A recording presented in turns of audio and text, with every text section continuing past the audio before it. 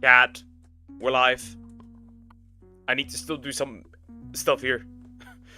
I don't like the way some things look here. Give me a second. Hi Raven, how you doing? Hope you're doing good.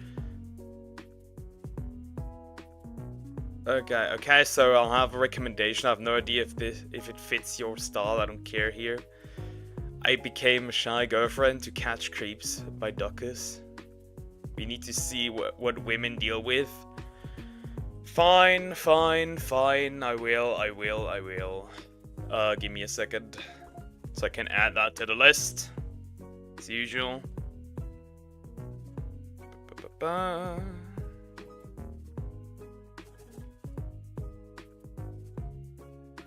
Perfect. Neat. Nice. Grab something. Oh, come here. It's here. Oh. Okay, got it. What, burb? What do you mean, burb? Alright, neat. Aside from that, it was a regular Sunday. I am done with editing all videos from last stream. I'm not kidding.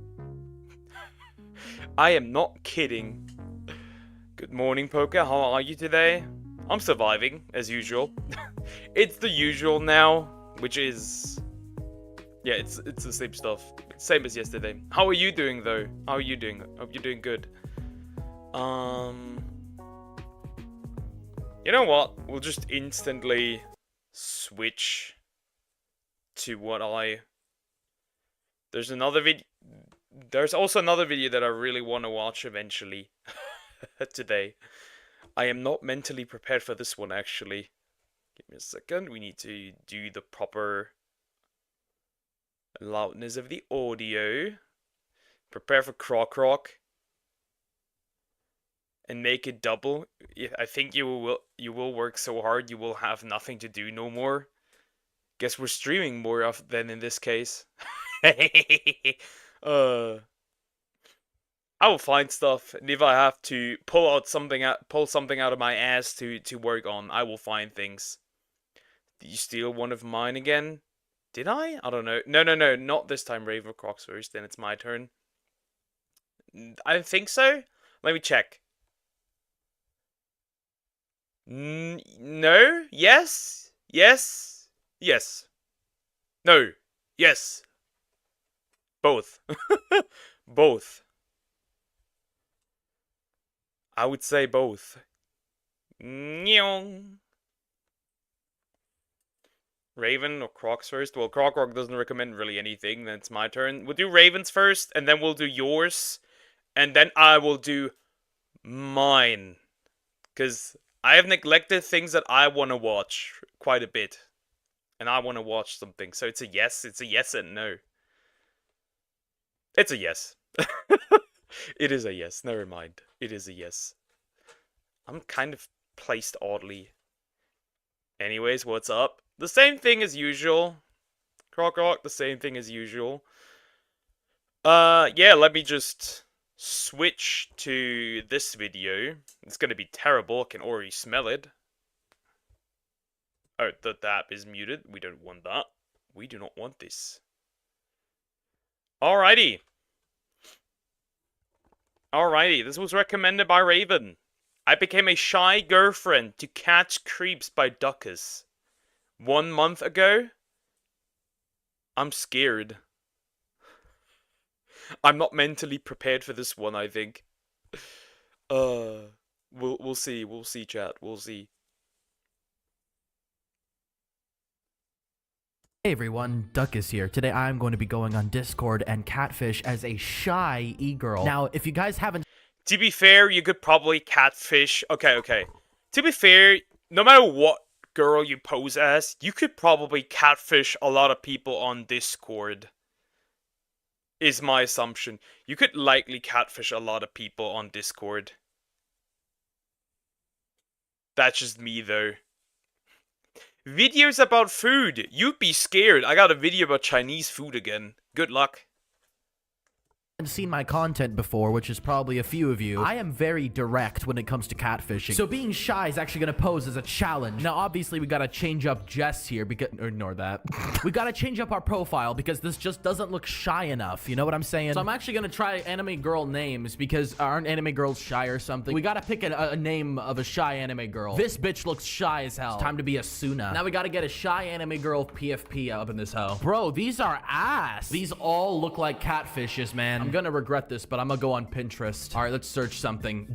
Please don't show anything that is gonna nuke me. If you Google anything on Google, you have safe search off, because I might be cooked if that happens. Also, we got the yaoi here as usual. The yaoi. X Vic shy e-girl PFP. Okay, there aren't anything shy about any of these people. Like, you mean to tell me this bitch is shy? Get your ass out of here. Yo, hold up, is this bitch mewing? These are all absolutely terrible. Okay, this profile. I mean, there are women out there who mew. I don't know why. I don't understand why, but it does exist. There's another new China outbreak of human meta virus. Or HMVP virus. This is 2020 all over again. Let's go! Pandemic 2.0. I'm ready. Nothing changes. Uphill. The fuck did I just say? This profile picture will do nicely. Okay, there we go. This is my profile. I don't know who this character is, but I guess I'm gonna be them today. What should be my about me? Quit looking at my bio. That's my profile. All right, so we're in Hot Cafe. Let me get into these intros here. Name: Asuna. Age: we'll be 18. Gender: female. Hobbies: anime, Valorant, Roblox. Actually, he is really going in full on with the cliche stuff. Anime, Valorant, and Roblox. I would be great. You probably mean at mewing. How would you know? You definitely have tried it. Actually, no, I'm gonna change that. We'll be cooking too. We'll have cooking as a hobby. And then DMs open. Okay, we're getting rid of all that shit. Sorry. Yeah, I think that's good. Now we wait. Oh God. Okay, this is what we were looking for. What's up, sexy? You up for fun? Oh no. Oh no. Why is this girl voice so good? I don't know. Oh my God, no. It's already started. How? Like, you have to, like, this is like peak degenerate, because I would be so, like, I don't even, like, have the balls to go in any woman's DMs. Like, this is like a numbers game for these dudes, and since they can do it, it has worked before. That's the problem. It has to have worked before. What kind of fun? And then we're gonna have a nervous face. That's not, how is that nervous? Here we go. Damn, Sigma. I don't know if this guy is Sigma. How's Sigma? This is average behavior I see. I don't know. I don't hang around people that do that. I don't even go myself into any DMs, so there is that. Okay, how can you call yourself a Sigma? What is this? We're like alpha male. Same energy. Are you loving her right now? Yet you're messaging me. Whoever's watching this video and is dating this Sigma guy, he's cheating on you. I'm sorry. Good, what about you? Wait, I read that so wrong. I thought I said, how are you, bro? Well, I didn't. How Sigma are you? Is that how a shy person types? You know what it is now? Question. Yes. And then we're gonna have an anime girl think emoji here. What the fuck is— oh my God, he had that ready. How would it feel if I came behind you? They find you, not you find them. I guess, yeah, obviously, that makes sense. Obviously, that makes sense because, first of all, there's probably gooner women in there as well. But let's be honest. Women don't DM. Like, rarely. Women don't DM. In my entire life, I got one DM by a woman. One. Since then, never. You and wrapped my arms around and started what? Oh my God. Grinding onto.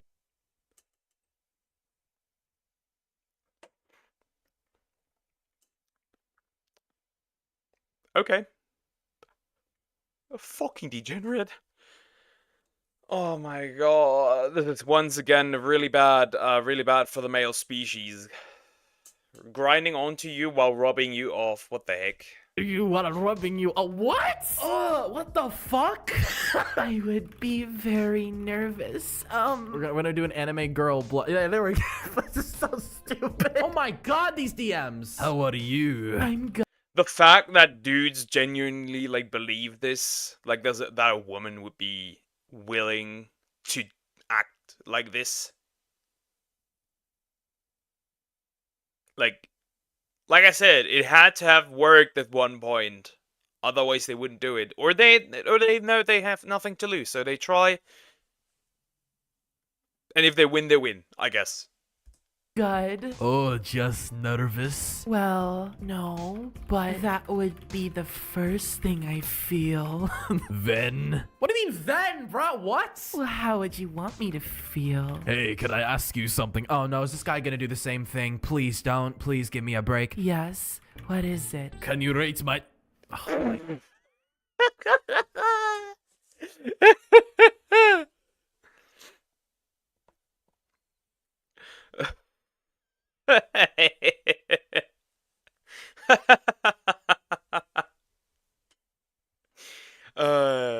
Average. That is very normal actually. That's a problem. It's not a good thing.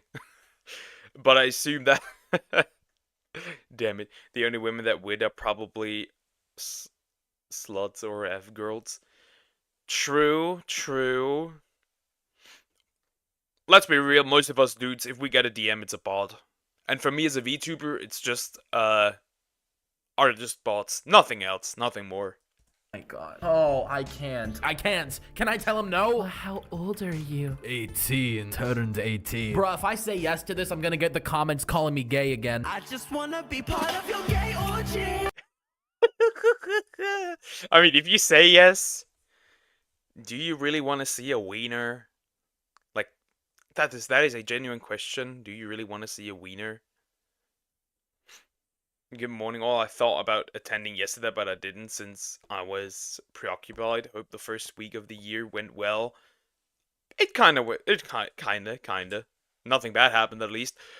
I take it we're watching creep wet catching videos. Currently, yes, we do.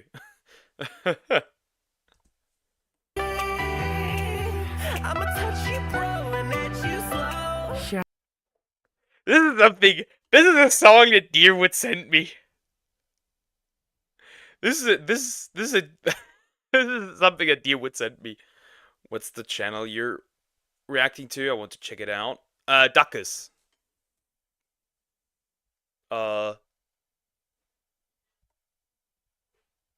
Duckus. If that's pronounced correctly, because last time somebody complained about me not pronouncing it pronouncing not a name correctly. Like, sorry, buddy. Next time I look up a Arab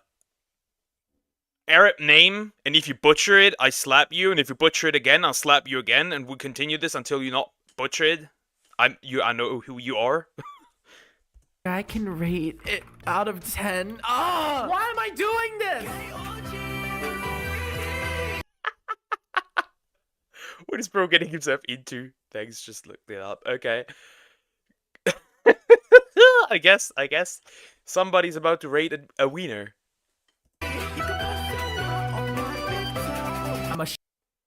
This is really something that...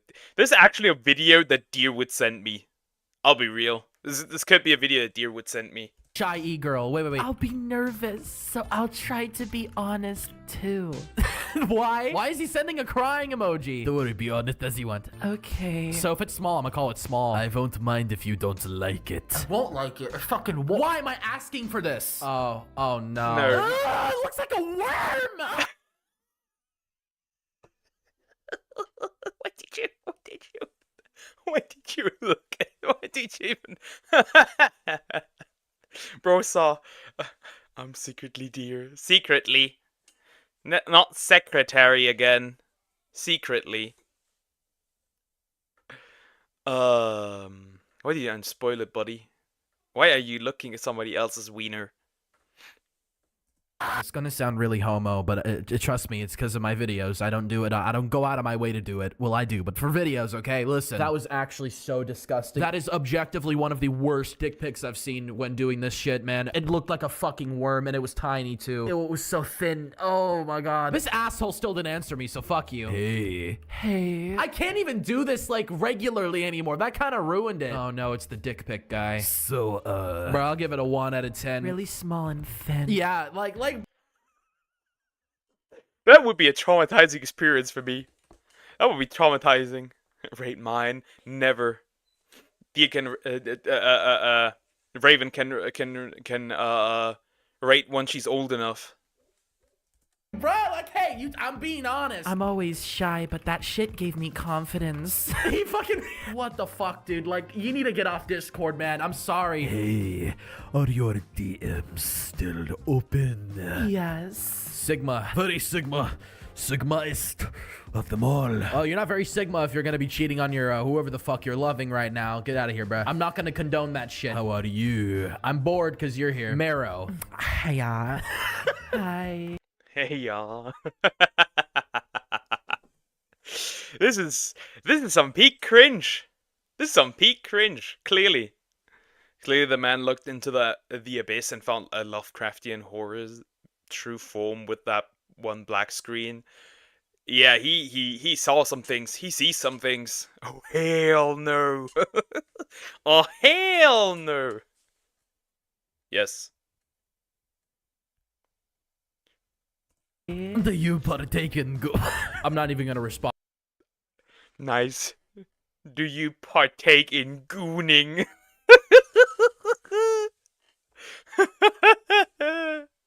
Do you partake in gooning? This is great. This is great. To this person. If you don't know what gooning is, my God, don't look it up. Please, dear God. Oh, the dick guy sent me a friend request. Get out of here. Pretty well, and could be better if Cutie were nearby. I'm sorry, this guy just strikes me as the fruity type. Who's Cutie? Bro, why do you want to ask me a question? Bro, I don't care about you or your little dick. Get out of here. What? I don't care about you or your little dick. Get out of here. This is great. What is it? Can you dom me? How about no? Oh, I got message requests. Click to see attachment. Oh, this guy sent me an image? That can't be good. Oh, it wasn't! Oh! But at the very... He got sent another cock. He got sent another cock. That is great. We'll love to see it. Very least, it wasn't as bad as the other guys. The other guys looked like a fucking worm. It looked like Shelby from fucking Adventure Time out of this bitch. Like, you want me to rail you, and I'll stretch your little hole. Why you gotta...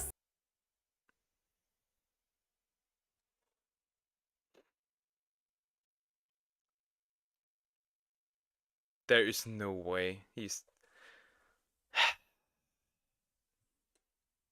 Let's continue. Say Lil, bro. I'ma just do another anime nervous. I don't know how to feel about that. Infant, need more time. The fuck does that mean? Yo, how are you doing? I'm doing good. Let's check out the fruity boy. Don't know.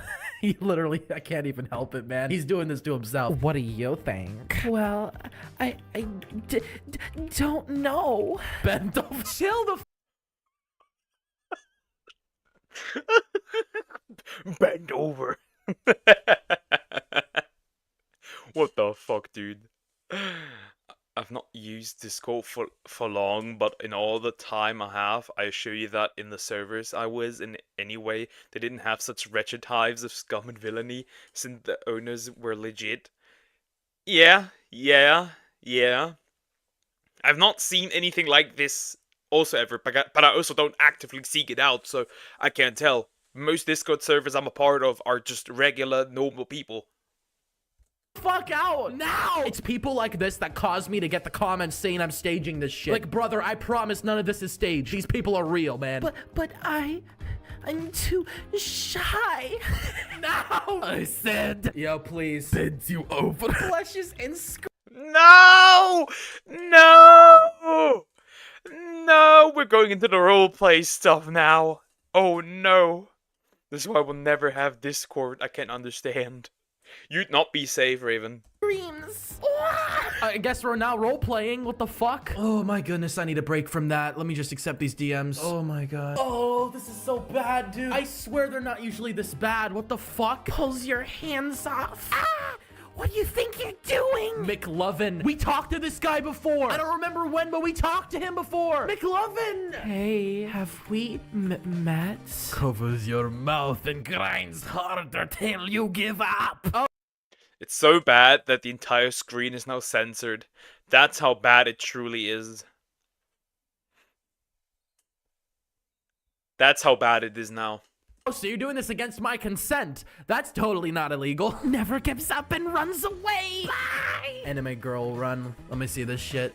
Runs after you. Is this guy trying to recreate an anime scene? What the fuck is happening? And pins you against the wall and grinds on you while touching your wet. I'm done.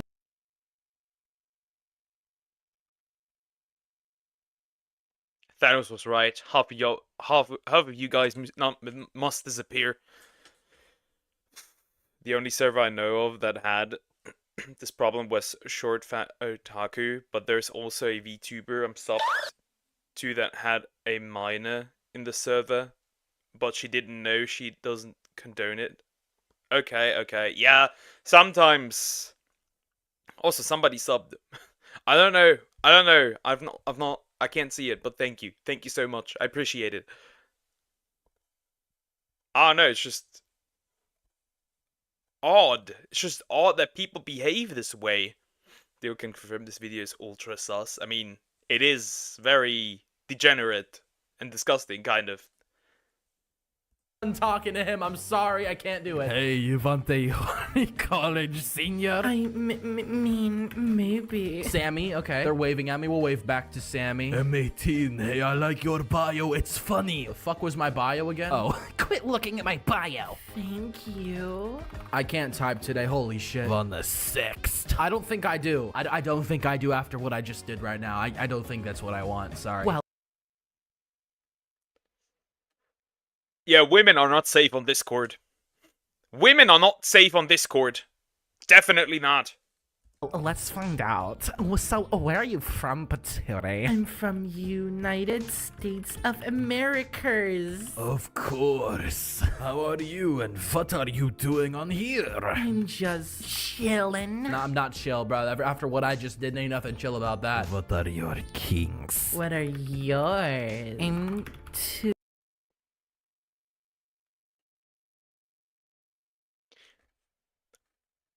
I wish I had the balls I wish I had at least nearly the balls that these dudes have to DM a woman that I find interesting.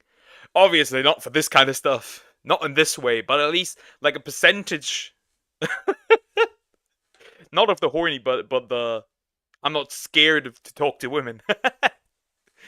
Oh my god, this is so degenerate. This is insane. At least that one server you talked about that one time with the VTuber who thought everyone was in a relationship with her isn't as depraved as this. Yeah, but apparently she's been crashing out on Twitter again. She's now a rad femme, even though in the one video I reacted to she said she hates female VTubers. But she's a radical feminist. Too shy. What are you looking for in your DMs? Not you. Goodbye. Hey, you a girl? No, I'm a fucking giraffe. What do you expect? How old are you? Old enough to contain a good, obedient girl. Oh, what about you? I'm sorry, Mara. I'm done. If you guys enjoyed this video, check out... I enjoyed it. It was very funny, but... My brother in Christ. No. No. Oh my god. This was terrible. This was awful. This was horrendous. Thank you, Raven. They have the guts to DM people like this because they're trying to provide evidence to serve justice. Is business a public service for pleasure? Yeah. That is very interesting. Okay, now Zoom's video. That's a big content switch, but Zoom wants me to watch this. After that, my video is done. The video that I picked out. Hello, I2. How are you doing? Hope you're doing good. I am. He's a bit older, though. YouTube's biggest legend, Nikado Avocado. By WestJet.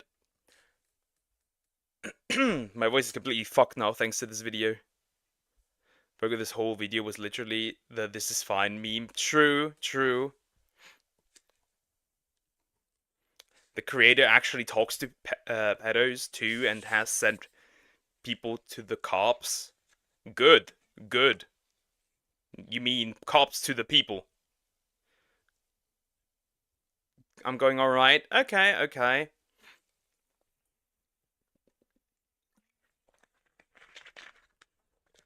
Alrighty. So, the thing with Nikado Avocado is, I don't even know that much about him. I know that he was pretty much a, what's the word?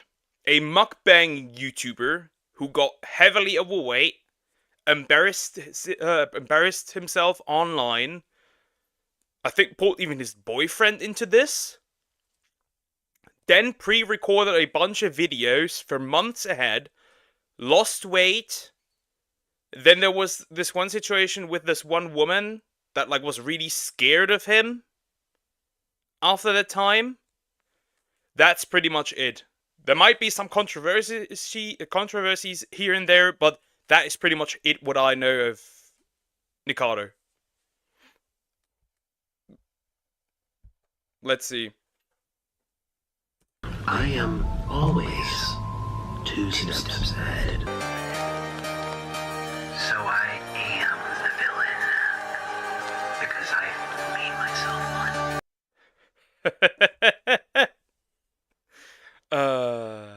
Why is there a funk edit? If you want to get more into the world of lol cows, I recommend looking up Kiwi Farm's video on Andrew Ditch when you're done with everything else. Okay, I can look that up eventually, yeah. Did the avocado guy make a AOF? I think. I'm not 100% sure, but I think that there was something like that. I don't know 100% though. Dude, not gonna lie, the edit went hard. Bro went from 5 guys to 1. Baba Booey. No intro today. Fat guy. Did he just make a fat joke? That is crazy. About 5 guys? That is wild. Lost weight, that it's incredible. This is probably the coolest thing a YouTuber's ever done since the PewDiePie bridge incident. Nikado straight up. And you can think about the guy what you want, right? You can think about the, like, you can say that, like, his bad eating habits, promoted a bad lifestyle and stuff. But I have to give him at least I have respect for him for losing that much weight.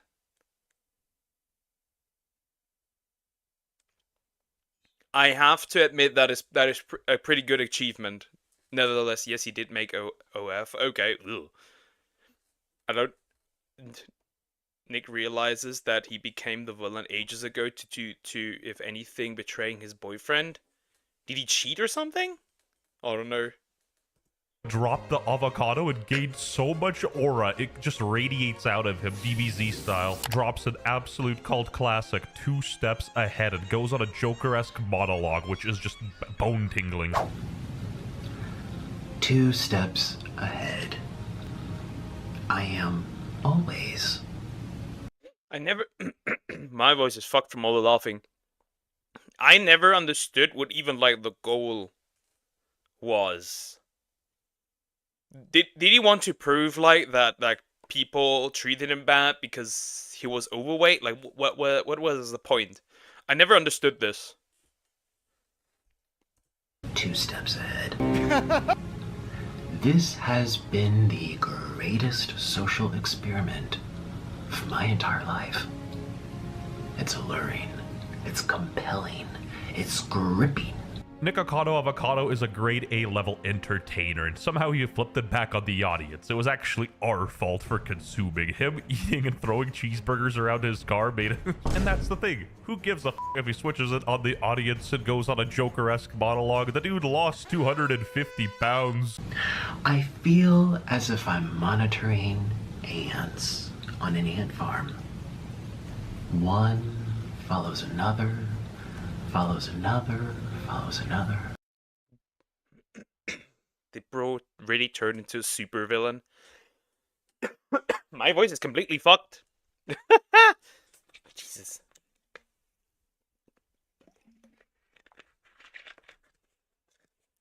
Alright. Alright. He is going off actually on a villain monologue. Like, genuinely. Which is interesting. He's monitoring ants, Chad. I'm monitoring ants myself. And it's my chat. I'm just kidding. I meant to say I don't think at the start of my last comment. Okay, okay. Some YouTubers are saying Stephanie So is lying about getting harassed by Nikado. The CCTV that she exposed to Nick, he wasn't even there. Nick is gay, not bisexual. I know that he's gay, but at the same time, I know that that can change at times. For some reason. Why so serious? Yeah, he went, he turned into Joker real quick. Screw you, Poke. You should see my future villain start. Huh. I'm already in my villain arc. You'll see. So-called free thinkers when the car in front slows down. You are the ants.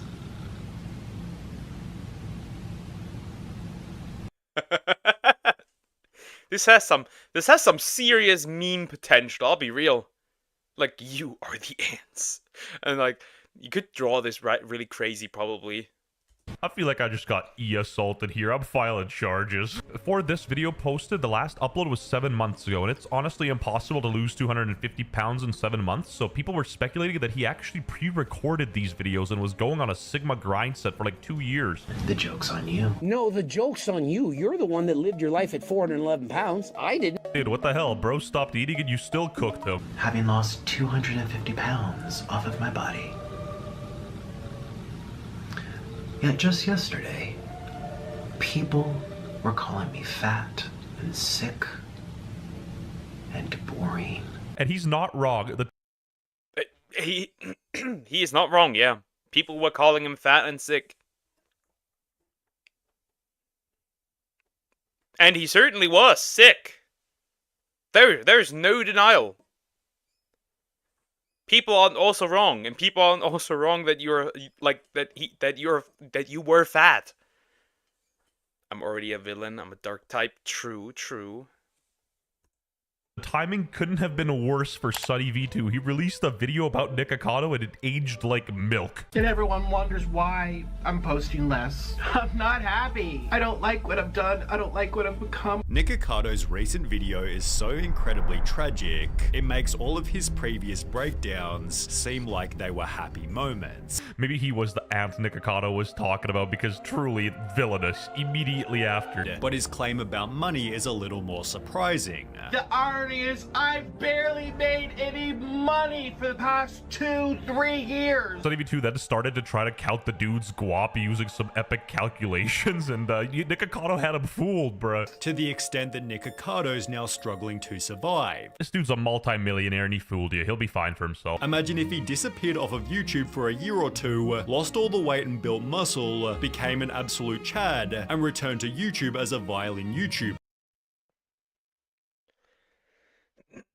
Bro predicted it 7 months ago, in this case, from this video. 7 months ago. At least for the violin part. He predicted it. What a god.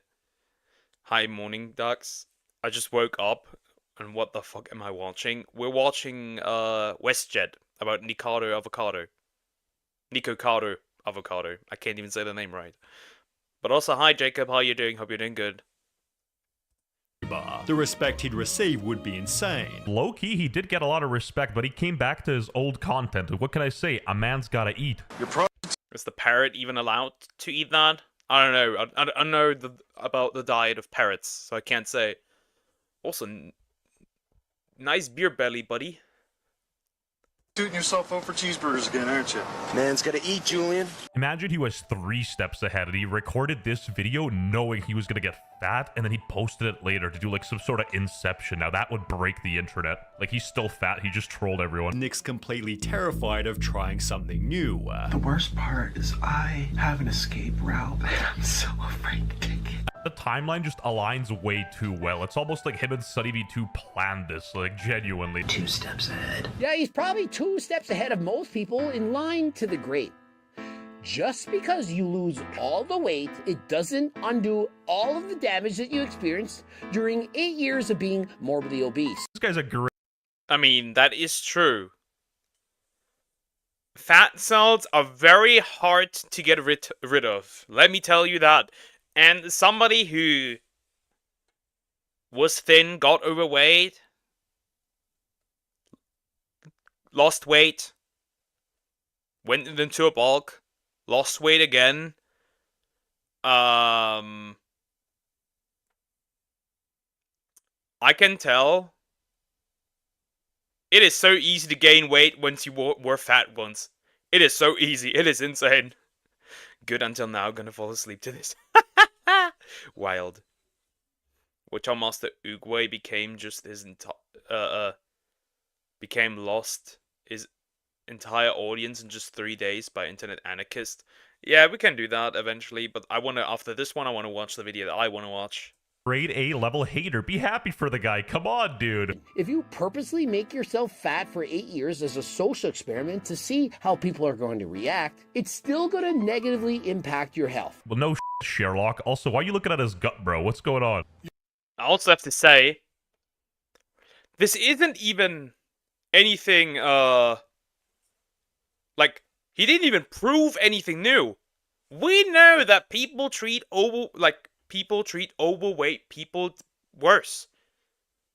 That he didn't provide anything new, like nothing groundbreaking new that shattered a fraction of reality. Like this, we know. Just like people treat people that are unattractive worse. Wow, incredible. Who would have guessed? You looking at my gut?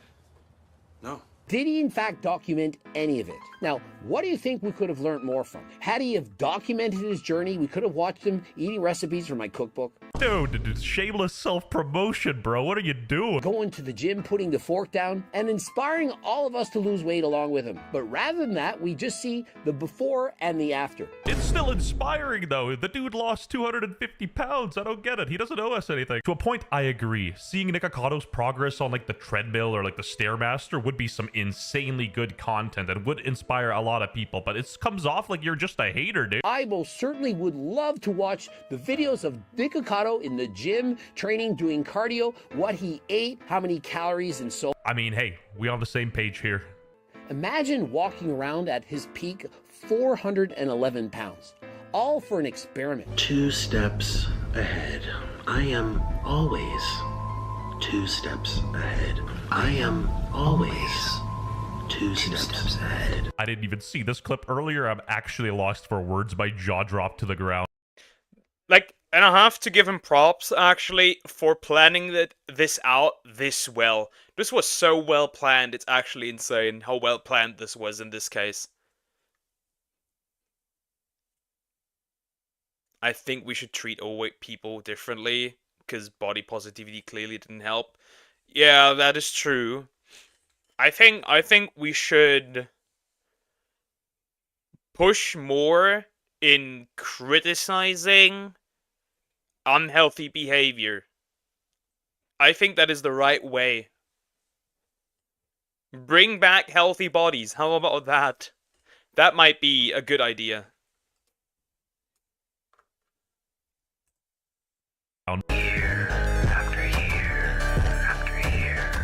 He He lost 7 years of weight in 7 months. Well, it wasn't 7 months. It was, in fact, 2 years. I think we all failed the social experiment. Truth be told, I understand where this old guy's coming from, but I think he's taken Nikocado a bit too seriously. You're forgetting this is a dude who throws Popeye's chicken sandwiches in his car and is an outright troll. Sonny's math checks out. The dude was destroying his body, but he did it for a bag, and, you know, I personally wouldn't do that, but props to him. Major bag alert. Some of you morons... 10 million alone through being, like, destroying your body. I don't know if that was worth it. Awkward, yeah. I don't know if that was worth it, to be fair. I can't tell. They're fat for free. Dial in. Lock in. What's stopping you? This video should be your wake-up call. Now, I hate my finances. I hate my husband. I hate my family. I hate my friends. I hate my work. I hate this country. I didn't know he was Hassan. What a fucking liar, dude. Today I woke up from a very long dream, having lost 250 pounds off of my body. Mr. Noodle, you're so cute. Or was it in fact Ozempic? Did he in fact go to the gym? I don't think he has a lot of muscle mass, and so did he in fact lose all his muscle? And although he does appear to be thin, I do believe he's perhaps a little skinny fat. Dude, just give him a break, bro. You just keep... Bro is going overboard. Like, nobody cares if he's skinny fat. He lost all the weight. That is still a major achievement. There's no denial. I guess getting that fat is also a major achievement in some way. In some communities, but chill, bro, chill. Chill. Make America obese again? Wait, it already is. You mean more obese? Keep going. You're freaking cooking his ass, bro. Come on. Show us your blood work. Just because he's lost all this weight, it doesn't mean that he's healthy. Bruh, you can't argue he was healthier back then. Like, come on, bruh. He's loving this. Look at the eyes, the way he's talking. Bro's a sociopath. Eating recipes from my cookbook. The joke's on you. How is this funny? It was worth being 400 pounds for 8 years, throwing away years off your life for a joke? While this guy is a bit of a hater, he's hating from the right place. It's like that tough but fair love. Nevertheless, let's focus on Nikocado and emphasize how insane this accomplishment truly is. Cannot deny that the transformation is incredible. Earlier, even in Oompaville's video, he was rolling around like a freaking Mario Kart go-kart with his shirt hanging out, and now he looks impeccable and probably better than 90% of the people that were calling him fat in the first place. If you're upset at the Joker-esque speech in the beginning, you're sort of a goof because you're falling into his trap. It's obviously done for showmanship, and as a former violinist, that's kind of what he does. And before you call me a Nikocado meat rider, at least you can be one because he can finally see his stomach.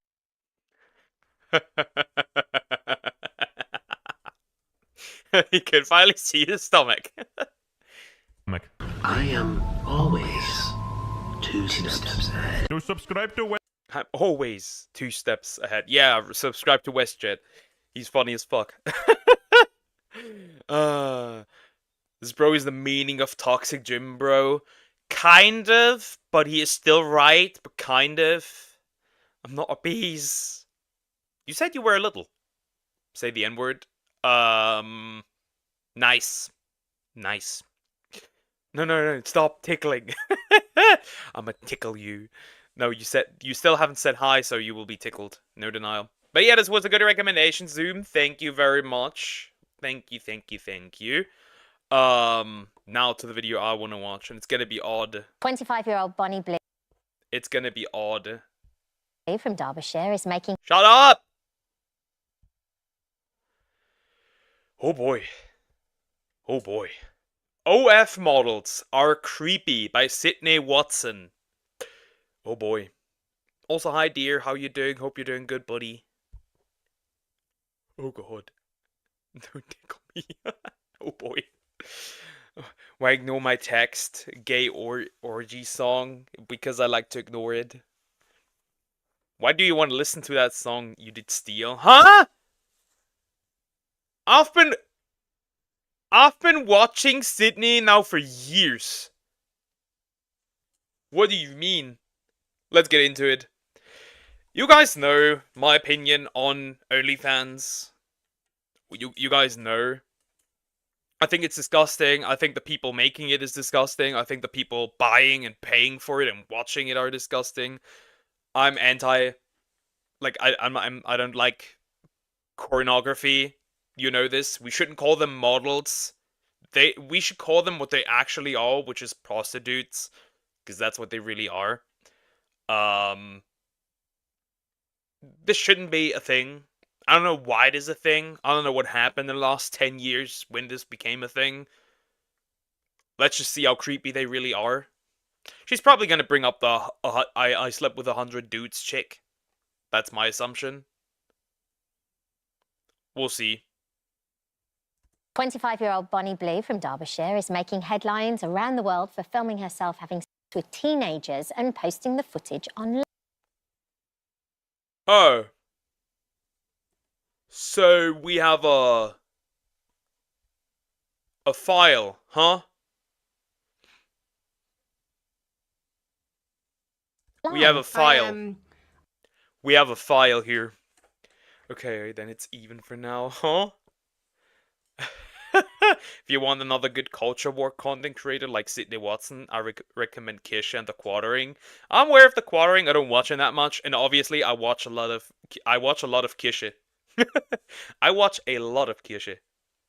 I love that white fox woman. Poker OnlyFans. Oh no, definitely not.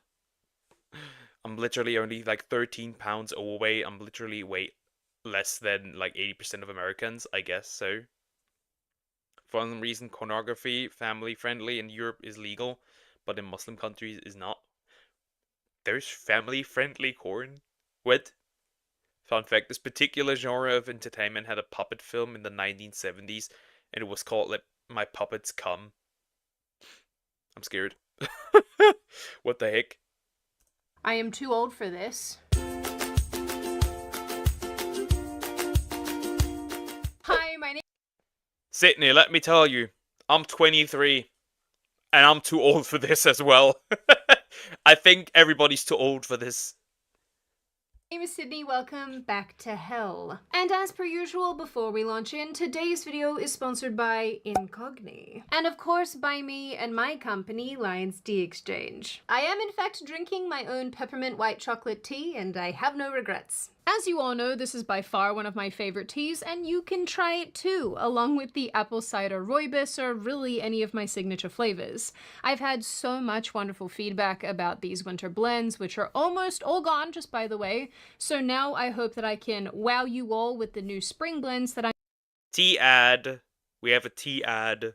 I'm starting to put together. This video will likely be demonetized, so if you love tea or you just want to give it a try, buying a box obviously helps the channel a lot. But of course, no pressure, links will be in the description box. Now, those of you who've been here for any length of time probably already know how much I don't like the platform OF, and if you don't know what that is, well, good for you. But if you do want to find out, I would suggest Googling it, because if I say a lot of, like, the creators I know have an OF or a Fansly or any other platform that is similar. Like, you can even use Patreon for the exact same thing. Is it just me, or does Watson have a blended accent? It could be. It could be. I don't know. I don't look at that exactly, so I can't tell. You should watch Kaiju number 8 anime. It's more like Attack on Titan. I've seen a few clips here and there, but I've never watched it. Let's continue. Say the word only wind-blowing implement, then YouTube will probably demonetize or even age restrict this video. And I don't particularly want that, so I'm going to just say OF for the purposes of this video, as well as other fun phrases that I have come across. Anyway, my dislike for this platform has been very obvious since day one, and I've made a lot of content talking about how bad I think it is for society. But over the last number of months, some of the things that have crawled out of that hellscape, not to be confused with our hellscape, have disgusted even me. And honestly, that's really saying something, because no matter what crawls out of this hellhole, it's always this disgusting to me. Like, it doesn't matter. I know no one that has a OF. I'm around normal people. I don't know people personally, but in the online space, I am blocked by so many VTubers because I'm against OnlyFans and stuff. It is not funny. The amount of times I've been called like that I hate women, that I'm misogynistic for saying I don't like corn is enormous. It is enormous. And there's a lot of VTubers who hate me because of that. I don't know how I did it. I just did it. By blended, I mean that she sounds like she has two accents, both of which sometimes coming out at the same time. Like, maybe, like, I know she's an Aussie. Interesting. Interesting. I never, like, paid attention to that. Because I feel like I've seen everything. But the most exciting one I did was a dad and son. I slept with the son first. Most of you have probably come. There she is again! There she is! The monster of OF! There she is! You all hate women if you don't send me money? Don't send her money! Anyone Philippines have Kaiju no 8 episodes on YouTube. It's free to watch. I don't know if that channel is getting copyright strike. Eventually they find out. Come into contact recently with the news surrounding two OF creators. Models? I'm gonna call them models. Called Lily Phillips and Bonnie Blue. Both have been popping off for different reasons, but the central theme between them, if we can connect them here, is that they've both gone beyond standard adult entertainment and entered the realm instead of insane, and some might even say immoral stunts. These are immoral stunts. Like, corn is in general immoral. Let's not deny that. But, Lily said it herself. What she did was so disgusting that even the industry said, you gotta go. You're too disgusting for this. Designed to get them more and more publicity in the fight for more audience share on OF as it gets more saturated. Sorry, that was a long sentence. Even to the point of self-harm. Some of you might think I'm being dramatic for saying that, but hold on to your trousers because I'm about to show you some stuff that you can never ever unsee. You're welcome. You know what's funny? I could sit here. You could say hold your trousers, but I could sit here butt naked and you would never know. Well, now you have an image in your head. During a recent segment on GB News, OF lady Bonnie Blue, whose real name is Tia Billinger, I think that's how that's pronounced, made the statement that it was her objective to have adult relations with quote-unquote barely legal teenage boys because the current sex education system is not effective. So I was like, I want...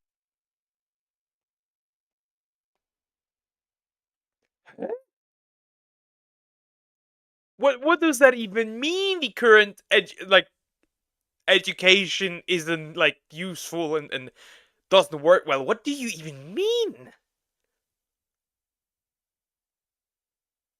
Is your purpose to sleep with just gotten 18-year-olds to like educate them? Because I don't think so.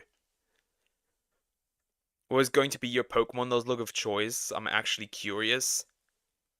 I would do probably a black and white Nuzlocke if I ever did one. I did one before, but I didn't finish it. What do you even mean? want to make content that people can watch, can relate to it, but also can learn. So it's when I... Relate to? I'm not watching adult content and like, I can relate to that. What is she yapping about? What is she saying? This makes no sense.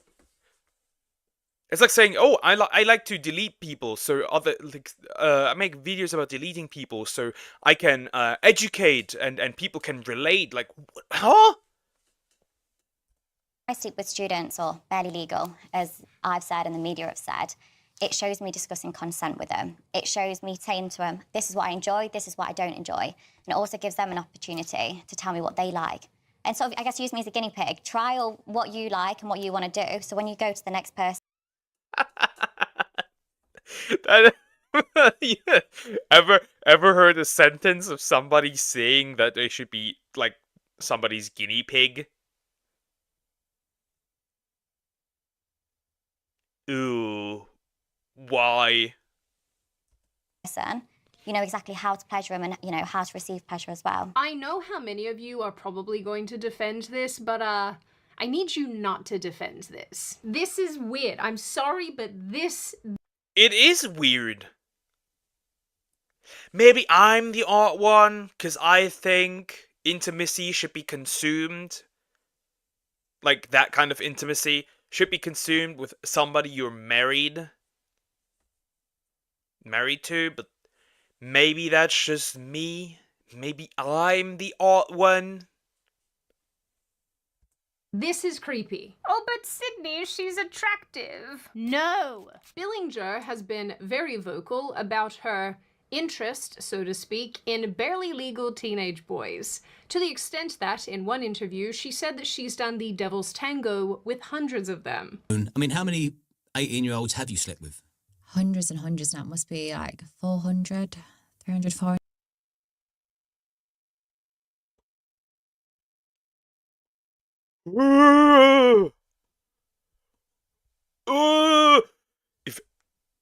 If you stare into that hole, it might stare back at you. It actually might stare back at you. Like, it might, like, a tentacle monster will come out of it and drag you in. That is disgusting. Okay, so it's no secret I have a hobby, which is pleasuring barely legal 18-year-olds. With some students. You've been having lots of fun with the students? I have indeed, all 122 of them. I want to sleep with 130 barely legal 18-year-olds. I'm going to be sleeping with 23 barely legal 18-year-olds. She's even made a point of going to events specifically designed for school leavers to celebrate graduation and going to university, like freshers, which is Graduation sex? Huh. Man, look, this woman. Maybe we should bring back like permanent mental illness places where, like, you send them in and they never come out again. Ugh. Is basically the orientation week for first-year university students in the UK, where I think she claims to have done... Why is she saying that like it's a good thing? Because in her mind, it is a good thing. She is saying that because she believes that is a good thing. And remember, I don't like to pull the, like, a reverse card, right? But if a dude said... That's a double standard I realize here. If a dude said that his goal is to sleep with 100 barely legal women, he would be annihilated on the spot. What is this? Jesus Christ, even as a bisexual male, I'm disgusted that her body count is 400 plus.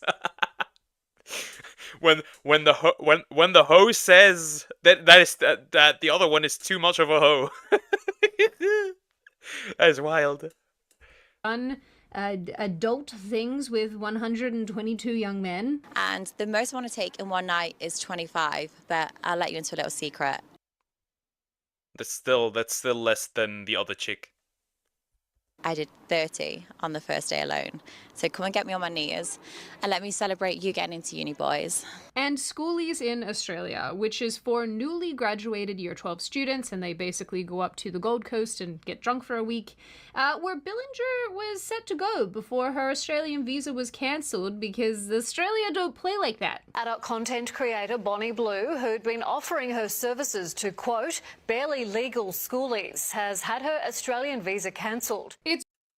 Australia said, "You are so fucking disgusting. We are not letting you in." I think a reverse card works here. Both are weird, and right now people are already telling her that's disgusting. Yeah, but the problem is still that if a dude did that, he would be annihilated on social media. Right now, there's this little outrage, but I can tell you right now, nothing would happen. If a dude did this, he would never be allowed on any social media platform ever again. He would be absolutely and utterly annihilated. She definitely has a STD, I believe it. Well, yeah, we did that. One time, the Australian government works. It's worth noting, and actually now that I'm saying it, this is something important to realize through this whole video, but Billinger records these interactions with these young men and then uploads them to her OF account. But basically so does everybody in this video. So there's that. Once she got booted from my homeland, Australia, she took her expedition over to Fiji, where she was also soon deported. And of course produced some weird content with They are really saying, bro, you are disgusting, too disgusting for this country. Leave. She's like the reverse thing of like these alpha males, wanting to sleep with wanting to have like virgins and shit, but being a hoe. Same energy. with the Border Patrol agents, because of course she did. Although I'm actually not sure if these are real Border Patrol agents.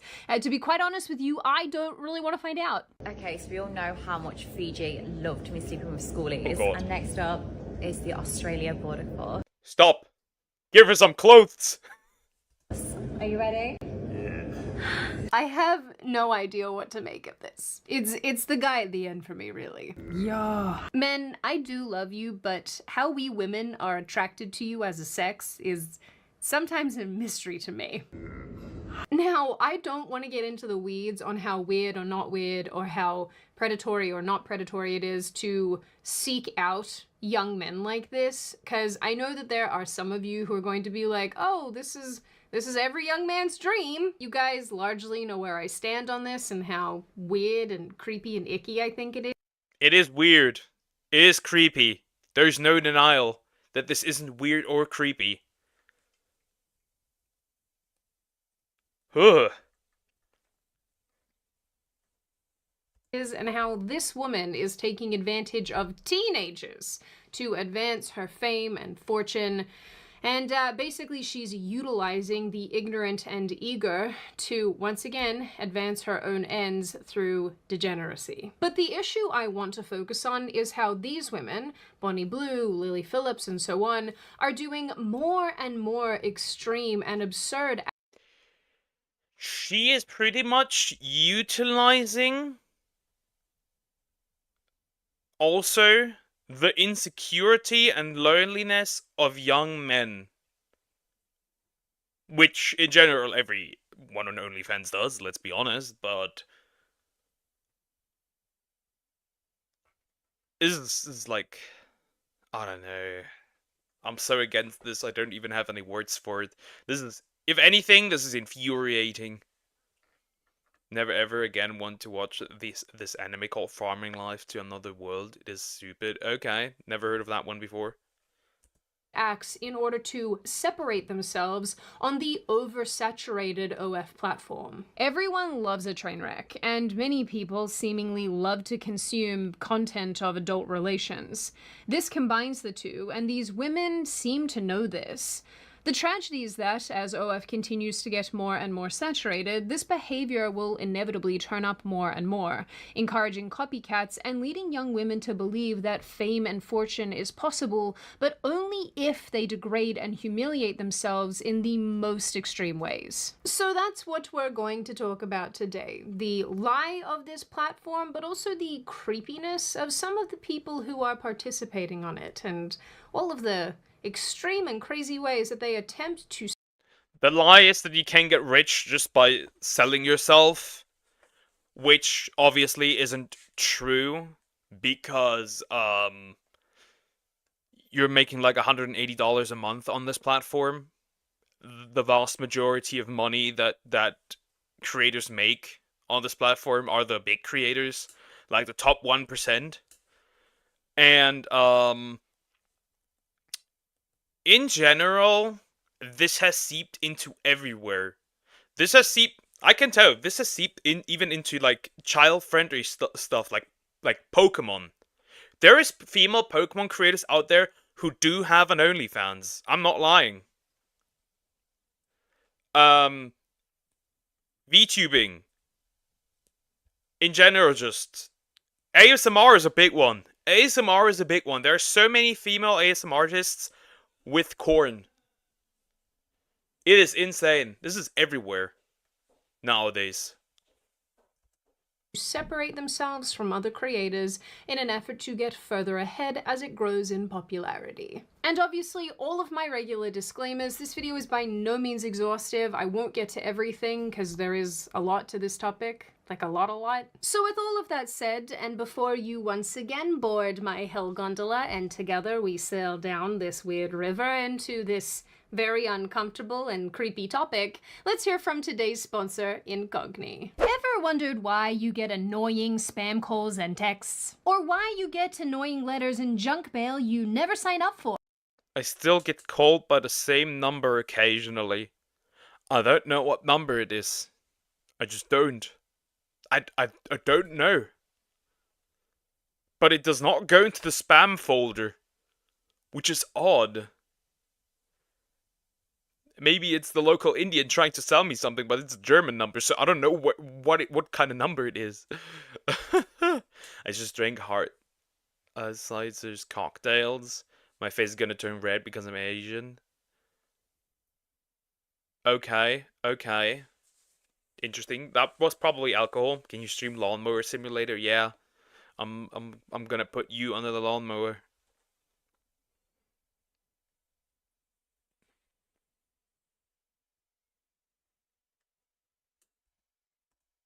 I don't want to freak you out, but I'm going to freak you out. Because your private information really isn't all that private. Because there are data scrapers and data brokers who scour public records for information about people like you and me. They get your email, your phone number, address, full name, social security number, and so on. Then they compile that information and sell it. So if this concerns you as much as it concerns me, then let me tell you about the solution I use, Incogni. Incogni reaches out to... Realistically, it doesn't matter. The government has all your information, and therefore it is not safe to begin with. Data brokers on your behalf and request the removal of your personal data from these sites. They will also deal with any objections and monitor your information to make sure it doesn't pop up on the same site or anywhere else. The process is very simple. You make your account, give Incogni the right to act on your behalf, and then sit back and let them work their magic. But Incogni isn't only for you, it also has a family and friends plan, meaning you can protect your loved ones. Incogni also comes risk-free for 30 days, so if you don't love it, you can get a full refund. So if you too want to fight the data brokers, then click the link in the description or go to incogni.com/Sydney. And don't forget to use code Sydney for 60% off an annual plan. In early November 2024, a former spicy creator called Nala Ray appeared on the internet show The Whatever Podcast. Almost 2 hours into the episode, Nala was asked by a super chatter about an She is now a Christian. If genuine, that's cool. If it's a grift, repent. But we don't know. For now, it seems genuine. The OF is gone. Everything seems to be gone. But at the same time, I don't trust everybody. I don't trust anybody. So I can't tell if she genuinely means it or not. Sorry, Zoom, I don't drink alcohol, just like everyone said. Interest in cheating she purported to have when she was making mattress-based content. Nala responded by explaining that basically everything she said on podcasts and appearances was done with virality in mind during this time, in order to push more and more people towards her content. I am so happy we get to finally address this. So, as a viral creator on, like when I was on about 8-9 months ago, I went on so many podcasts because I knew the only way to grow my own was to be viral, and it's such an oversaturated platform right now, and I've been on it for like 5.5 years. So everything I've said on podcasts is complete clickbait. I did it to go viral to then make money, and so many people believed it, and it worked. So that's what's so like crazy about the internet. And if you've heard it before, it's very true. The internet is not real. So like everything I've said, like, oh my God, I love cheating. Like, dude, I was so freaking dead single at the time. Like, who would I have cheated on, bro? I said whatever I needed to because I understand the male brain, and I needed to make money, and I was like, bet. This isn't the only time that Nala has expressed something like this. On November 18, 2024, she went on a YouTube channel called... Once again, I do not believe her. Once again, what the hell is wrong with you? Nothing, I'm fine. What about you? I just don't believe her, kind of. But I don't know. Maybe she does, maybe she doesn't. Also, the fantasy of cheating isn't even that uncommon. When you look at a lot of like the big romance movies that women like, it's really just cheating. A lot of these are really just cheating. Carew Ellington, once again, screwing up the names, where she again explained how she based her online personality off of virality. So that podcast aired, and that was the first time I had been on the whatever podcast, but at that time I had this mindset. I was like, I need to go viral to make more money. How are people gonna know who I am or what my own is if they don't know, like they haven't seen me, you know? So when I get on these platforms, I'm like, I'm going to rule this podcast. I'm going to rule whatever I'm doing. Like, I will take it over. So I went in there with this mindset of like control. And I was like, I'm going to get more money from this. Like, and that's the whole purpose. Like, you want to make money. Yeah. Like, that's it. I want to get my bag. Like, as girls say now. Right. Not too long after, during another appearance on another YouTube channel called Lecrae, Nala explains that OF creators become puppets for their subscribers. And as her success on the platform grew, she became consumed with wanting to top her earnings month to month. She also talked about how her dad encouraged her to keep making this kind of content. That is a shitty father. That is a terrible father. That is a disgusting father. I bet he lived over that. I bet he lived over that. You can tell that he got quite a bit of money because of that. You just said you would delete me, you monster. Yes, I'm a monster. Philippines have so many cheaters, but there's no divorce, only. Okay, so like pretty much like there's no divorce, so pretty much like the marriage just gets annihilated and that's it. I hate cheaters. You know my opinion on cheaters. Nuke them. We actually don't have time to get into this at all, but woof. That's actually just another theme that I'm noticing here. Maybe a topic for another video. How long were you on? 5 years. And how much money do you think you made in total? 14 million.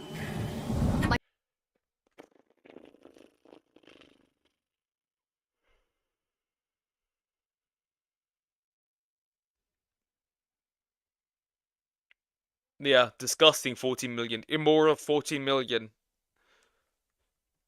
Poke as a father right there. I will never be a dad. My first month on made 87 grand. Oh my. Every month was like, how can I top last month? That was my brain. Like, I fed off of that thought. You're a puppet. You're literally a pimped out puppet, and your pimps are your subscribers. Woo! And your conscience not like bothered at all? I'd say it really started getting bothered when my family found out. My mom like cut off contact with me. My dad, however, was a very different story. My dad... Based mom! Very based mom! I agree with your mom. It was a good decision. I wouldn't want a daughter like that in my life as well. Annulment, okay. Encourage me to stay on. Yes, I did steal this little intro from Lecrae's video because I liked it, and I liked how it was edited, and I liked the music. Don't yell at me. I know I just said I wouldn't talk about it, but I genuinely cannot wrap my head around someone's dad telling them to make this sort of content. I once tried to go out of the house in this very short, very skin-tight dress when I was about 18, and my dad saw it and was like, no, you will change. That is what I consider to Other dads would have gone like, gotten a bottle of holy water and like spray her with it. You must not do this. So she was also pimped out by her dad. That is wild. That is wild. Maybe that's for the best. Dude, I'd be a fantastic father. I would be a fantastic dad. I can tell you that much. To be a normal parental reaction. At the end of this interview, Lecrae asked what advice Nala has for other young women. She expresses that there is a steep price to pay with making this sort of content, something that is often glossed over by those in the industry. Like, obviously I could just say don't, but like it doesn't even give a depth to what you pay for in price. Like, it's not just your soul, man. You pay for it in your thoughts. You pay for it in your body. Like, you are a slave and you don't even think you are. Like, now that I'm out of it completely, I'm like, I was literally hundreds of I mean, you also pay with relationships. You pay with the chance of like you lose most likely will not lose the chance of having a having a relationship, having a husband, having children, because his children will be bullied. Your husband will be looked down upon constantly. Like, you pay with a lot of things, not after what you just said 10 minutes ago. Well, but you're not a human, you're a croc, so there's that. thousands of people slaves. Wow. Like, that's what I felt like. This is what I feel like. During it, didn't feel so bad, didn't look at it like that. And during it, I was like, I'm the boss. I'm like, no, you're not. You're really not. So if you want to pay that price, like, that's your choice. I'm not here to tell you to do whatever you want with your life, but like, you need to make the decision very carefully. Because there is a price to pay, even though you're making money. Man, the devil can give you things. As an aside, it is worth noting, and I probably have to say this, that Nala is a very controversial figure because very recently she reconnected with her faith and decided to stop making this sort of content, and people have deemed this a publicity stunt. This will come as a surprise to none of you, but I'm not personally particularly invested in whether or not she's being legitimate and truthful about reconnecting. Yeah, I'll be real, I don't really care. If she is, cool. If she isn't, then that's again ill. But I don't know. I don't care that much. Connecting with her faith, but I will say for those of you who are interested that having watched now a ton of her interviews in order to make this video, I get the impression that what she is saying is truthful, and she seems to me to mean what she's saying. So, you know, do with that what you will. Now, Nala's point here that this platform is incredibly oversaturated and more creators are focusing on virality is actually correct. I've discussed the hard numbers of this in other videos, which I will link in the description box, but for the sake of brevity and just summarizing, the platform itself was started in 2016 and since then has become a multi-billion-dollar enterprise. I know, right? Shocking. As I've said in my previous content before, it is outfitted with recruiters, covert sales tactics. Yeah, literally recruiters. Like, people back then, like, this is not so much of a thing now anymore, but back then, when this originally started, there were literally women out there saying that they, like, bought their first house at 22, like, starting OnlyFans, but they were paid to do so. Like, they received money to buy this house and make it seem like you could make a lot of money on of it. So, you could bait other women to do more stuff like that.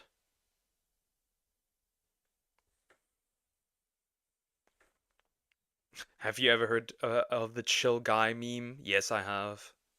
Croc lives matter. No. Yeah, she does seem honest. There isn't anything she can gain now because she no longer has an OnlyFans. Maybe she just because of a regular content creator, but I don't know. Yeah, I don't know. She might be. I'm not too much theorizing about that, to be fair. That often come in the form of women advertising how much money they've made on the platform, and its pool of creators is only growing year on year. The sad reality, though, is that these women don't seem to realize that the vast majority of them won't make much money at all, with most bringing in somewhere between $150 to $180 a month. Depressing side note, this actually reminds me of a video that I saw the other day of a Pakistani PhD student who has announced that she is quitting her PhD to pursue being an OF creator. Full time. That's not a joke. Wasn't this AI? People said this was AI. Is that the video where I'm thinking it is? Do you know what that Shell Guy meme was stolen from the Vietnamese kids book? I did not know that. Yes, my life mattered because I'm black. Black Lives Matter was a failed organization because the people behind this organization, or rats, took all the money from black people and other people giving money into this organization, then ran like a little bitch. It was a scam. Let's go. I've dropped out of my PhD. I've cried so much over this decision to quit my PhD, because it's a stressful decision. I think this is AI. Don't, because D-Lux mods, he doesn't. What? Pay? You mean pay? Or is that all?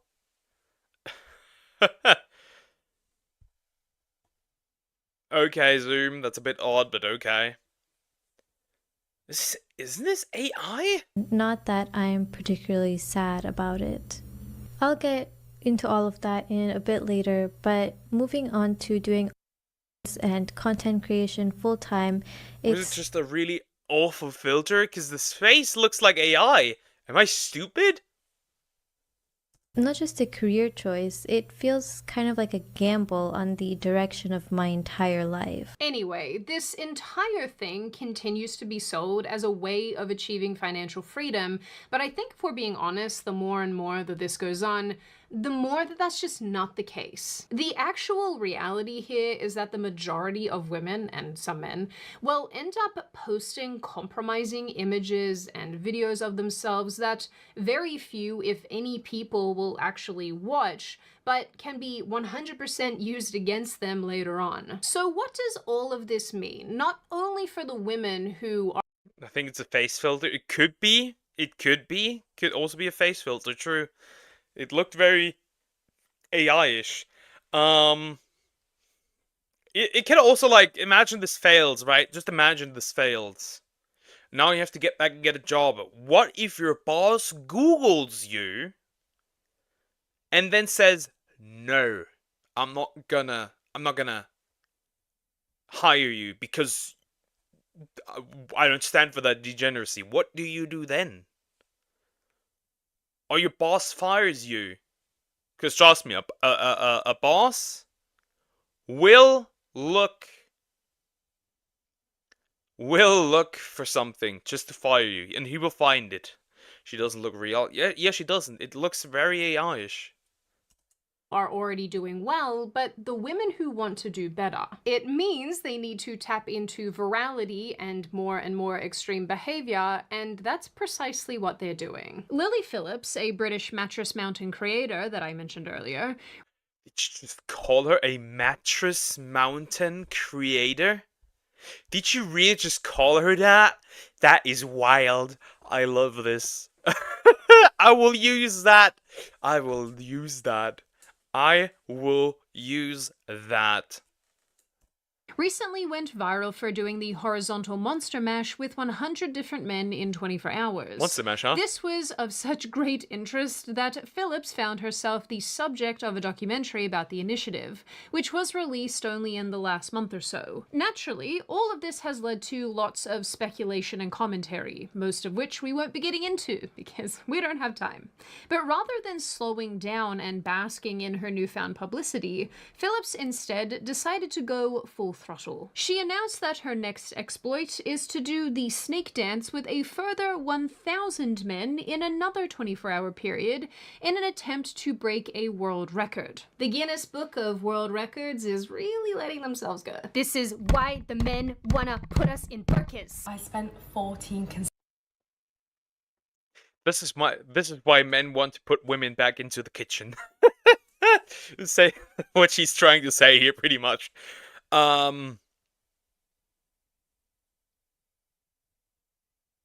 Is this even physical? Like, is this... I know somebody did the math like a minute or something. It's like it's like a minute or something. So I don't know. Even if she's physically capable, imagine like she gets deleted because it's just too much. Because I can imagine that too much of anything can delete you, even that. So I'm like, ugh. She's literally swimming in. I can't say it, but she's literally swim. That day she will be swimming in it. Consecutive hours getting ran through, and now I'm going to be doing 24 because I'm going to be going for the world record early February next year. I'm going to go for 1,000. This is also being attempted by Bonnie Blue because, of course it is. Interestingly, during an interview on the show The Reality Check in November, Phillips discussed both of these plans. At one point, the host asked her how much money she made from her planned 1,000 men experience. Phillips answers that the money doesn't come from the filming of the event itself necessarily, but all the virality that comes along with it. The thing is, I'm not going to earn anything directly from the video. It's more... You're not selling it? Indirectly. No, because I don't really care to sell it. I was actually going to stream it. Because it's going to be so hard to sell it. You can't... Stream it? I need an asteroid. Stream it? Ooh. Can't really... Unlike... What are you talking about? No, but unlike with, you know, when doing the 101 guys, it's hard enough getting all the forms together, making sure they're all accepted by OnlyFans, stuff like that, the actual admin of it. So I was like, I was just going to stream it. It's more like the publicity around it that's going to get me the money. Does the that make news sense? and stuff? Pardon? Like in news Yeah. Okay. Just like it going a bit more like viral. During this interview too, one of the hosts asks Phillips, that is really hard to say, one of the hosts poses a question to Phillips, suggesting that she might not feel so great about what she's doing now in the future. This, of course, reminded me of Nala and her comments about the regret and sadness surrounding this topic. Are you impressed? We've come full circle. Now, obviously, you don't have to look very far at all to find even more mattress-dwelling ladies doing more... I will now use this. I don't care. I will now use this. I don't care. I'm stealing this one.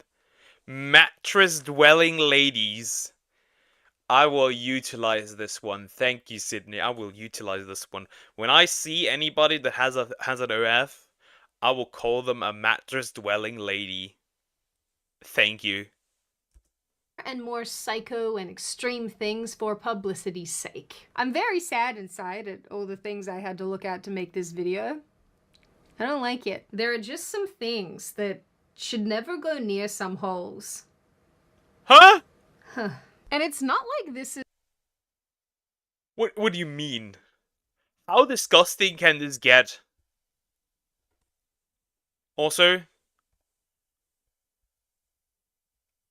lied that she was exploited by her husband, by the way. Just for mentioning it here, real quick. This is Amaranth. A filthy liar. Deluxe steals everything. I'm a thief. What one character in the Mario game, was it Nabbit? You all have been napped before.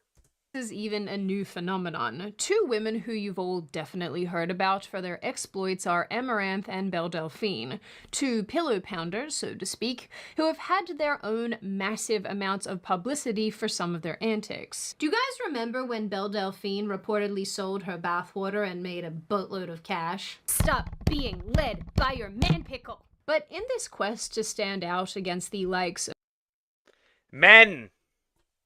I'm not speaking to the ladies right now, though there are ladies that would probably be ready to do this.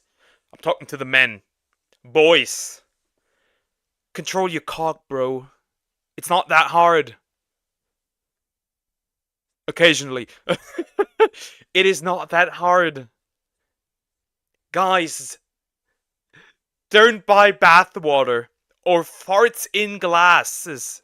Or any other weird thing. Use panties. Whatever it is. No. Don't do it. Please. of behemoth accounts like the aforementioned, we've ended up with the likes of Bonnie Blue and Lily Phillips, among others. To the Schoolies of Australia, I have one question for you. Tonight at Fabric Nightclub here in Surfers Paradise at 10 p.m. Congratulations on finally finishing high school. I can't wait to see you. And if you're doubting how successful these initiatives are, let me point you in the direction. If she came too close to me and just were attempting to touch me, I'd be throwing hands. I'll be real, I'd be throwing hands. I'm knocking her head off. I don't care why you're watching this, D-Luke. Are a simp? What? That makes no sense. I'm criticizing this. Huh? That makes...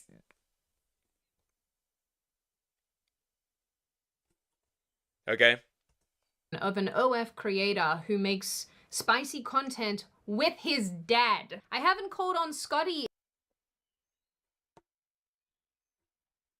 in a while to beam me up, but I suppose that now is as good a time as any. Scotty, please! At the time of this article, which was published 2 years ago, Jake Herbert reported that during his 2 years on the platform, he made between $10,000 and $12,000 a month. With the inclusion of his father, this skyrocketed to more than $38,000.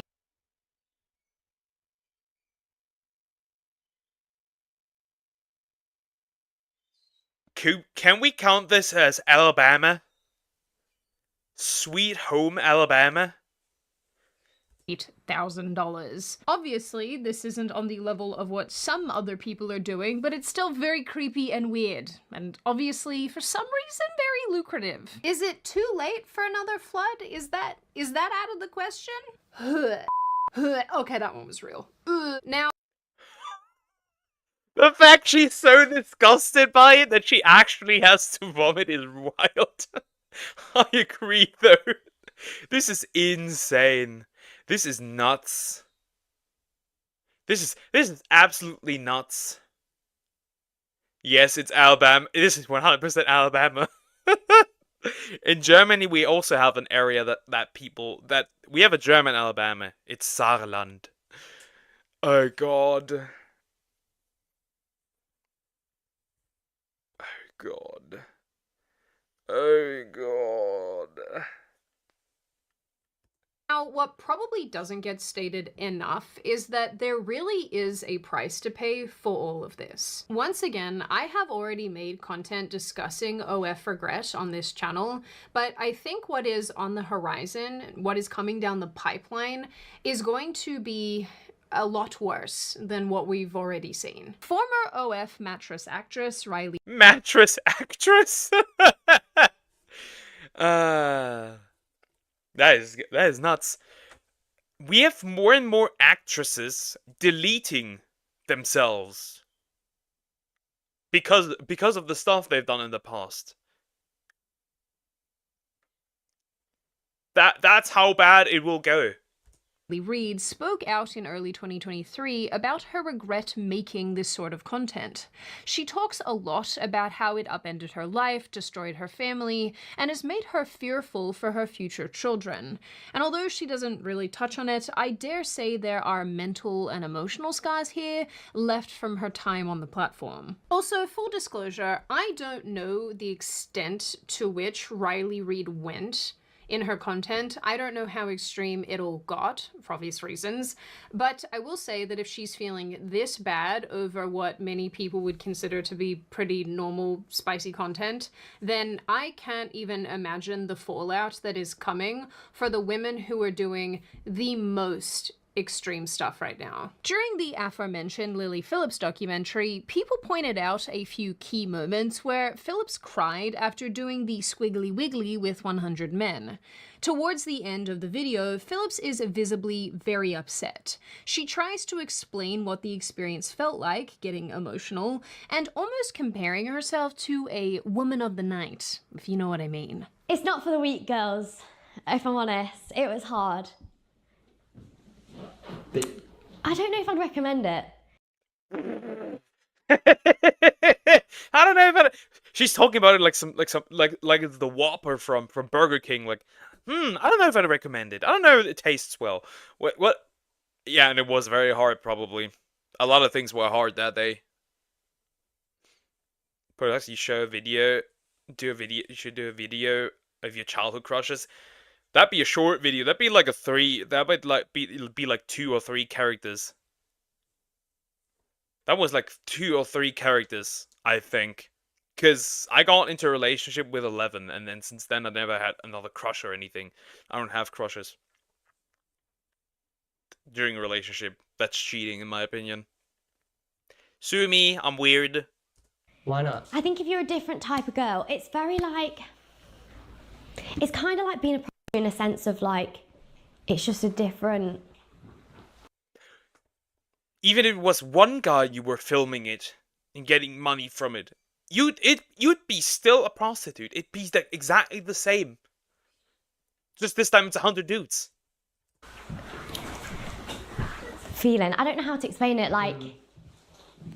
It's not like just having sex with someone. Yeah.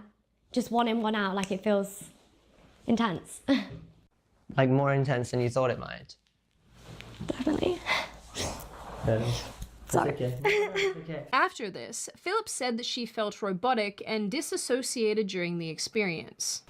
I think sometimes like feeling so like robotic, like by I think like the 30th, you know, like when we're getting on a bit, I've got like a routine of like how we're gonna do this, and like it just, sometimes you'd like disassociate and be like, you know, like it's not like normal sex at all. In my head right now I can think of like 5, 6 guys, 10 guys that I remember, and that's it. But it's just, I don't know. So she pretty much shut off after doing the deed with all the dudes. Eventually, number 15 or something, or 30, she completely shut off. That's wild.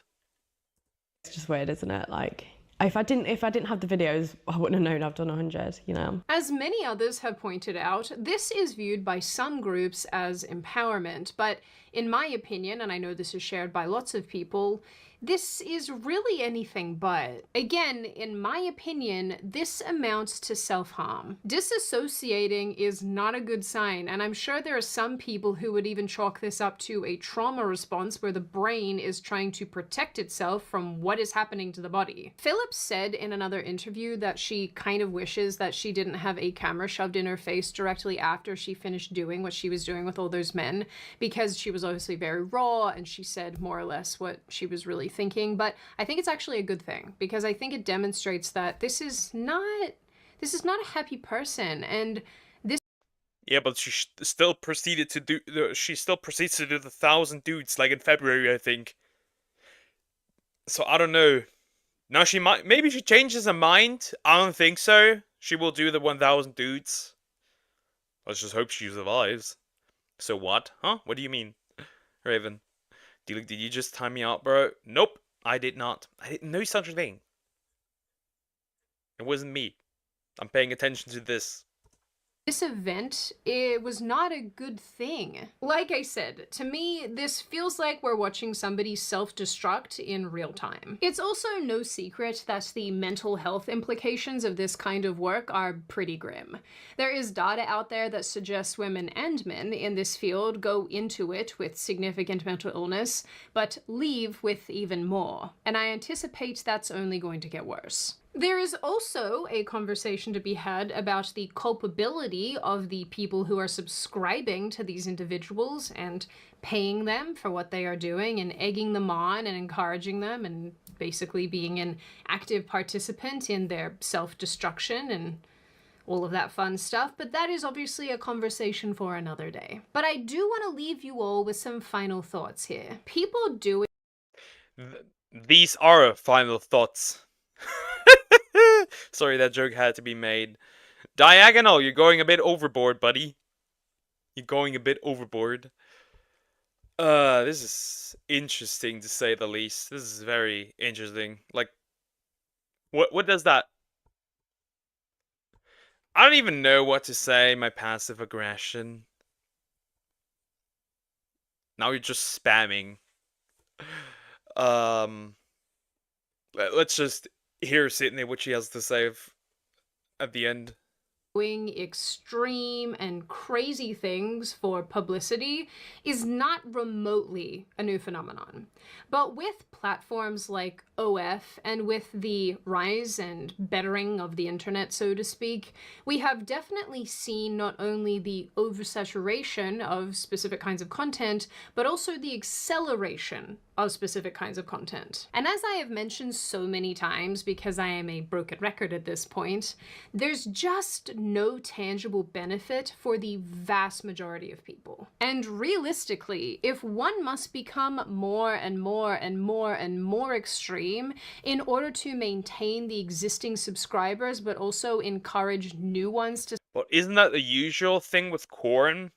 This is like a cycle, right? You make corn. People watch it. Then people stop watching it. Then you make more extreme so people watch again, because the people that are addicted to your stuff get bored of what you produce, because they need more hardcore stuff, and so this thing, it repeats. People watch your stuff, people get bored of it, so you make more hardcore stuff. You watch, people get bored of it, you make stuff, people get bored of it, you make more hardcore stuff. This just repeats itself. To sign up, that is not a good sign. That is not good. If this is also becoming so normalized that insane people are even penning articles saying that they let their 16-year-old do things with Bonnie Blue, I think we've... Are we paying people to do PDF file stuff? There's no way. Officially gone too far. I think at the end of the day, we will have to eventually reckon with the very deceptive tactics used to get women onto this platform and all of the many awful components that go along with this kind of content creation, the consumers, and so on and so forth. The evolution of this form of content can really only go in one direction, and I think because we've seen this platform become so normalized over the years, the fallout that is coming is going to be catastrophic. Because in the end, while I believe that probably the majority of these women will inevitably leave this platform, stop making this kind of content, and try to lead normal lives, I do think that the trauma associated with parading their most intimate and extreme moments on the internet for all the world to see will be much, much harder to erase. Now, on that very happy and pleasant note, and before I open the floor to all of you, this is just a reminder to check out Incogni using the link in the description. I genuinely use this service. I love it. And if you are somebody who is actually concerned about your safety online, this is definitely worth checking out. Now, I open the floor to all of you. What do you all think? That's pretty much the end of the video. What do I think? Paying? Oh, hell no. Disgusting. True. This will backfire so heavily. We will see a massive influx of actresses that will delete themselves because of this. We already have it. So it's like, this should not be a thing. We as society have to become better. Way better, because this is not the way. Sorry, Poker, I got a bit overprotective of my brother. I have to agree with Raven here. That's not really an excuse. That was a bit much, man. That was a bit much. You don't need to tell somebody that they're inbred. That's a bit far. Now, if somebody genuinely is a retarded, Chad, go at it. But that was a bit much.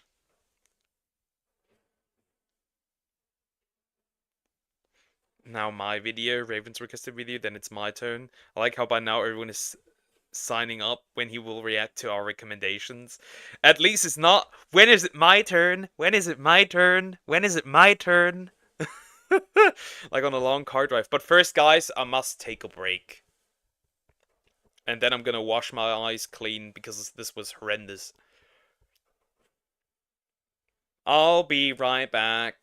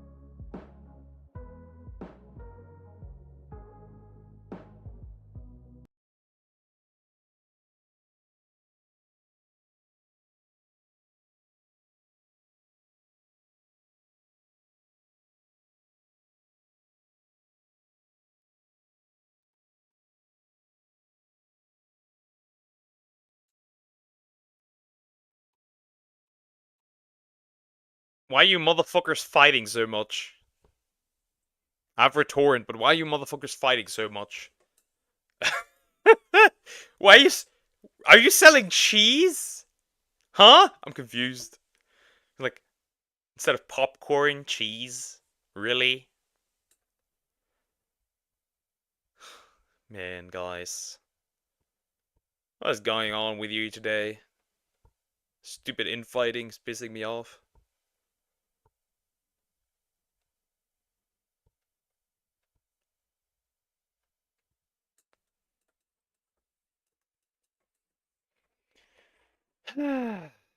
Humans. Mortals.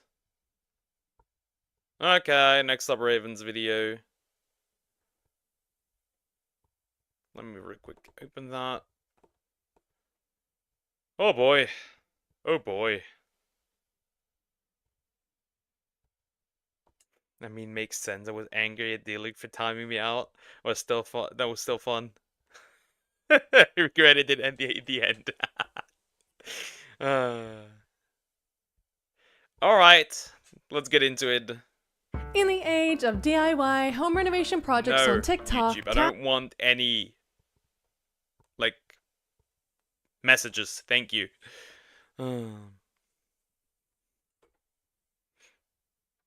Alright, alright. The Weirdest Lady on TikTok by Shira Shira on the Wall. This cannot be... I don't believe that this is worse.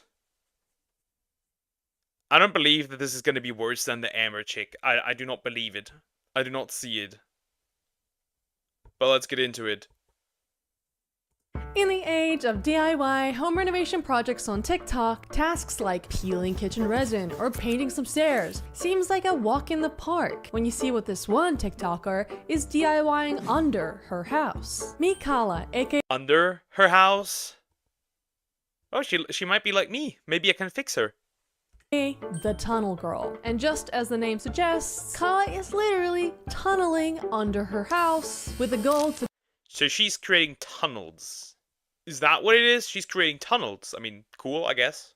build a storm shelter and to mine precious stones. And luckily for us, Kala has been documenting her entire process on TikTok, which we will be covering in its entirety. I was also lucky enough to interview Kala over the phone, which can I just say, like, was not an easy task.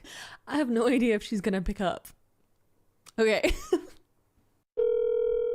Hello. Hello, is this Kala?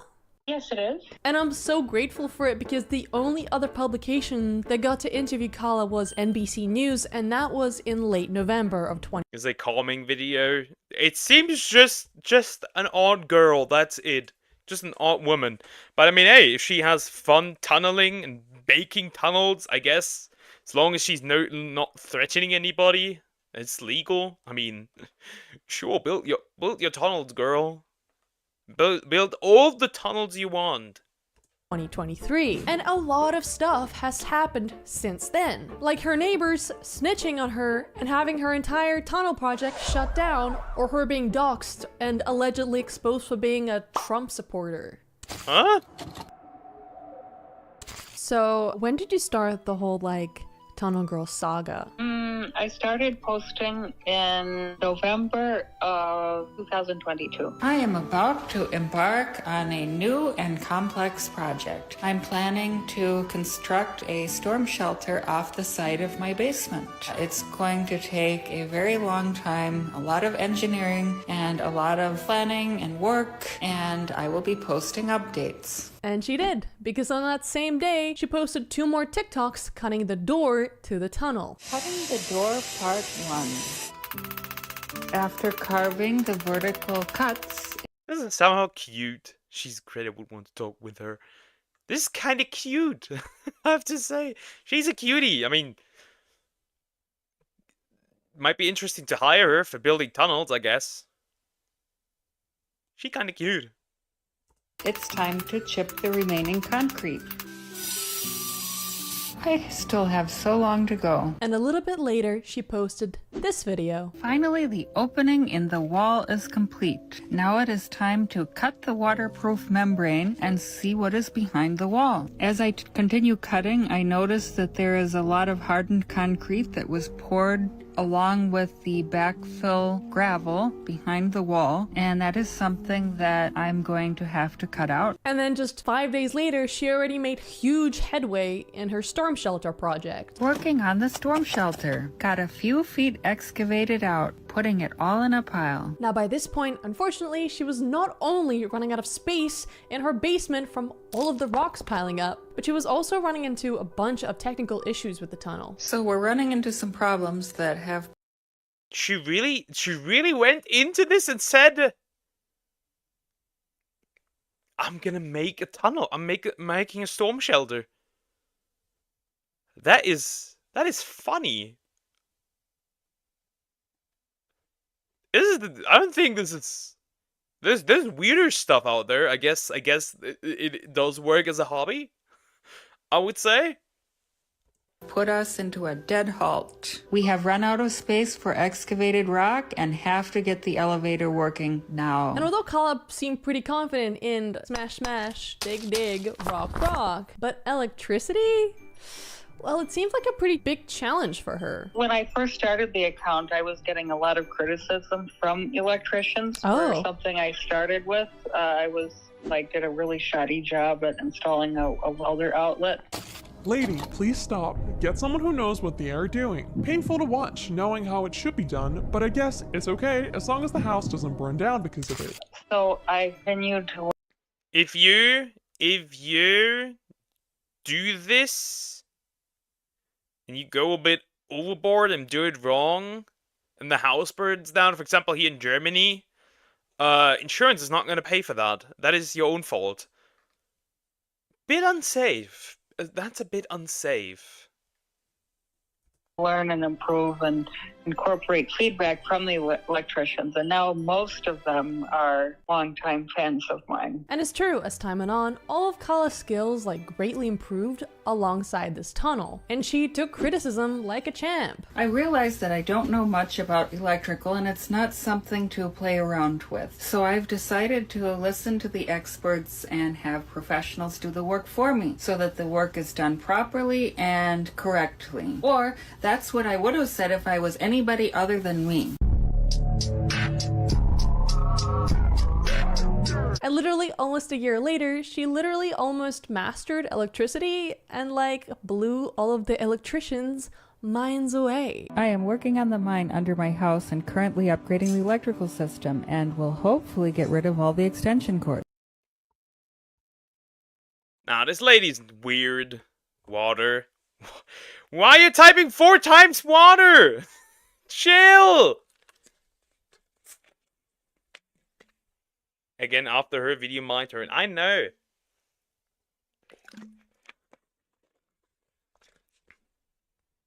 This is funny. I like this video.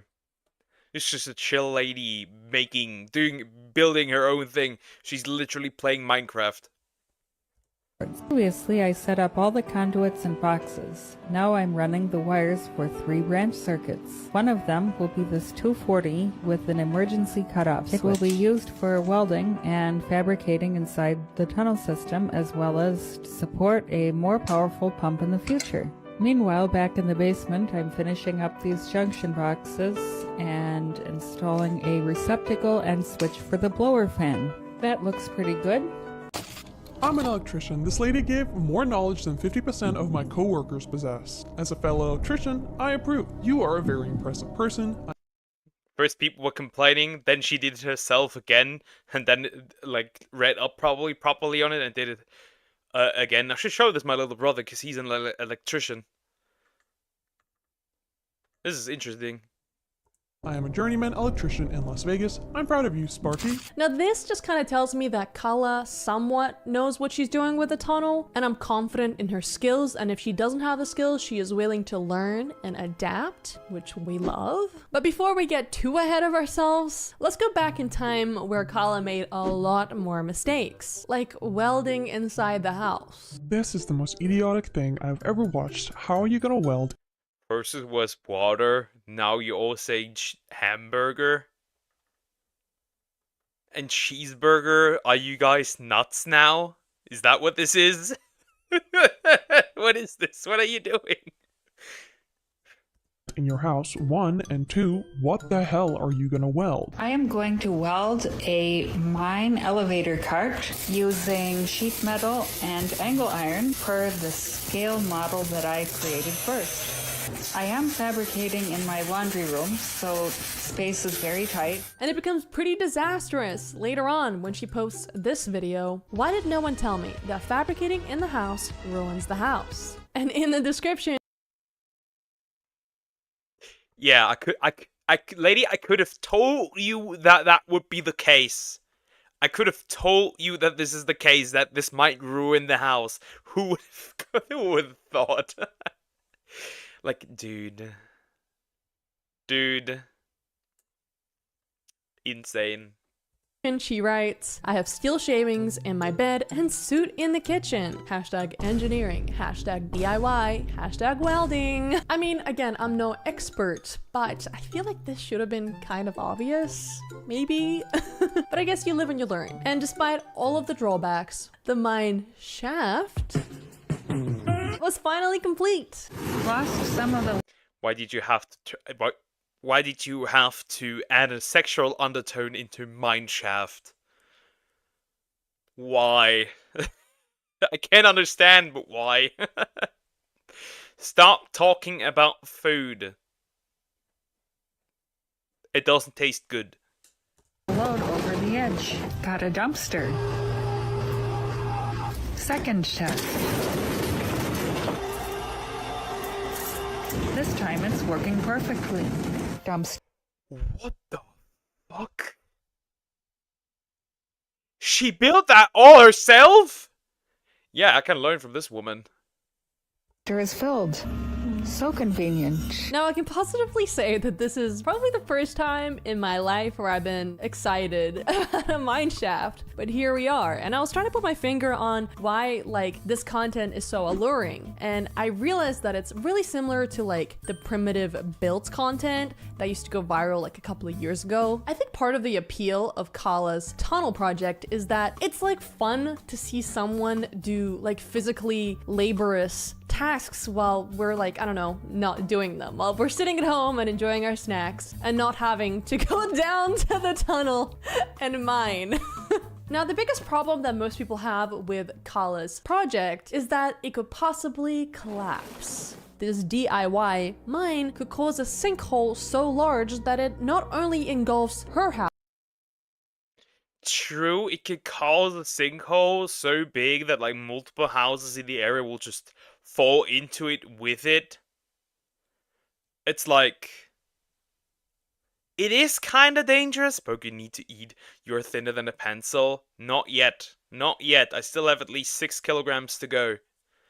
I'm in the thin of it, nobody knows. The other version, huh? She's a boss. Yeah, she is. Still kinda dangerous, though. House, but also her neighboring houses, causing irreversible property damage and possibly even death. And the tunnel did actually end up collapsing at one point, which sounds really fun and cool. I'll laugh when your shelter caves in. Some of it did collapse today. A big chunk of rock from around here fell down overnight and collapsed onto the ground here. There's also a few more that are probably going to let go. As an engineer, it is my job to solve geotechnical problems. If you're still laughing, then it is she's kind of based. She just says, "Hey, if I get buried alive, guess I'll be buried alive." That is kind of funny.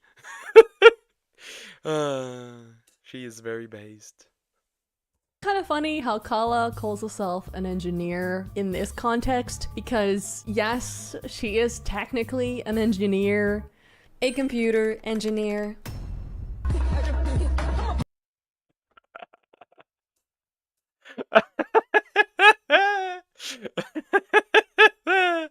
Yeah, she knows. This is when we see nerds, like this is what I think of at this point. Like this is the ultimate giga nerd.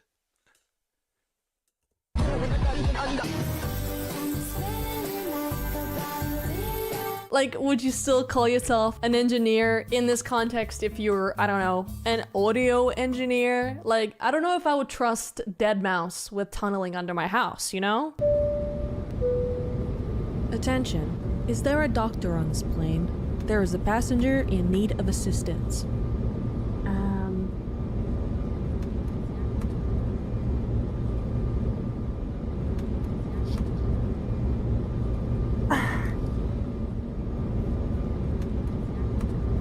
Yeah, a dentist? Yeah. Yeah, the dentist saving somebody's life. Look, you can't even Reggie. What the fuck do you even mean, buddy? What do you even mean? As an engineer, this is not Minecraft. You can't just put stones above and expect it not to fall. Your house isn't made of stones, it's made of cement. Okay. Okay, yeah. Attention. Is there another doctor on this plane? One that isn't a dentist. Now, although Kala does not have formal qualifications, I do believe that she is a great learner. I just think it comes down to like mechanical engineering and construction being like a hobby, and she probably learned about it on the internet or through books. Building anything, but particularly the tunnel, does require learning a lot of different building disciplines.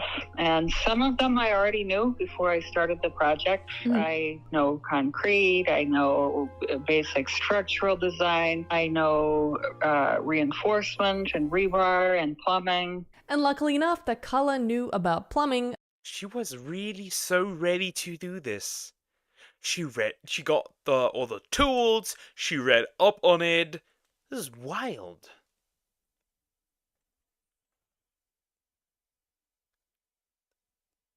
This is like the crazy guy who has a shelter in his backyard eventually if the aliens attack. Yeah, I am not gonna read that Zoom. Absolutely not.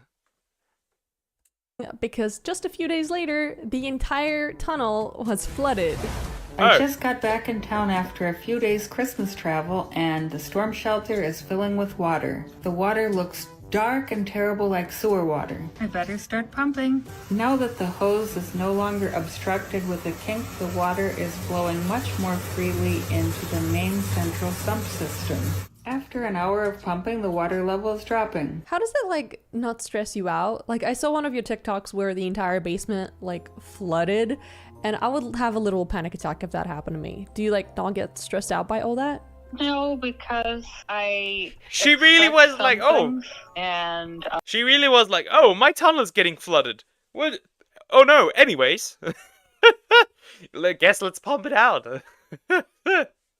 Never give up.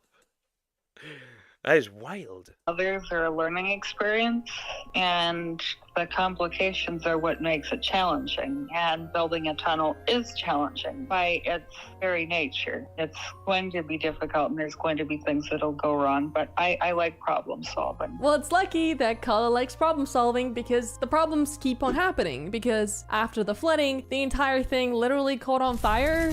Huh? I've come to know a new drawback using fiberglass rebar. Apologize for the poor camera work.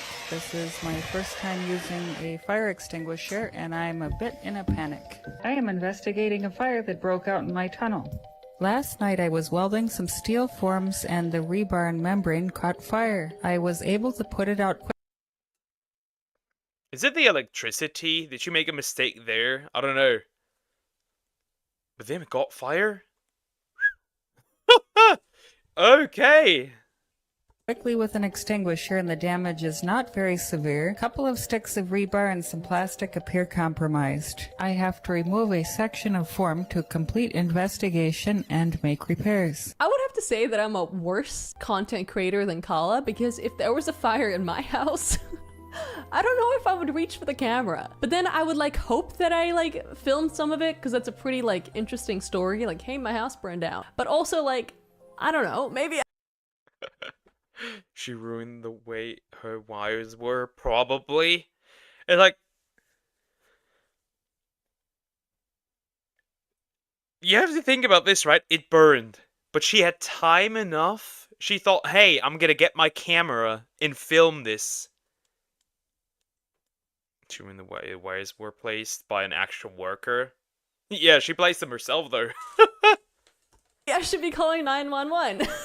Now that we went over most of the disasters in Kala's tunnel project, let's get a quick overview of everything that she got done in 2023 before she inevitably got shut down in December of that same year. And this was the first video that she posted on the 10th of January 2023. Another weekly update on the storm shelter. Made What a temporary the fuck? sump pit at the lowest level for water to accumulate and completed 2 of the block walls. I need to reinforce the overhead rock with bolts and a ceiling. I have 3 possible alternatives for building the ceiling. The first is to keep poured.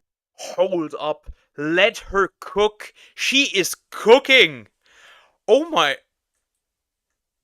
She makes me want to do this as well. Oh, wow. That is cool.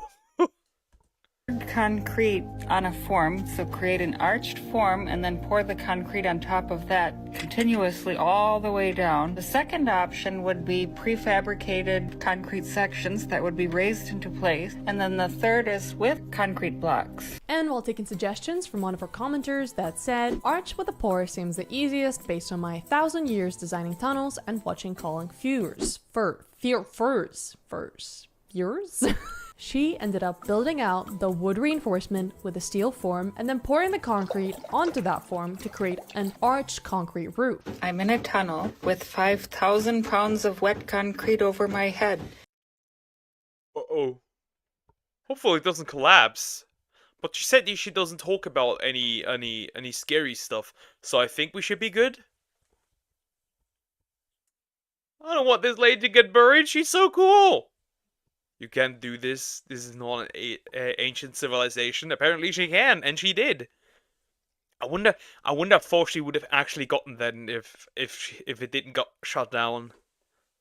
And the only thing separating me from becoming a pancake is my own engineering. And as the year followed, Kala put some reverb up on the bottom walls to help reinforce the concrete when it gets poured, and then welded some more steel forms. Now, don't worry, if all of this sounds super complicated to you, well, it does to me too, okay? I'm trying my best here. But it is important to show you all of this for context. Kala also finally hires some outside help and brings a small group of workers to help her pour the concrete to the bottom shelter walls.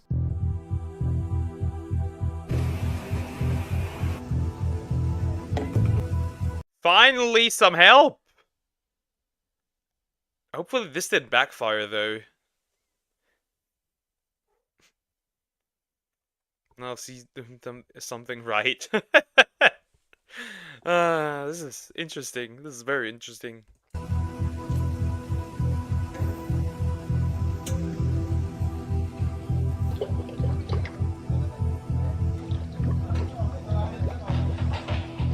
It's done.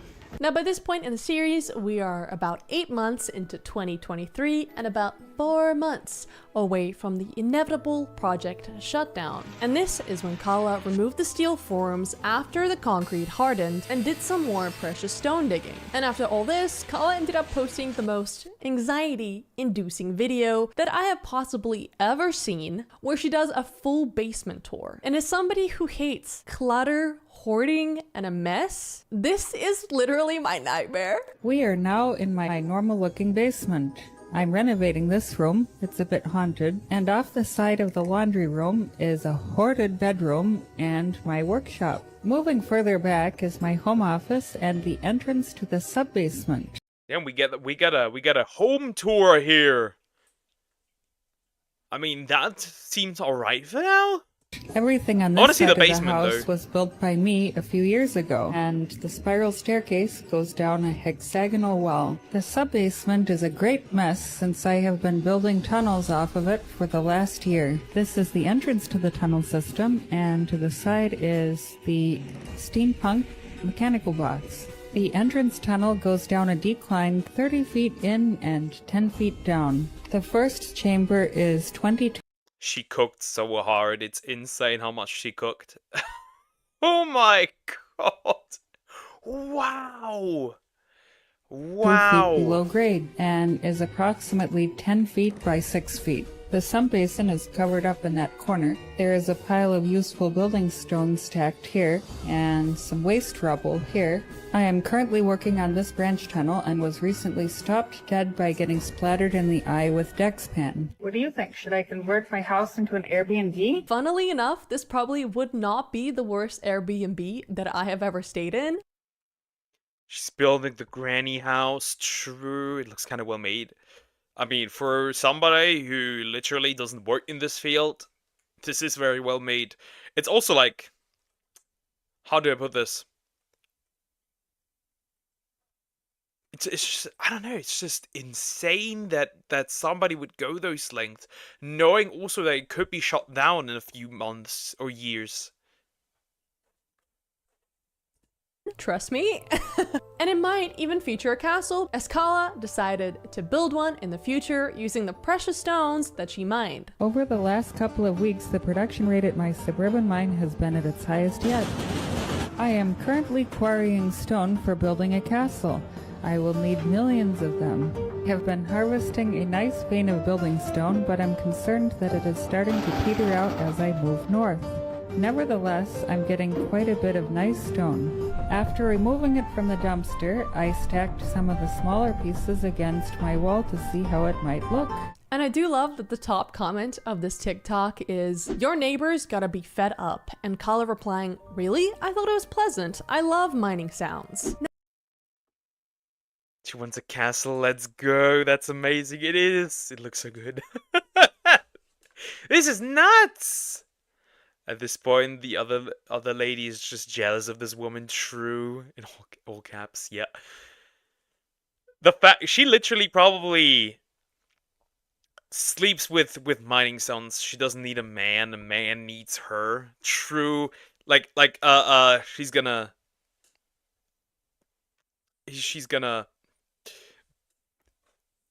build. She's literally gonna build a house with her own hands. I swear. Have you covered leftover food with another plate and put it on the fridge while Italian does it? Well, yeah, sometimes we do that. Sometimes we do that. Now, I'm gonna have to agree with this commenter. And as somebody who frequently enjoys a good daytime nap, I think I would absolutely despise being Kala's neighbor.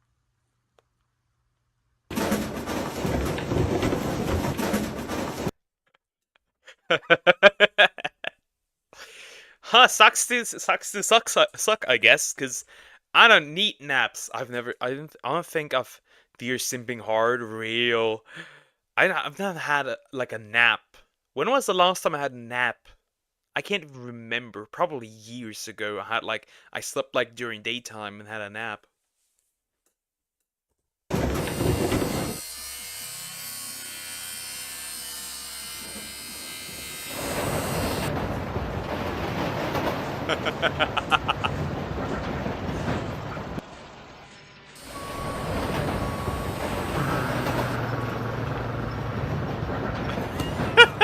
All jokes aside, I think noise pollution is what ultimately led to Kala's mine being inevitably shut down. And it all started when one very clever investigative journalist dug deeper into Kala's background. My name is Aura Bogado, and I'm an investigative reporter. Several weeks ago, after I noticed that Kayla had posted a video of one of her neighbors without his consent, and that she had made really clear that her neighbors had no idea what was going on, I decided to try try and figure out who those neighbors were. So I found out where she lived, and I noticed that almost all of her neighbors are Central American migrants or first-gen immigrants. I began contacting them, and not one knew about this tunnel project. They're really worried about their health and their safety. They talked to me about noise, like tremendous noise, essentially noise pollution, and shaking, like just random shaking in the ground that they didn't realize where it was coming from. And they literally had earthquakes. That is funny. Magnitude. This is interesting. This is very interesting. I don't like this woman. Let her build a mine. Yeah, let her build the mine. several neighbors expressed to me that they were worried about reporting anything because they don't want to get entangled with immigration authorities and they don't want to be deported. Now, unfortunately, one of Kala's neighbors did end up snitching on her and reported her to the city in early December of 2023. That's when— You fucking bitch, why did you snitch on her? Why did you snitch on her? And I see that Grok is from Gen Alpha, now we know. Let her mine at the place where no one else lives, though. True, that would have probably been a fun idea. Like, give her a house, like, in the middle of nowhere and let her just mine. When Kala was issued 2 separate stop work orders, and that's when, like, somebody from the city has to come in and, like, look at the tunnel and see how safe it is and see if they would allow a permit, which could, like, literally take months. And this was a pretty big problem for Kala because she had a huge following of dedicated fans who were waiting for more tunnel content. So she had to break the news. And she did in the most Kala way possible. Good morning. I need a moment to pull over. Just give me a second.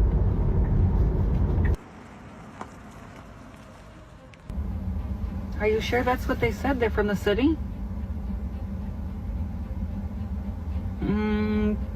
Yeah, I'm not available right now. Can you see if they'll come back tomorrow? Yeah, 10 o'clock. That's fine. Okay, bye.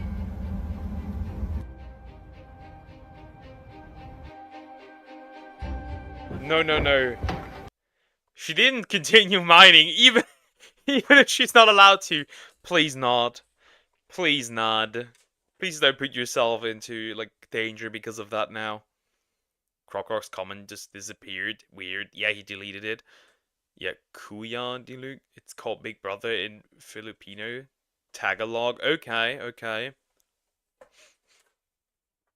Hello. Good morning. How you doing? Good morning. I don't know if you remember me. I'm Jack Smith. Yes. Town of Bayport, building official. This is Jimmy Jones with the zoning department and Brian with inspections. What can I do for you? We have some complaints. Basically, there's some construction going on. And we were just here, basically, to find out if there is and see what needs to be done. What kind of construction? Basically, they said it's excavation. That you're pulling stuff out of the basement. Yeah, a little bit. Can we go down and take a look? Sure. Okay.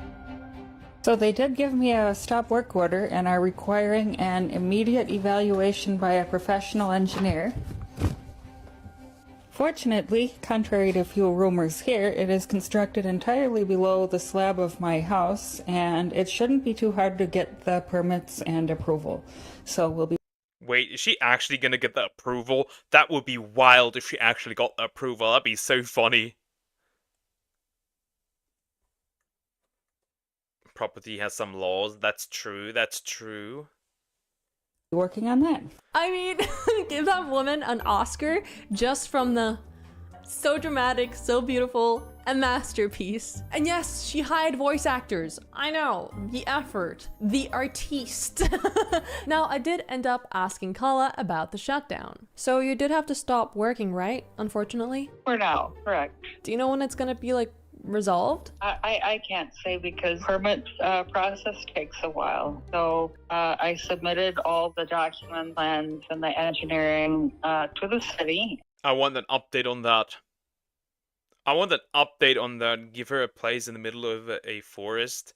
She's gonna build. She's gonna build a city. It's gonna be so cool. Please, please.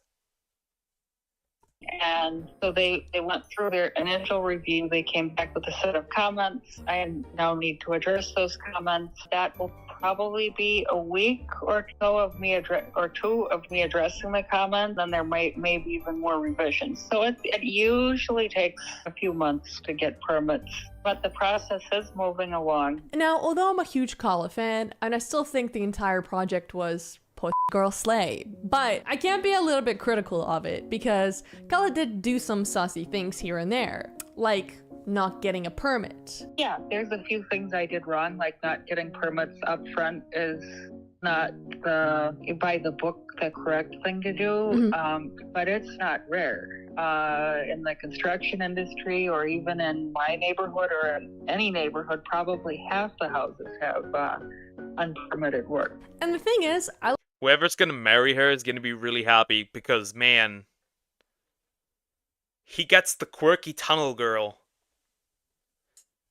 Like, don't doubt that people do unpermitted work around the United States and in her neighborhood, but they also don't post that same unpermitted work to TikTok for a year and a half and garner 500,000 followers and millions of likes, you know, kind of puts a target on your back. And people will eventually start asking questions. Like they did. That's like, I don't know, getting away with robbing a bank and then making a TikTok how you robbed that bank and how you got away with it.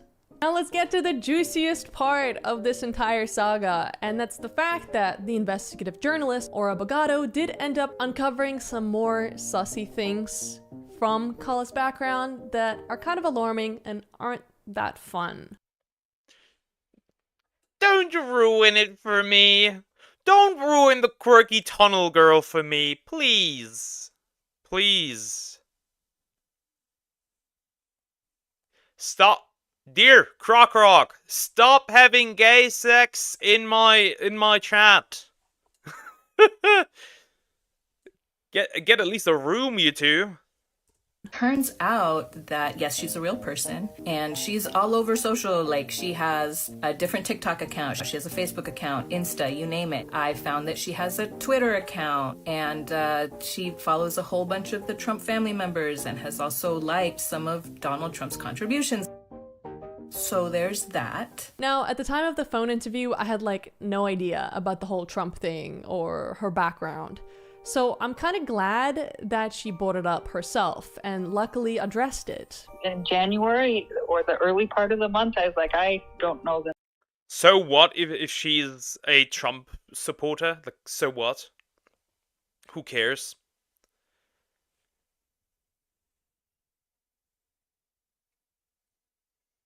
Poker, what the fuck? Dear's a child. I don't care. I don't care. That is something you two have to discuss, not me.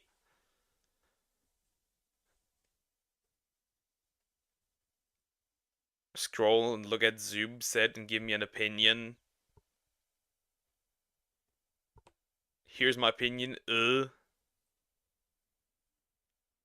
I'm even going to ever make any more videos because, well, there was so much like digging into my personal background and doxing and like anger and people talking about that they're all going to petition the city to deny me or they hope that I get shut down forever. And then there was this rumor that I was a major Trump supporter. What? So somebody found my private Twitter account. Yeah. And I liked a total of 3 Trump tweets, probably 4 years ago. So they posted it very much out of context, and then everybody started making videos of how I'm a MAGA Trump supporter. And so a bunch of people hated me for that reason. And I was getting a lot of really awful, and you know, just a disclosure, I'm not a very political person. I'm very independent. Yeah.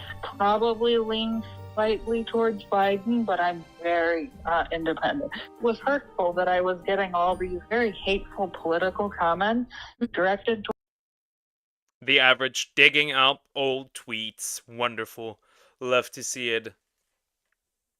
towards me. Unfortunately, it's died down a lot. And this kind of like broke my heart because people on Reddit did end up doxing her and leaking her address, and Pokem calling the FBI on you.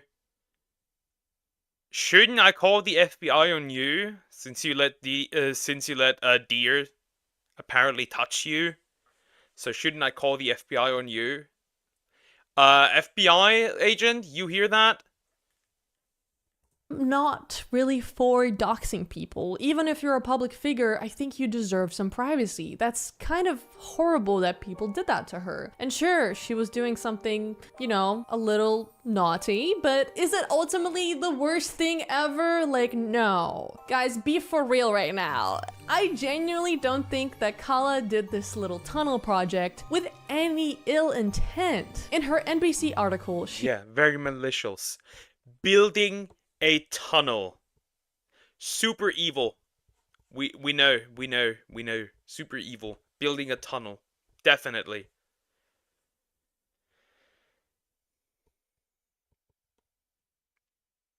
She describes safety as her number 1, number 2, and number 3 priority with the project. She goes on to say that, I wouldn't say that I'm concerned about safety or structural stability. For the most part, 99.9%, everything has gone according to plan and according to my engineering. There have been a few very, very minor mishaps. Can we stop like the witch hunt? The city's checking out her little tunnel, they're gonna come back with the verdict, and then in a couple of months we'll see if it'll get shut down or if Kala can continue. And I hope that she gets the permits, okay? I really hope that she can continue making the tunnel content, because I'm invested, okay? Next, you should watch my Incels Insane Criteria for Women video. That's pretty much the end of the video. I've already watched that, thankfully. Yeah, let the quirky tunnel girl build her tunnel. Give her the permit. Give her the permit. Hold up. Let her dig. Let her dig. That's all I can say. Well, you was the one that touched me. Stop sexually harassing each other in my chat.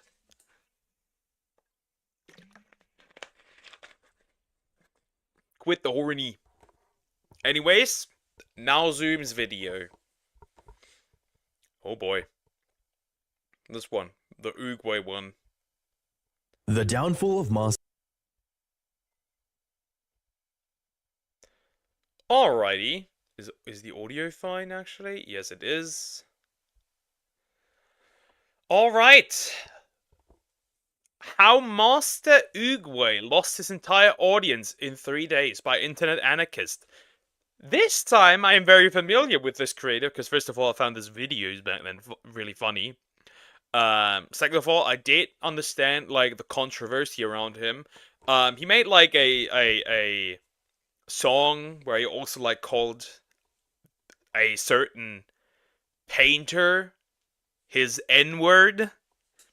And he went, like, really hard into this, being edgy, racist, all that stuff. It was probably just, let's be fair, he didn't mean that stuff, likely. It was just so much rage bait that it eventually came down crashing. Yeah, let's see.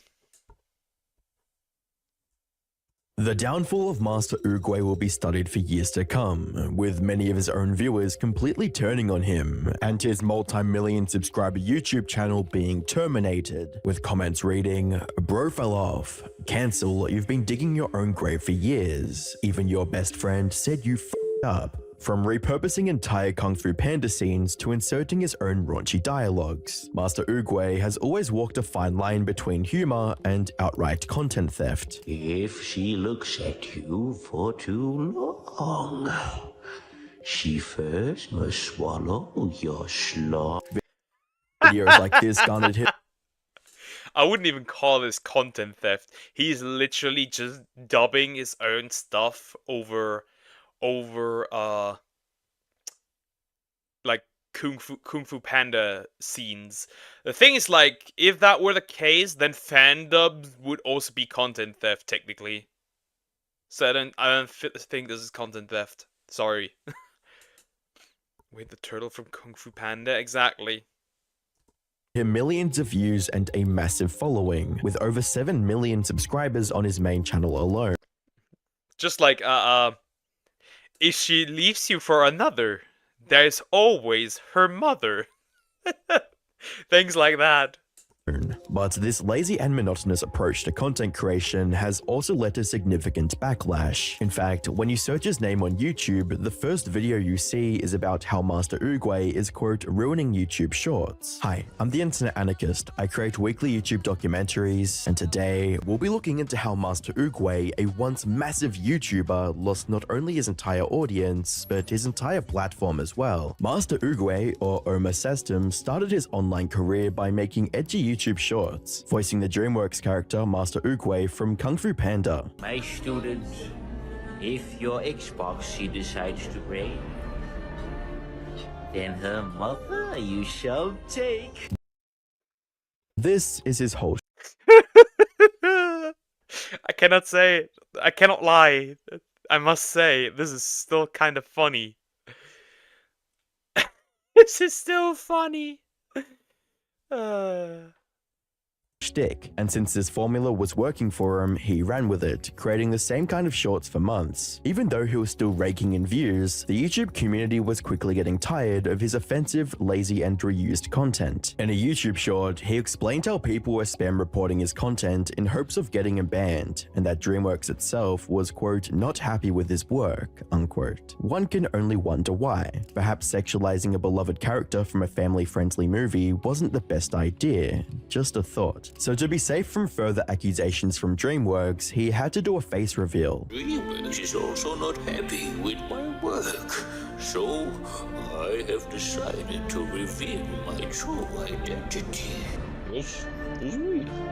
My name is Umesh, and I am the person who has been making all the Master Uwe videos all this time. But this was only the beginning, as things were about to get much, much worse. After receiving a ton of copyright strikes on the 20th of May 2023, Omar claimed that YouTube gave him 1 week until his Yeah, I remember the whole time when it was literally raining strikes left and right on on all content creators. That was interesting. That was an interesting time. main channel would be disabled. In 7 days, my account is going to get disabled. And the reason for that is because of copyright strikes.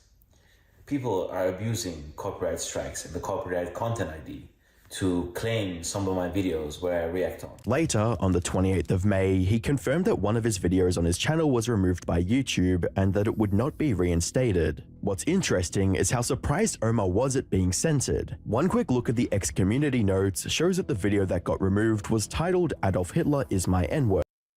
There it is. There it is. That was the thing I was talking about at the beginning.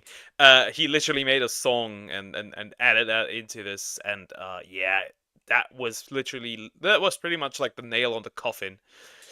Yep. Do you like the first Dragon Ball opening when Goku was a kid? I like OG Dragon Ball, yes. Yeah, he wrote a song about that. Kung Fu Panda. Adolf Hitler is my the barrel on his head and pull the trigger. Despite the song clearly being a joke, it would violate YouTube's hate speech guidelines, and YouTube responded to his tweet by stating exactly that. After a thorough review from our policy team, unfortunately your video won't be reinstated. Please review our policy on hate speech to avoid this in the future. But this was just the beginning of Omar playing the victim. He would go on to consistently break YouTube's guidelines while still painting himself as unfairly targeted. Then, on the 1st of November 2023, his channel was demonetized. He took to his Twitter page and asked his viewers to spam YouTube to remonetize him, with his tweet stating, "Buddy, you're not getting remonetized. That is not happening." Do I think he absolutely deserved to got annihilated with that? I don't know. Maybe, yes, possibly. It is, however, YouTube's choice and YouTube's what's the word? TOS, and if you don't follow TOS, you are cooked, and in this case, he deserved it according to the TOS. Wow, I got demonetized. Is this how I get rewarded for creating thousands of videos and entertaining billions and making their day on your platform? Is this how I get rewarded for making you guys hundreds of thousands of dollars? I'm one of your biggest creators, and I don't even have a spokesperson to address this. And I ask for my viewers to tag YouTube and retweet this as much as possible. When this proved to be pointless, he uploaded a video on the 2nd of November 2023. He made non-stop jokes about minors and said the N-word without the pass. When it comes to the minor stuff, yeah, get rid of him, neuter him. I don't care in this case. Announcing his permanent exit from YouTube because his content was getting constantly deleted, demonetized, and his application to the YouTube Partner Program was denied. What's up guys, YouTube just officially responded and they say that I am not allowed to join the YouTube Partner Program.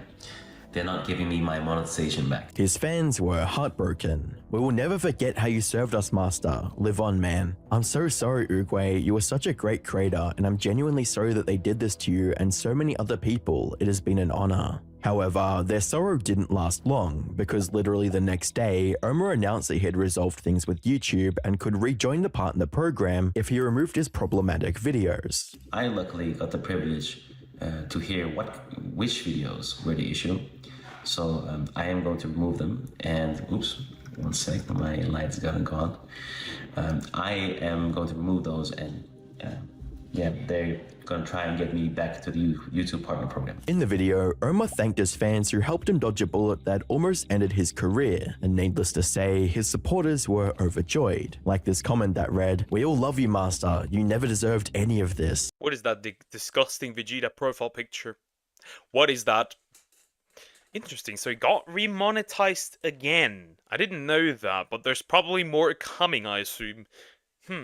However, some people were agitated by his return. They saw the demonetization as a fitting payback for Master Uguay stealing content and breaking almost every YouTube Terms of Service rule. You're telling me he's broken every rule of TOS and hasn't made anything original, and now he's complaining? Sounds man-child worthy to me. With growing disdain, it was clear that this backlash was just the beginning of a much larger downfall, and you'd think that nearly Wait, losing— did he just edit this completely wrong? There's like something missing. Whoopsie. He has a dent. Hello, Austin. How you doing? Hope you're doing good. Can you stop talking about having children? If I don't get to have any, nobody in this chat will. The beginning of a much larger downfall, and you'd think that nearly losing his channel would make Omar stop cheating and create unique content, right? Well, not exactly. Omar continued to steal content from smaller creators, which led to even more criticism. He was constantly called out for copying content, which made his videos even lazier. Once again, I don't think that like the Uruguay thing was not bad. I don't even consider it stealing because he did do his own stuff with it. It was a bit degenerate, sure, but I wouldn't consider this necessarily stealing. If that was even possible. In one video, the YouTuber One Giant Onion claimed that Omar shamelessly stole his video ideas. Also, I want everybody to spam Master Uruguay. I want everybody to spam any of his videos. I want them all to say One Giant Onion. This man is stealing my content and I need him to be stopped. So everybody spam, address the One Giant Onion controversy. And challenged him to give a response, where Omar would respond in a video titled Addressing the One Giant Onion Controversy. Stealing your content? That's interesting. Let's see the first time he posted this type of video. One of the arguments Omar makes is that he didn't steal any video ideas from One Giant. Now he has the hair back. Yeah, there was some editing mistake in there with like Photoshop and stuff. I don't know. Did he? If he steals some smaller creators, of course that is ugh. He should at least like what's the word? Credit the people that he gets his stuff from. Like I credit the people I watched 3 times in the video. Literally, the first line is their name, then the video, link to the video, then the link to the channel. No, first the link to the channel, then the link to the video. And thanks to Raven, I do watch the ads. Less than a year old wee adult not being able to write. Oh, I thought maybe it would disappear, but I guess not. Also, it's an adult because there's an A. When there's an A in adult, you have to write an adult.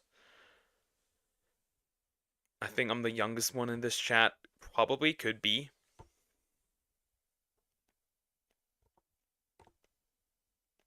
It. Oh yeah, that it as well. That it as well. She's calling herself an it. Non-binary confirmed question mark? Giant Onion, but instead stole it from the YouTuber ADE. Watching Euphoria until there's a scene. Let's go to the channel of the guy who actually created this concept and I actually stole it from. Listening to an Eminem song until I find a diss, listening to 6ix9ine until I hear him yell, all both 1 year ago. Obviously, he's being sarcastic here, as he points out that ADE was the first person to come up with this idea, and that both One Giant Onion and Men Like Isaac took inspiration from it as well. Omar then flips the script and accuses One Giant Onion of stealing his content. This is also very interesting. My opinion on women posted 15 hours ago. My opinion on women posted 23 hours ago. Huh. Showing that he posted the video My Opinion on Women before One Giant Onion's version came out with the same title. Now, all of this seems fine and logical at first. However, on the 9th of June 2024... Did you think that was a gotcha? What if you're stealing from each other? Maybe it was revenge stealing. What then? Huh? What then? Maybe it was revenge stealing. One Giant Onion released a video that would share his side of the story. In the video, Onion explains that Omar twisted the narrative by addressing only the parts that suited him. When I confronted him about this, he didn't take accountability. He just twisted the narrative to make it seem like I was accusing him of stealing a completely different format, which I did not come up with. He knows full well which videos he steals from me, because every time I try a topic out and it starts doing well, he will start doing the same exact thing 2 or 3 weeks later. He gave further proof, pointing out multiple video ideas that were stolen from him. I never called you out because of these fucking videos. I call you out for this shit. My opinion on LGBTQ people. This is the first video I made with this format, and I posted it on April 14th last year. Here's your video. My opinion on black people, posted May 4th, 20 days after my video was posted. And other creators such as Cartier Kai, whose video titled Freestyling Until I Accidentally Say Something Gay I was sucking was copied by Uruguay a whole year after the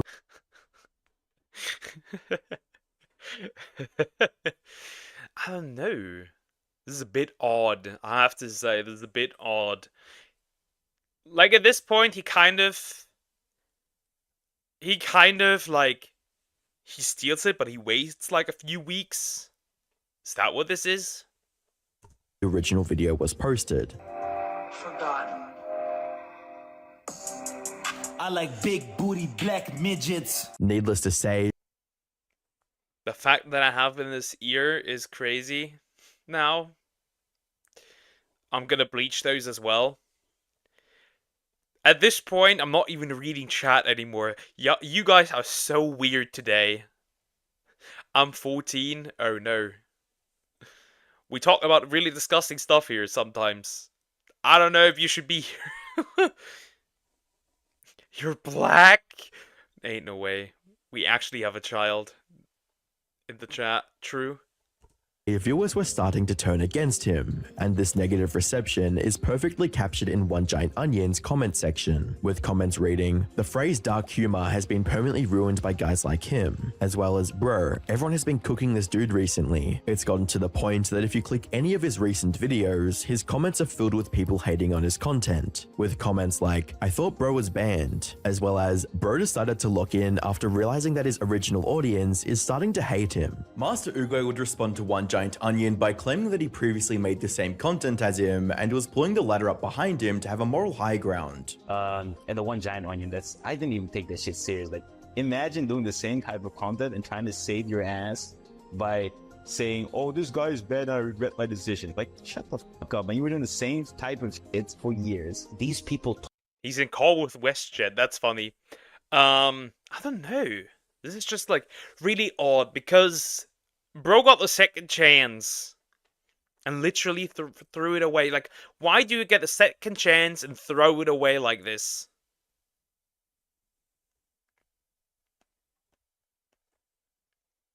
Poker watches some dumb content. That's why there's so many kids here. I don't know if stuff about crazy OnlyFans women would be for kids. Talks to me online, you know, one giant orange. Ben Escherich, the guy who made the video together with John Castelline, they could, if they truly wanted me to stop, they could just send a DM to me and be like, hey bro, she left with the content because people are going to start hating me. No, what did they do? They made videos about it and try to defame the shit out of me. That's not because they want YouTube to be a better platform or me to be a better person. They just wanted to have something to talk about and make fucking money and views. That's their whole goal. That's what I think. Because if it wasn't, if they were true, good, kind people, they would truly just send me a message and be like, hey, chillax. Like, seriously? You're going to... But he made the video already. Isn't that a good indicator that somebody, you know, somebody does not want to have you copying them? Like, I think that's a good indicator that that is not the case, huh? They don't have to DM you. That should be common sense. Waited for. To make matters even worse, part of his most recent video titled Apology for Falling Off is also stolen from the YouTube channel Freya. I want to apologize for absolutely not giving a fuck. That I'm very sorry and I apologize for the inconvenience of me not giving a fuck. By not breaking character, Master Uruguay seemingly shot himself in the foot, because what could have been a career-saving apology to the YouTube community devolved into a complete disaster. And to really drive home how much of a total train wreck this video was, let's go through some of Uruguay's arguments justifying his brand of quote content. First, Omar talks about especially since, like, consider this, he would have literally just had, instead of having the Uruguay animation in the background from the Kung Fu Panda movie, you could have just continued with the voice and made like these odd suggestive like quotes.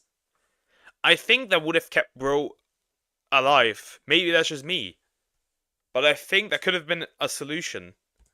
The Mr. Bombastic trend, where he picks a random funny video of the internet and stitches a clip of his face with it. It's me, Mr. Bombastic Bombavanda. His explanation for this low-effort content is that his audience likes watching these videos. I cannot choose what goes viral. What I do is I do things and see what goes viral and then keep doing them. That is my only choice as a content creator because I am forced to do whatever my viewers want me. Wasn't bro also boxing? I do have a faint memory of this man boxing.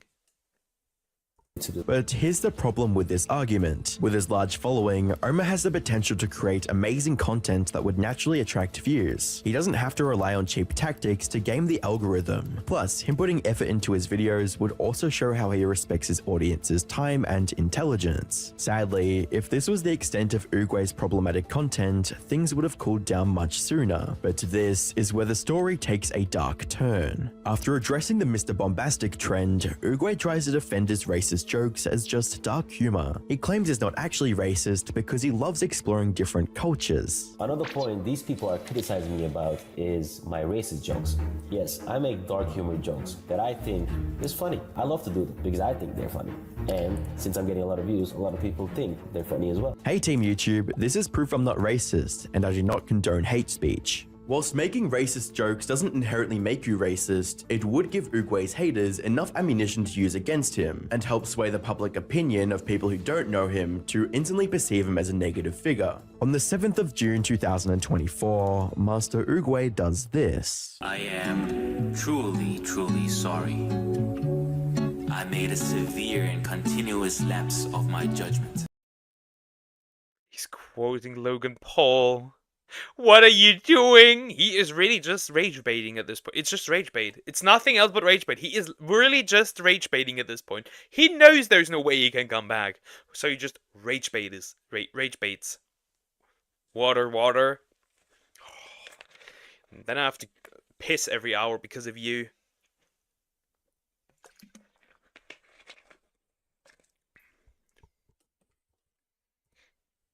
You might be thinking, what's wrong here? He's apologizing. But that would just show that you haven't been around YouTube for long, as it would be actually referencing Logan Paul's apology from back in 2018. That's funny. And at the end of the video, he mocks his haters by saying the N-word again. Guys, it was just a word. Chillax. I can't believe you guys got so upset. All I did was say the word. So let me get this straight. He makes an apology video, but instead of apologizing, he just... This might be the greatest rage bait I have seen in a while, actually. This might be the king of rage bait. Because let's be honest, he was still making some way money out of this. Because apparently it wasn't mentioned that he got demonetized after this, but maybe he did. Fun fact, you can die from drinking too much water. Good, I'm drinking 20 liters now. Justifies his actions. Then he blames the audience, saying it's all their fault for watching his videos. Now, 90% of these jokes, I don't say anything racist or anything really bad directly. I make you think it. So am I the person with the problem, or are you? The hypocrisy is mind-numbing. One can easily argue that Master Oogway has creative control and authority over his content. If he chose to create more genuine, respectful content, his viewers would likely watch and support that. But to be fair, some of his arguments do hold up. Like when he talks about being unfairly criticized for reacting to memes. Some guy also criticized me for doing reacting content, and that's absolutely crazy because there are maybe a couple million people that do react content. True, that's no argument. Bella the Wolf, that name sounds familiar. True. This argument does hold up.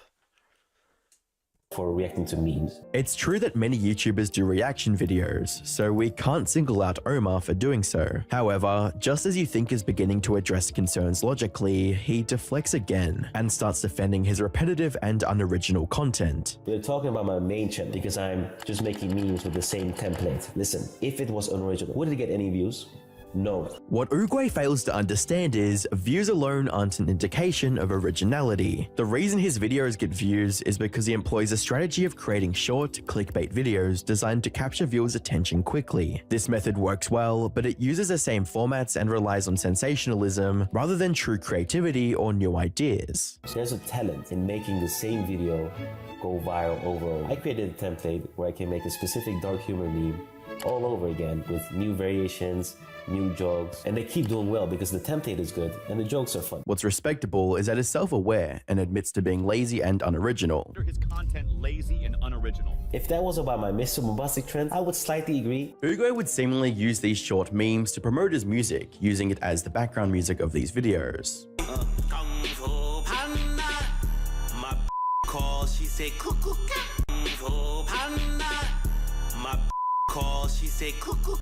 kung fu panda. My call, she say cuckoo. And just when you think things can't get any worse, he drops a bombshell that would trigger the internet. And will get cancelled eventually.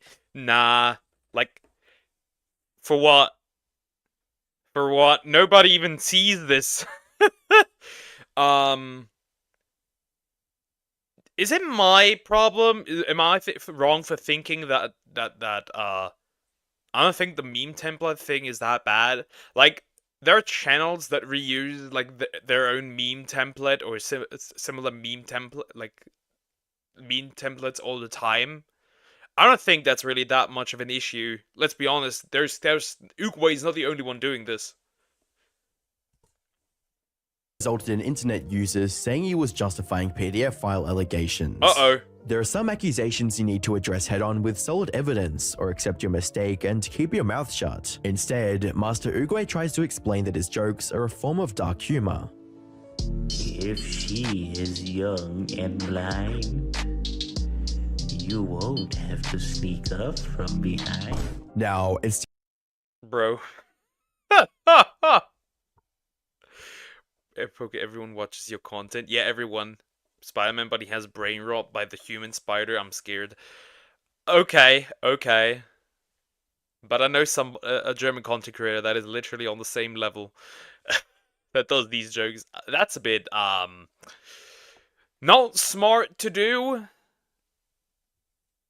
That's very not smart to do. Oh my god. Ooh. That was ew.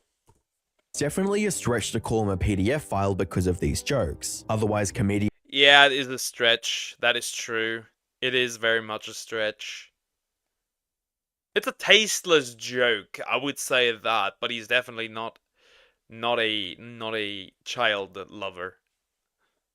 Like Jimmy Carr would have been the first on the chopping block, but the difference here is the intended audience. Uruguay's content targets young people and teens, which would cause him to receive even more criticism from the internet, as seen with this commentary YouTuber who would call out Master Uruguay for making alleged inappropriate comments with his audience. And I think a 23-year-old man at this current time, he's 25 now, shouldn't exactly be making these jokes with literal minors.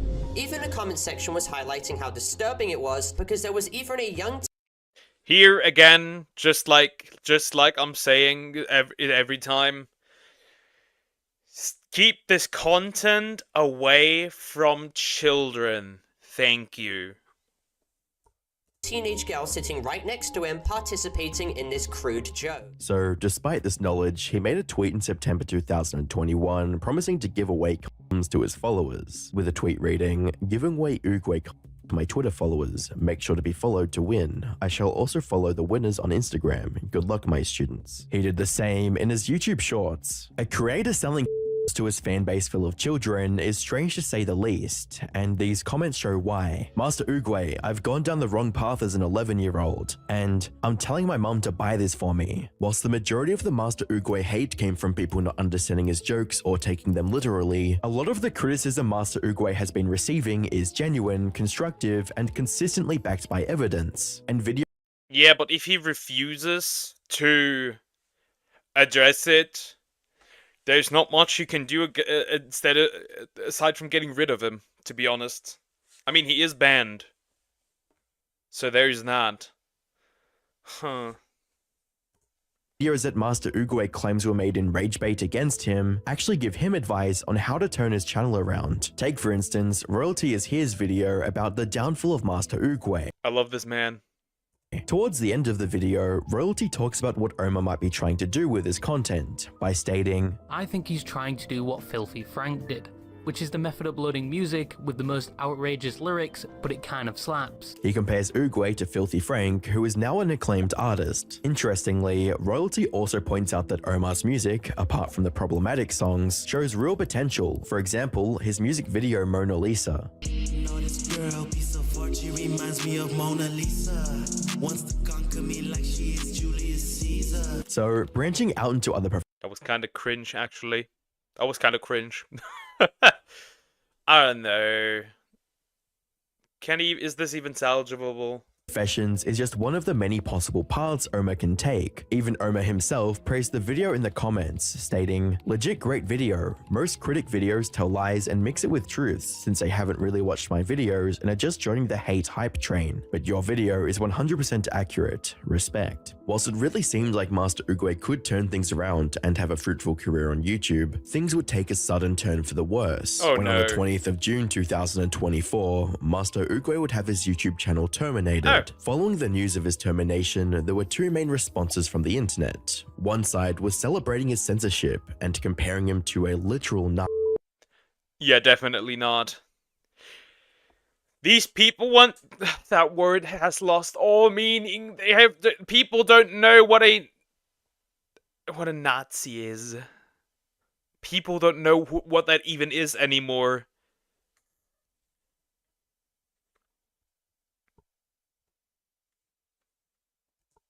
The other side would feel empathy for him, losing his main source of income. Whilst Master Uruguay would attempt to return several times, every new channel he would make would be quickly terminated. Makes and sense. With the recent controversies of Dr. Disrespect and Chris Tyson, Master Uruguay would question why he was banned, and they were left with platforms. But it's safe to say, I don't think this is the last of Uruguay that we'll see. Comment below.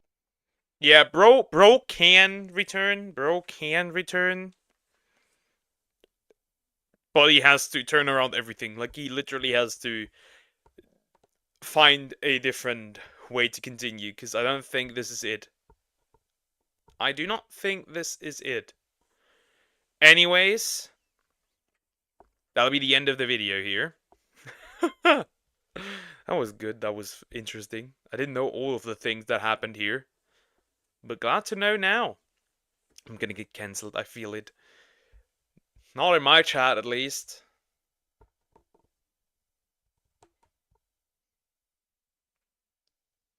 Do you think I will get cancelled? How does it... Cancelling does not work if you refuse to get cancelled.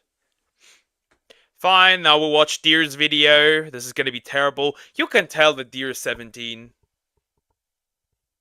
Harry tells me you're quite the... Spider-Man. Body has brain rot by the human spider. Harry tells me you're quite the science whiz. You know, I'm something of a scientist myself. I binged all your nano stuff. That shit is bussing, no cap. I hate you.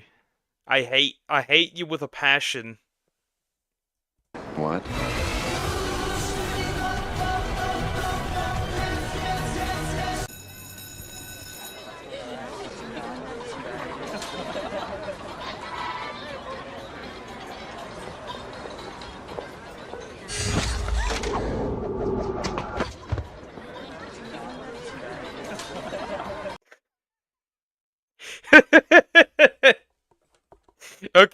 Okay. Is he on that Sigma grind set? Is that what this is? You're changing. I know. I went through exactly the same thing at your age. Okay, Boomer. Just be careful who you change into. Chill. No way I'm turning into some low-key criminal. Stop sweating me, okay? My vibes are different, but I got this. Lexi stuff is so last year. Cringe. You can clearly tell that Deer is a child. I don't need it either. Why would I say the N-word? Are you stupid? I'm gonna get cancelled by fat people, true? Right. You're an amazing creature, Skybitty Man. You and I are not so different. What the bro's yapping about? I'm Sigma. You look hella Ohio. Do you have brain rot or something? Why, Peter, you're bleeding. Oh, yeah. I literally walked off the curb and got yeeted by a bike messenger because I forgot how sidewalks work. I'm having brain rot. Let me see. Oh my goodness. How did you say that happened? Bike messenger. Yeeted me. You'll excuse me, I've got to be going. The truth is, I love you. Yeah, you trying to skibidi riz me up. You look like Freddy Fazbear. What the fuck, dude? Never again. Never again. Never again. Never again. Never. I don't want a black then I don't want a black child care person. Yes. Guess I'm racist too, because I don't want a black. I want to have. I want to have a black partner as well, because I don't find them attractive at all. Bye, Zoom. Take care. In this case, I'm racist too. Now do you look talking brain rot? I'm about to skibidi my foot up your gat. How about that? Alright. Raven's video. Well, actually, never mind. I want something gross. I don't care. We'll skip Ravens. I'm gonna poke as racist. Yes. We're gonna watch this one first. This is short. This is disgusting. I want to watch it. Nobody can stop me. China street food nightmare exposed. We're watching more Chinese street food discussed. Let's go! By China Insider with David Zhang. Ooh, I wanna hold you just for a while and die with a smile. Why is he singing? Interrupting my wife's piano singing so I can film. Real.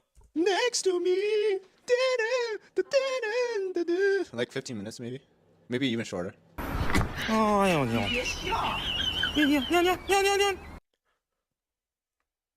What? This is disgusting again. Good content. Exactly. It's because I'm white. What the disgusting fuck is this? The feet bros are gonna gobble this up. The feet bros will be happy with this.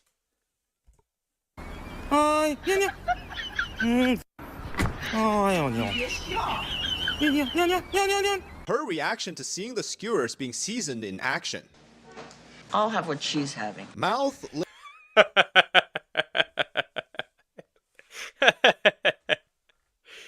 That is disgusting, man.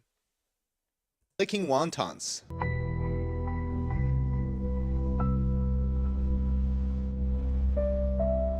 Fly packed pork belly.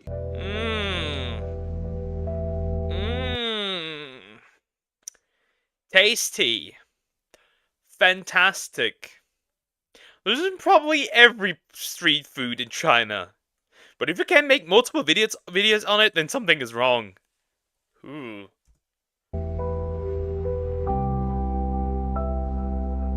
Feed flip. Is this the additional protein that people are talking about? This sounds like the additional protein. Flavored malatang. What is she doing? China's street food couldn't be. That looked like she's jerking something off, but I don't know. Take a Croc Rock suggestion next. Oh god. Any healthier. I mean, dirtier. Welcome to 2025, and we're so back with, this time, stinky street food. Today, we're going to be looking at street food from parts of China, and I got these videos from Chinese social media. Now, challenge yourself. See how far you can get through this video. Let me know in the comments if you make it till the end. And make sure to subscribe to our channel if you haven't already, as we release videos like this every single week. Aside from the possibility of getting rusty pots to serve food to you, and having, in this video at least, a That is disgusting. That is disgusting. There's rust in there. Ooh. server giving you a bombastic side eye and telling you that it's normal as an answer when you question their decision. Well, what else can there be? Well, there could be formaldehyde-soaked beef tripe, or it could have chicken skin on pork ribs, as this man shows in the video. Chicken skin on pork ribs? Chicken skin on pork ribs. Wow, why? How? Why? I think we can make it through this video. I have to. I'm gonna get. This is gross as hell. Yo, he bought some pork, but the skin clearly looks like it belongs on a chicken thigh. 出来以后才发现，这个皮啊不像猪皮，它是个鸡皮，这是肋排，我买的肋排，你看，这是肋排。这个皮你看是鸡皮吧？像不像鸡皮？ What's the worst thing that can happen to me? According to one viewer, yummy, yummy, yummy, oh my tummy. And here's a quick compilation of all the stinky food in China. I'm giving you a few seconds to run away from the screen. 3, 2, 1, let's go.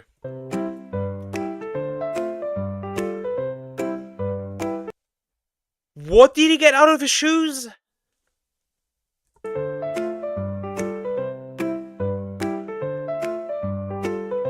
Huh?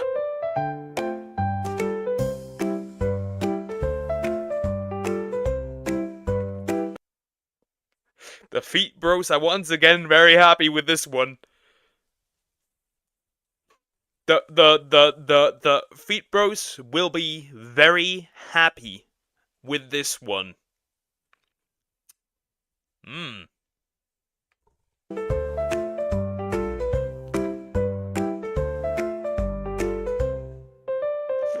I would no longer eat this, buddy. Is that the extra? Is that the extra? Giving to give it that extra kick, some feet skin and some toenails.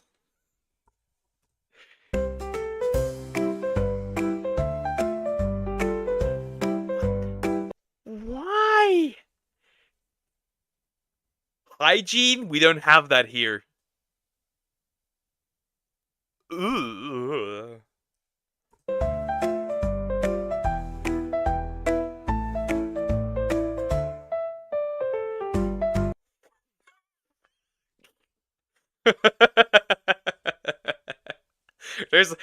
There's a lot of feet in there. There's a lot of feet in there. Why is there so much feet in there?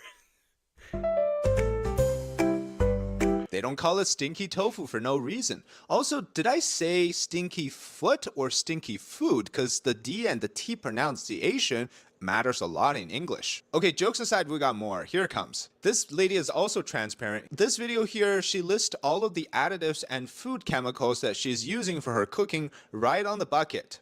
So this one here says ethyl maltol, which is apparently 100 times more potent than regular MSG. And this one, the translation literally means through the bone flavor agent, or something like through the bone umami additive. So the chemical that he's throwing in, if like the preservatives, if I drink that,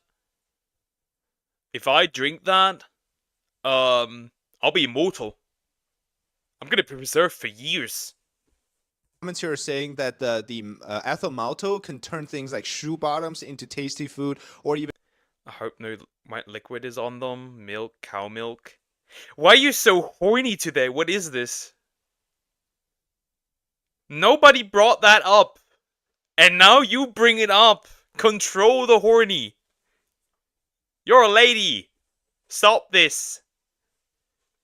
Even rotten food into very tasty food. That's how potent it is. Extremely healthy, of course. Sticking with the water theme, how about using water on the ground to clean your cart? Well, nice. They always say that Chinese food is unsanitary on the street. Well, at least this guy's cleaning it. He's selling fried bread. That fried bread's got natural fermentation and all sorts of fungus and bacterial growth on it. Take a that the extra gasoline taste is probably gives it that nice scrumptious taste. I'm not horny, it's a question. Why do you even think about that? Why do you even think about that? Then here's my question. I question why you question that. A look at some of the back of the house process of preparation. They're cleaning their potatoes next to the squat toilet stall, next to the toilet paper bucket. Is there gonna be some shit stain on there? Ooh. Does that give the potatoes some extra crust? Boost. See, I knew potato were lacking in the seasoning department to begin with, so they're giving that extra airiness, you know, in the environment. Just to let those flavors get to know each other. Binging with Babish would always say. Speaking of sanitary stuff, why not cook some hot water in a wok in a restaurant, dip your mop bucket in it, clean the floor, clean everything else, and then use that same wok to cook your food.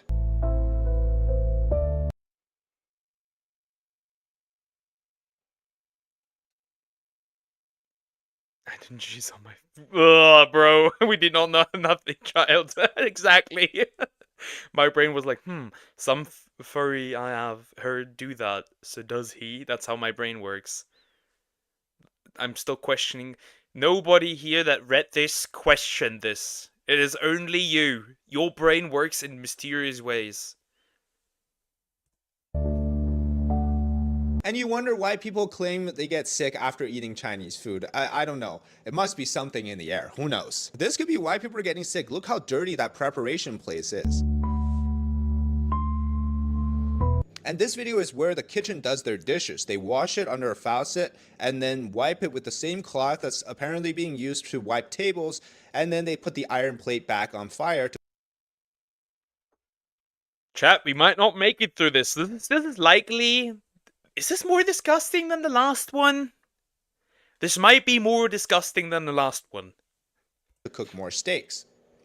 How are you doing so far? Need a break? Well, I do. Let me introduce to you a product that I've been using for more than a year. Sponsor. This is the Gen-X Red Ginseng Extract. Now, ginseng is known to boost your immunity, clear brain fogs, and overall improve your mental concentration. What I've noticed after this whole time using it is that I sleep better, I feel more rested the next day, but as well as if I need, say, something like a wake up in the afternoon, like 2-3 o'clock, I take 2 drops of this and I immediately feel much more awake, and you know, it also helps me to think better too. I call this my actually good coffee replacement with lots of health benefits. Do your own research as well, because look into the health properties of ginseng. Now, the great thing about the Yep, $38. $38. I talk about cannibalism and you think that's fine. Yes, of course. That's fine. Because it's pretty normal for you. The random sexual questions are not. I could get so much kebab from that. Guess who had kebab yesterday and the day before yesterday? May. American ginseng red extract that Gen-X uses is that it removes the inflammatory properties of consuming ginseng on a regular basis, and this actually just extracts all the essence and the goodness from ginseng so that you can really take this daily without overwhelming your digestive and internal systems. So check out the link in the description and see for yourself the great benefits that Gen-X Red Ginseng Extract can bring to you. Alright, back to stinky food. If the restaurant looks really terribly in the front,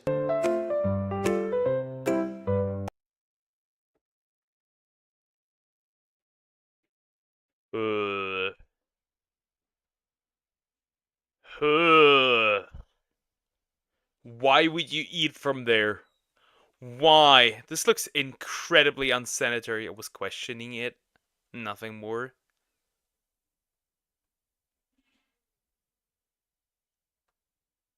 Ugh. Ugh.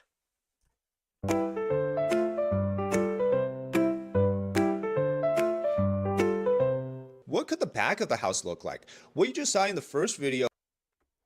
Wait, I did write it correctly. Yes, you did. You are overcorrecting. There wasn't even an A to begin with. Where would you even throw that in? Maybe you do need some private lessons. This is atrocious. Is a malaton spot. Now, malaton is a trendy Chinese dish right now. It's basically you cook everything in this saucy soup base, and then lots of ingredients in it, right? So this video here is from the back of the house to a malaton restaurant. All the ingredients scattered on the floor. It seems to be so dirty everywhere. Like the buckets of ingredients on the ground looks like they've been to 18 levels of hell and back. This makes Gordon Ramsay's kitchen nightmare look like unicorn land. And it's not just this type of restaurant doing this dish, it's everywhere. This is so disgusting. Why have these food practices? You're making people sick with that. If you make merch, can you add your mods? Yeah, you're not beating it now. I don't know if I would add my mods. I can't tell.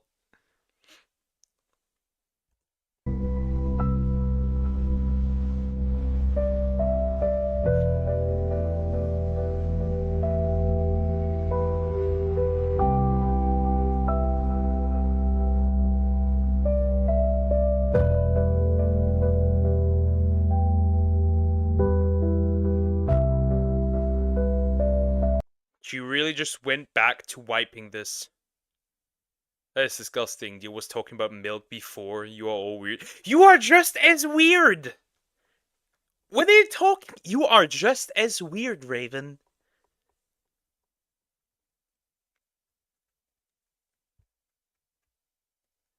Even the 14-year-old is questioning me.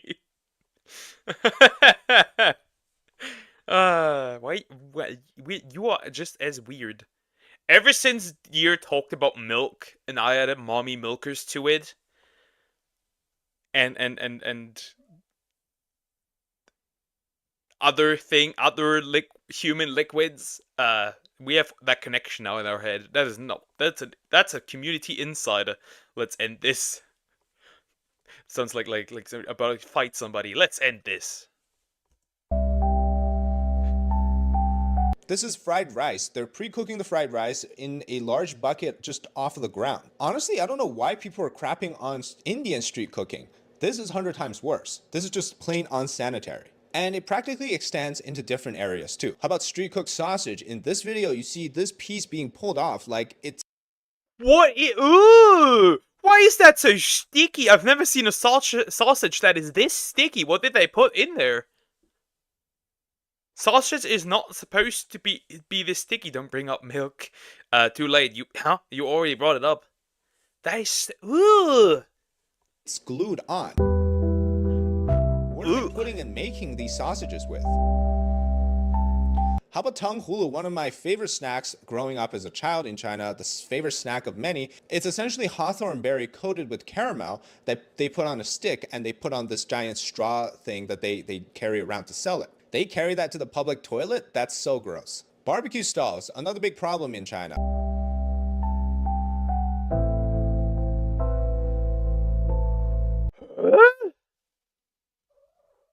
They look that could be clipped. Literally anything I say could be clipped at this point and put in a sus context. What do you mean? Chocolate milk is the best. I agree. I agree.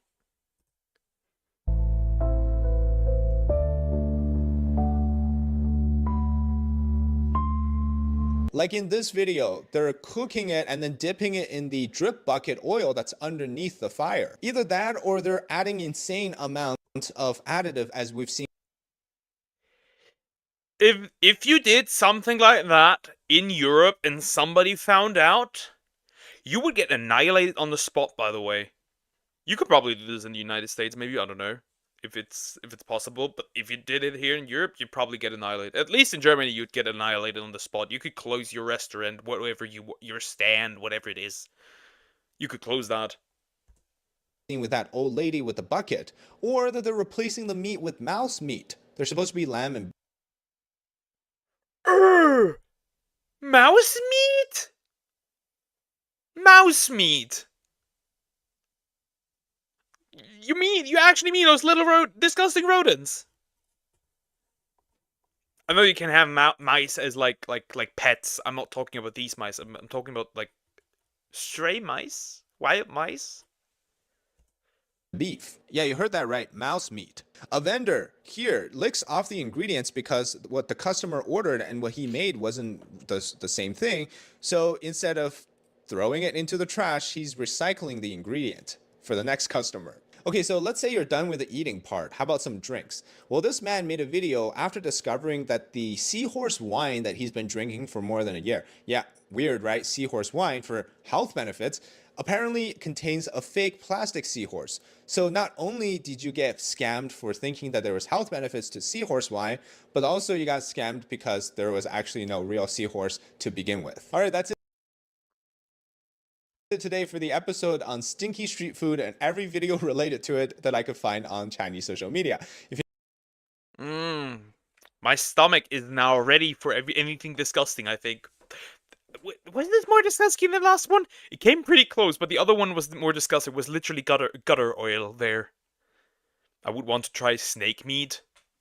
Would be interesting. Yeah, you'd eat anything. Disgusting creatures. No, it's just like... because there is no proper control, because the government does not care about like proper control of like hygiene and stuff. That's why these people can do it. Ugh. But that's the end of the video. Ugh. Yeah.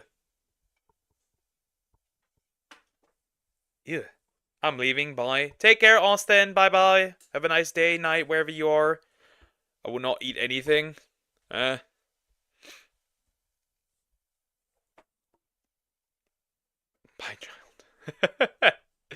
Yeah.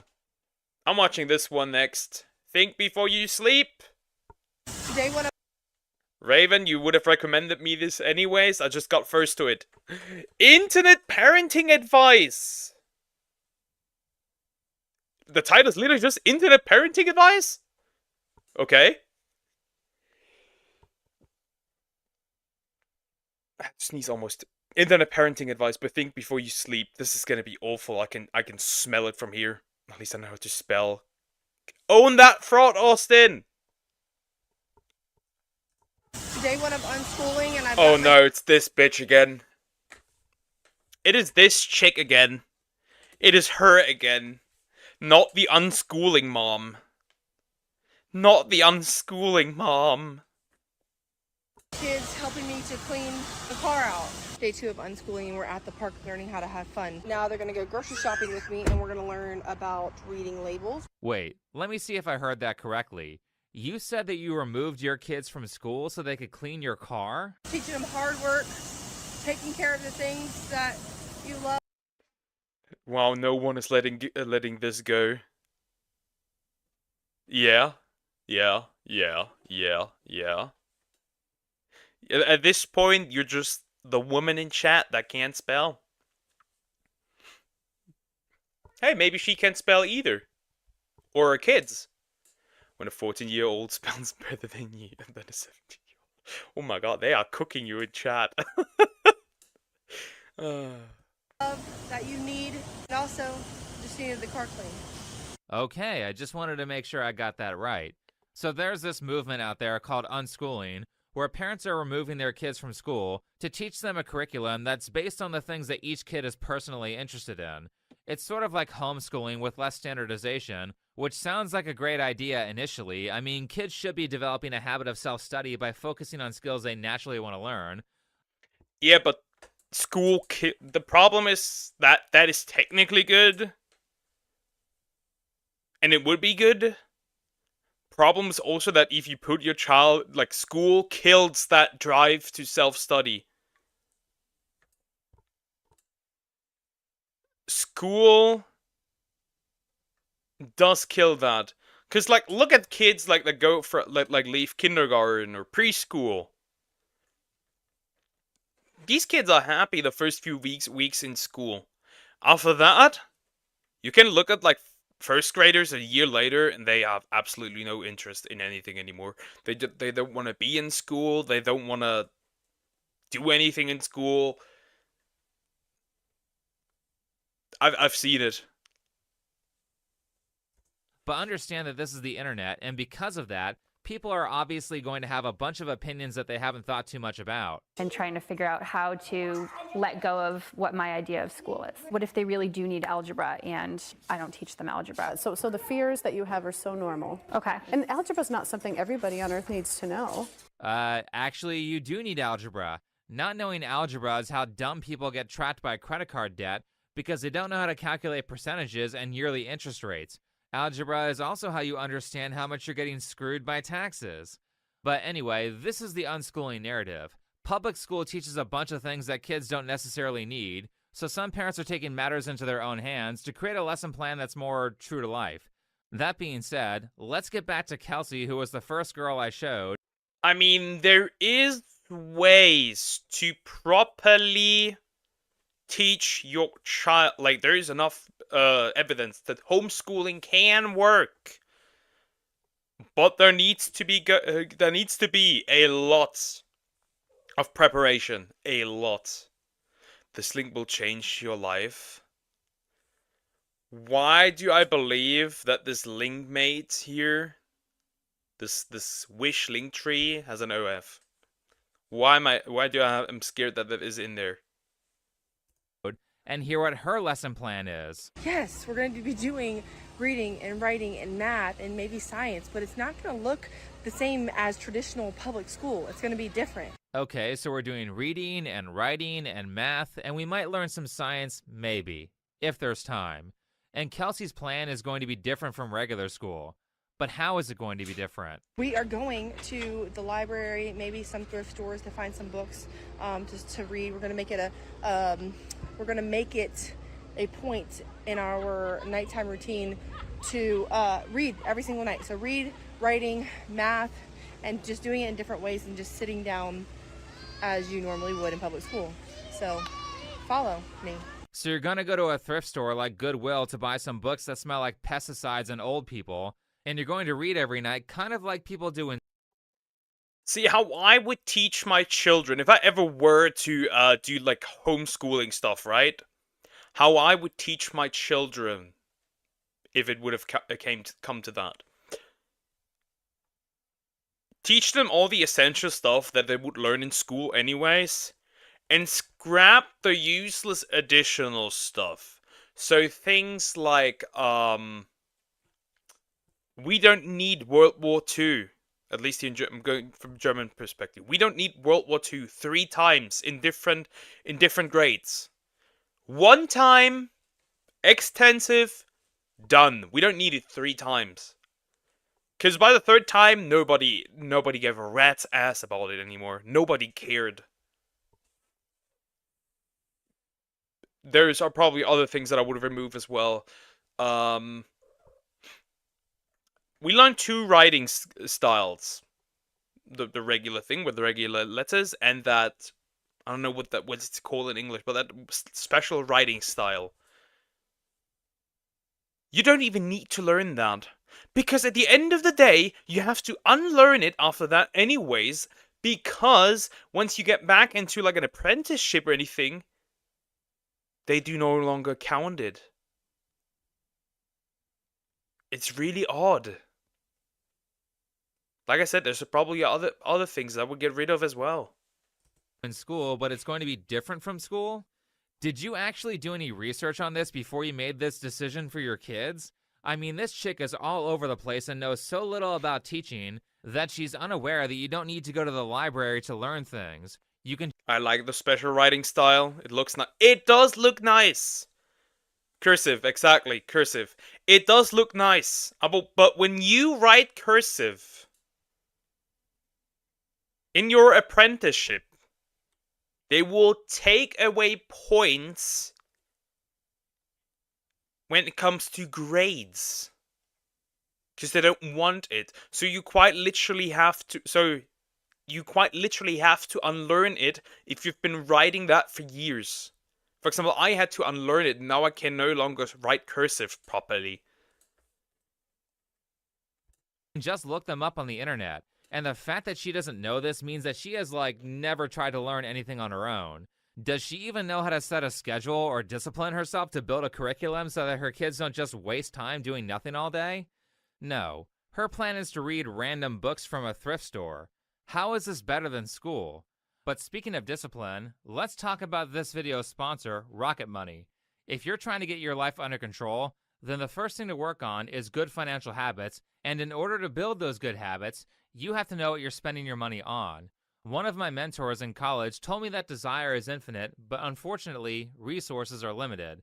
The good thing is that Rocket Money is one of Desires are infinite, resources are limited. What are you saying?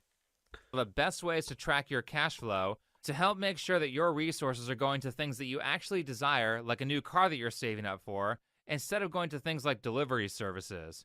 Rocket Money makes it easy to track your subscriptions and bills so that you don't get blindsided by expenses that you forgot about. And if you did forget about an expense and you realize it's from a subscription service that you no longer use, then Rocket Money will help make canceling that service easy. Last, Rocket Money will help you build a budget and track your spending from month to month so that you can track how financially disciplined you're being, which will make it so you can achieve your short-term and long-term financial goals. So if you want to get the tools that you need to take control of your finances today, then go to rocketmoney.com/thinkbeforeyousleep and get started for free. That's rocketmoney.com/thinkbeforeyousleep. All right, now that we've seen all of Kelsey's philosophy about teaching, let's watch her carry out an actual lesson. Now they're going to go grocery shopping with me, and we're going to learn about reading labels. We're going to learn about math and money and spending your money wisely. When you're buying groceries, you need to make sure that the quality of it is good. So turn it over on each one, make sure that there's no molded ones, make sure they all look pretty good, and if they do, put them in their buggy. Nice. Make sure the fruit is not moldy. Now, do we know what mold is? Maybe you should ask Logan Paul and KSI and Mr. Beast about that. They know quite a bit about mold. I like my cheese moldy, bro. They do know quite a bit about mold. He has a mentor, smart man. I don't have, for example, me personally, I don't have a mentor.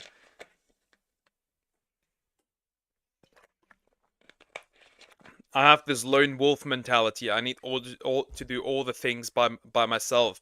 If I don't do them by myself, they're worthless. Well, no, because she hasn't shown her kids a moldy fruit so they would know what to avoid, but I'm sure they will magically be able to figure that out. Let's move on. You see the prices on them right here? You typically want to make sure that you pick the lowest price, and if it's a low price and it looks like it's a good apple, like Honeycrisp are good apples, we can get a bag of those. Wow, thank God Captain Obvious was there to tell her kids they should try to buy the food with the lower price instead of the higher price. Buy fruit. Amazing advice. Buy fruit with less numbers. Wow. Incredible. Who would have guessed that that is a thing? If they want to save money, what would they do without you? When you're reading the labels, I want you to just notice where it says includes added sugars. How many does that say? 0 on that one and 15 on, so we don't want sugars, right? So you're gonna get that one. Geez, lady, give your kid time to answer when you ask them a question. Oh wait, I think she realized that she forgot to teach them numbers and reading before this, so they couldn't actually give an answer. Excellent. But again, how— So they're illiterate.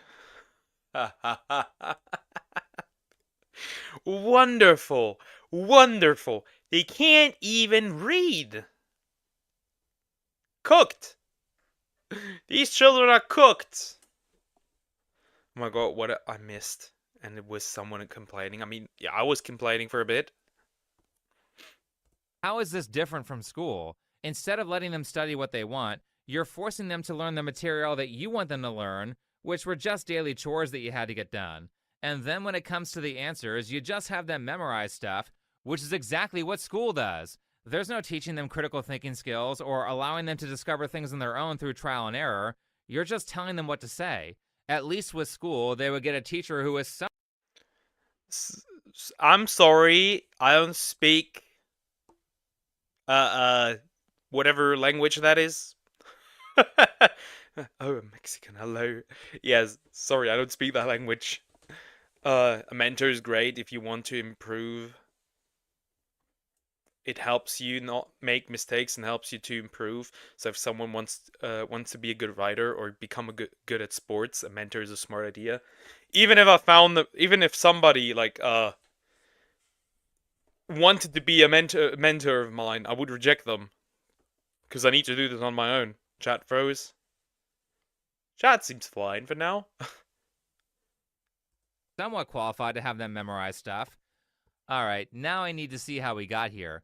Why did she think this would be a good idea? What's her backstory? Yes, I'm a felon. I'm gonna tell you guys the story of how I became a felon. Wow, that escalated quickly. Apparently— She's a felon? Well, that in fact did escalate quickly. Profile picture disturbs me. I'm Brazilian. Okay, I'm Brazilian. Apparently, that is Goku without hair. Chat doesn't have anything to say now. Sorry. Yeah. Hi, how are you doing? Hope you're doing good. I don't even know what to call. I cannot pronounce that entire name, but I can tell that it is Goku without hair. Apparently, she was charged with a felony at age 16 and served 30 days in jail for armed robbery and attempted murder after she drank and did drugs. Whoa, that actually escalated quickly. Stealing and attempted deletion? That is interesting. Should somebody like that be allowed to have children? Even? Drugs. Anything else? Eric and I had a spicy site about 6 months ago, and we stopped. We did it for a couple of years. Some months we were making $40,000. The money was great. We were really excited about it. We felt like it was bringing the fire back into our relationship. Of course. I should have expected that. She also said that she was a sugar baby in a different video. But now all of the negligence makes sense. She has a history of making bad decisions. Also, apparently this unschooling idea from Kelsey is a relatively new thing, and she's probably a single mom, because I don't see a single time the dad. That alone was a bad decision. That alone was a bad decision. Now, the husband could have genuinely been a nice man and suddenly turned into an asshole or died. That could have also been the case. You never know that.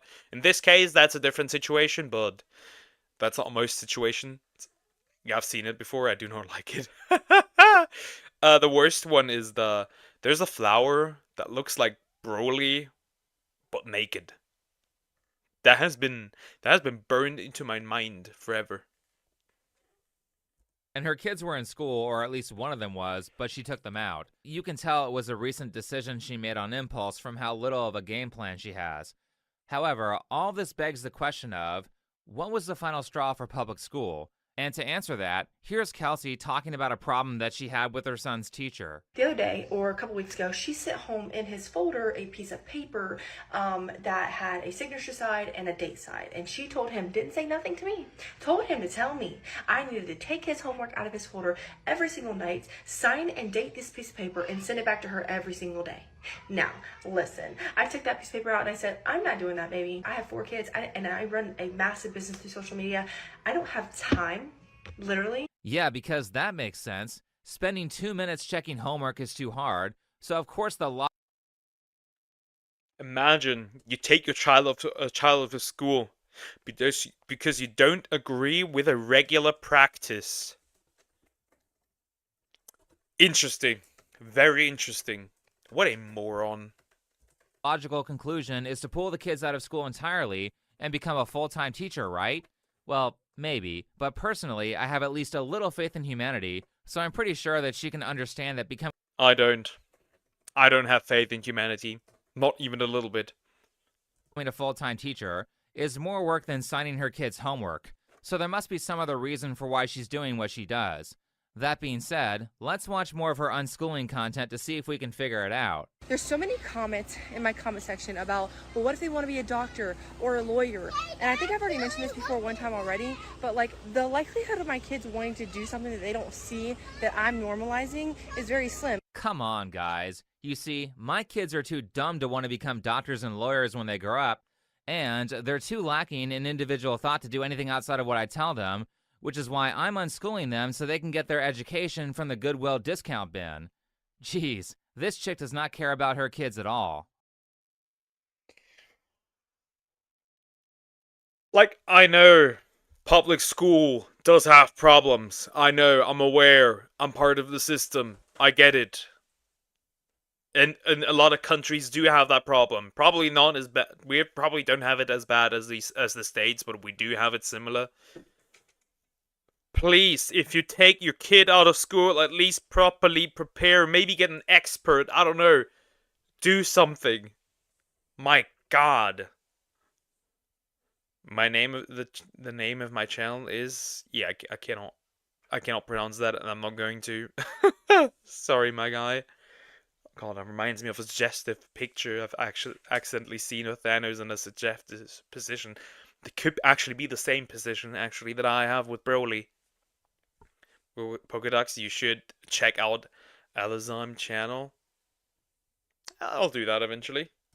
On top of I'm very proactive inside of my profession and my career of being an entrepreneur, they're likely going to follow that path because they're going to see how successful. Right, because entrepreneurs have always been known to love learning by memorizing answers, and they always follow the rules or follow instructions. Also teaching them how to follow instructions.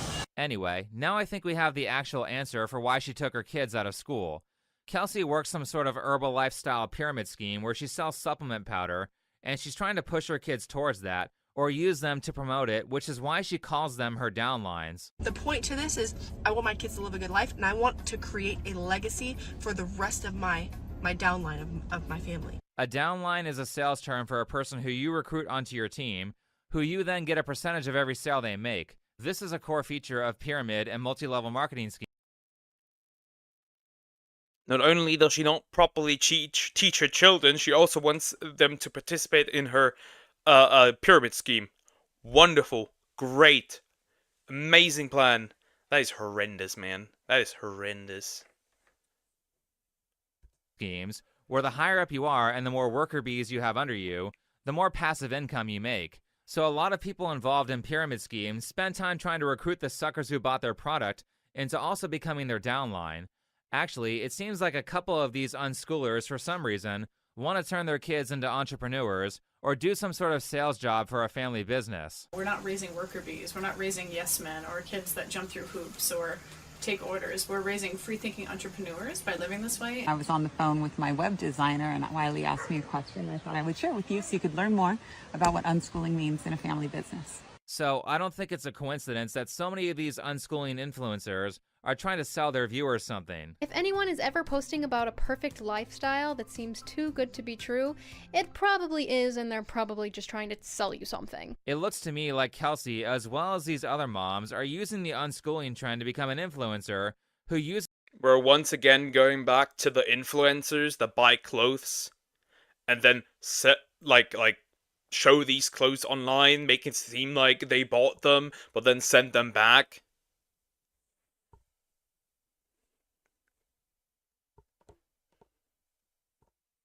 That's we're going back to that. Yeah. Oh, a lot here in Brazil can be a lot of K's.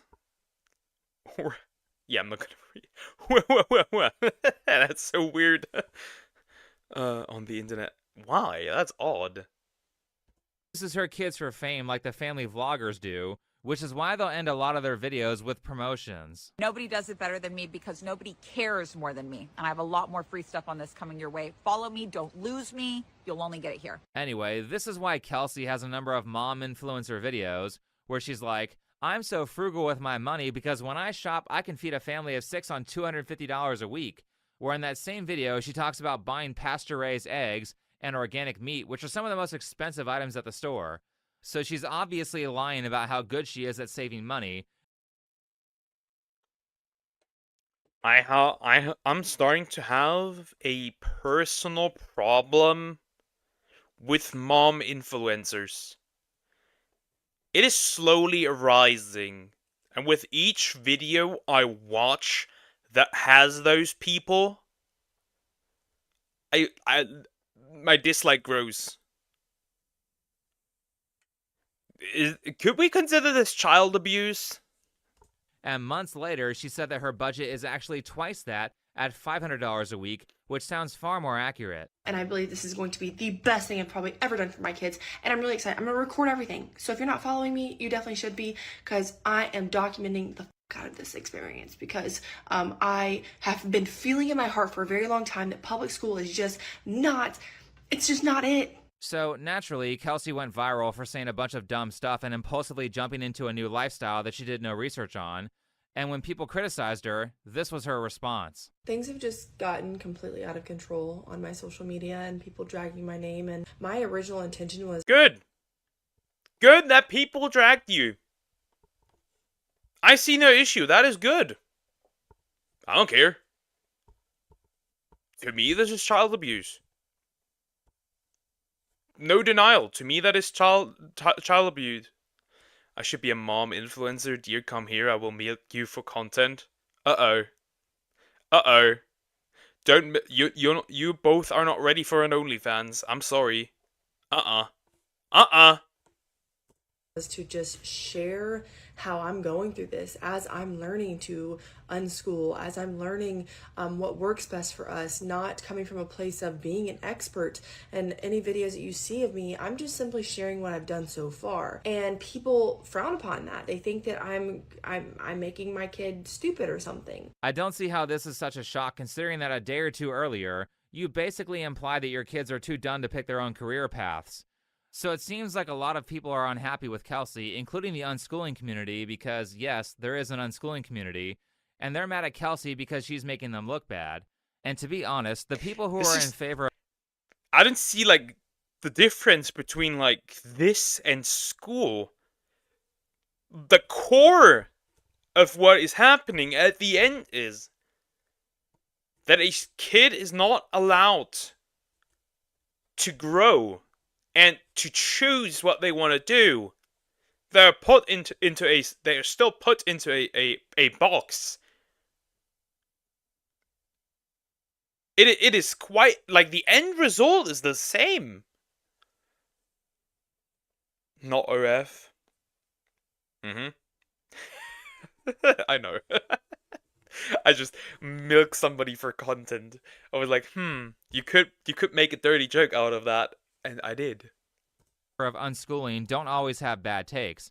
That thing that mom from the beginning said about not needing algebra was kind of stupid, and I found myself disagreeing with her a lot when I was researching for this video. But here she is talking to some unschooled kids, and one of them said this. Are there any classes that would interest you if you were in school?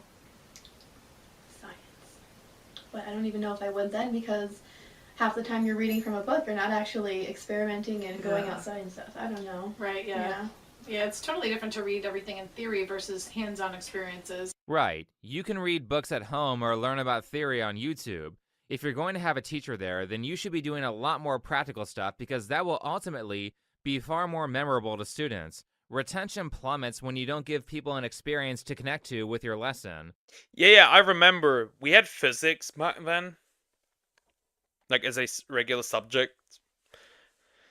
And our teacher was literally just writing stuff on the board, and we were supposed to read things. He then eventually turned that then into a exam, and that was it. No experiments, no nothing else. Literally just write, read, that's it. Which is why I barely memorized anything from there. Not to mention that stuff like Common Core math is child abuse. I mean, some of these standardized teaching methods are so obviously a stupid way to teach kids that I have a hard time believing that they are intentionally stupid, and schools are purposefully disconnecting lessons from real-life examples so that corrupt people in government who are in charge of this stuff can pretend that they're teaching kids something without actually teaching them something. And I just don't believe that a public school standardized curriculum, and even most private schools, are not honoring enough of the individual's journey. And not only is there a risk of children's curiosity and sense of wonder and creativity being crushed, I believe that that's happening for the majority of kids who participate in standardized education. Correct. I believe that school is very good at demoralizing kids as well as getting them to It is incredibly good. It is incredibly good at that. Ask a child what they want to be. Like a pudding person. Ask the pudding people what they want to be. And you hear the most outlandish things. Like, some boy wants to be an astronaut. And they immediately tell that boy that that's not going to be possible. He won't be an astronaut. Maybe he might not be an astronaut. But maybe he's gonna be a pilot. He's reaching for the stars, but at least he will be in the skies. You get the idea? Parents are also really good at that.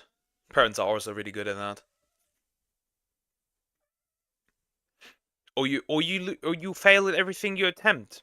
That is also pretty good at that. Take me for an example. Water. Oh, I want to be milk. He needs some milk! I mean, Raven said that she wants to milk you for content. Do with this information what you will. When I grow up, I want to be milk. Dislike important self-educating activities like reading because more focus is put on proving that you read books like the Odyssey, which is a great story by the way, instead of focusing on getting students interested in the material. Like I swear I've sat through classes where teachers take Greek mythology, which contains some of the most interesting stories known to man, and make them so boring that I'm falling asleep during the class. How do you take stories that are so popular that people have retold them for over 2,000 years? We were playing Snake on the iPads. Every one of us. Milk who? You. You! Dear you! She said that a couple messages ago. Maybe you can see it. And make students hate them. That's like doing a class on the Avengers movies and teaching it so poorly that your students can't stay awake during the lesson. The reason that you hate reading is because schools force teachers to constantly make kids prove that they're doing the assignment. So instead of just reading chapters 1 and 2 and moving on with my life like I would do if I was reading a book on my own, I now have to basically memorize 5 to 10 questions that my teacher assigned so I can find the answers while I'm doing the assignment to prove to the teacher that I read the book, which means that instead of enjoying things like the opening scene of Avengers Infinity War, I'm sitting there waiting to see some nonsense like what socket of the Infinity Gauntlet that Thanos puts the Space Stone into, because that's question 3 on my homework assignment. I used to hate this when I was in school. Not only does this make reading a pain, but it effectively spoils what happens in the book. Teachers in my middle school would assign questions like, which Marvel character does Thanos talk to before he pushes Gamora off a ledge? Gee, thanks for ruining the surprise. So yeah, I have a lot of problems with public school. But the funny part is, like, when I look back and, like, read this book for this exam, and it's like,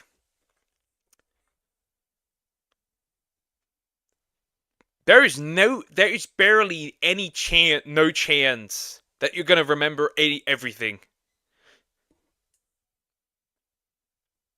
Like, what's the point? Now I'm forced to read a book. That makes me not enjoy the book. That makes me not even memorize it. I hate this. You know what I did for that book? I bought the ebook and literally let it read out to me. Like a couple of times, because I was so lazy. I was not interested in reading it at all whatsoever. But I don't think this unschooling stuff is a solution either, as it basically only works under special conditions, like both of your parents already being teachers. Courtney is an elementary school teacher by trade. She has a teaching certificate and she used to work as a music and arts and special ed teacher. I worked as an outdoor educator. And so we both have a background in education of sorts. Yeah, of course this works for your kids. Teaching is your profession. But how would you scale this? Well, you can't, which is why I think that when these people talk about unschooling, they should instead talk about homeschooling rights, or talk about ways that schools can promote self-education, like a free study period for an hour, where teachers... Guys, stop about mother-son relationships. This is not anime. This is not a certain website. Stop it. Teach kids how to research topics and set skill-building goals for things that they are personally interested in. Talking about stuff like this would be much better for society as a whole, instead of promoting a style of learning that will effectively result in tons of kids being far behind their peers who went to public school in essential subjects like reading, writing, and math, which are the fundamentals for every other skill. Being behind in these skills can damage years of their lives as they try to catch up. Well, if they catch up. And speaking of, next we have a TikTok mom who goes by Onami. So we don't Oh god, not another TikTok mom. Not another TikTok mom. Ugh. teach our children anything.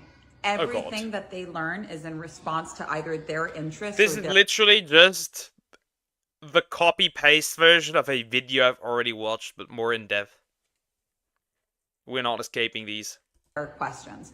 We have no curriculum. We have no school hours. We really just respond whenever they want to know something and do our best to make sure they really get it. I can see we're already off to a great start. No lesson plans, no set times for learning each day, and we only teach things our kids ask us to teach. Well, gee, I hope your 6-year-old is a genius who always knows the right questions. Otherwise, he's going to miss out on a lot of essentials that his same-age peers will have already mastered long before. And my big fear about free schooling was that if my kids only went towards what they were interested in, saving all of their real estate only for things they're interested in, not cramming it with anything necessary, I was concerned that they would never be interested in things like reading and writing and math. Wait, she wasn't going to teach them how to read and write unless they asked? Oh god. This is child abuse. This has to be child abuse. There's no way this isn't child abuse. Again, these are the most fundamental skills in learning. As in, you can't learn other skills without knowing how to read and write, and she wasn't going to give them any sort of guidance as a parent by saying something like, hey, maybe you should learn this stuff first, otherwise you won't be able to read the ingredients for a recipe or be able to count the number of cups of flour that you need to make cookies. My son's 6, and it took some patience and not comparing myself to other moms, but this is his book. Look at this. Lamp, egg, jar, lion. This is him doing this by himself, copying down words from other places, asking us more. Same with addition. Mom, what's 7 plus 5? It will come at the right time. Am I crazy, or is this not impressive at all for a 6-year-old? I would be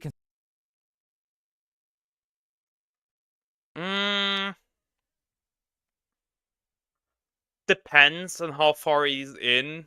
If he just turned 6, a lot of the students that finally go into school here in Germany start at like 6.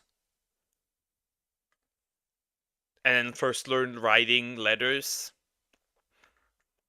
But the problem is they're not properly written, so I can't tell.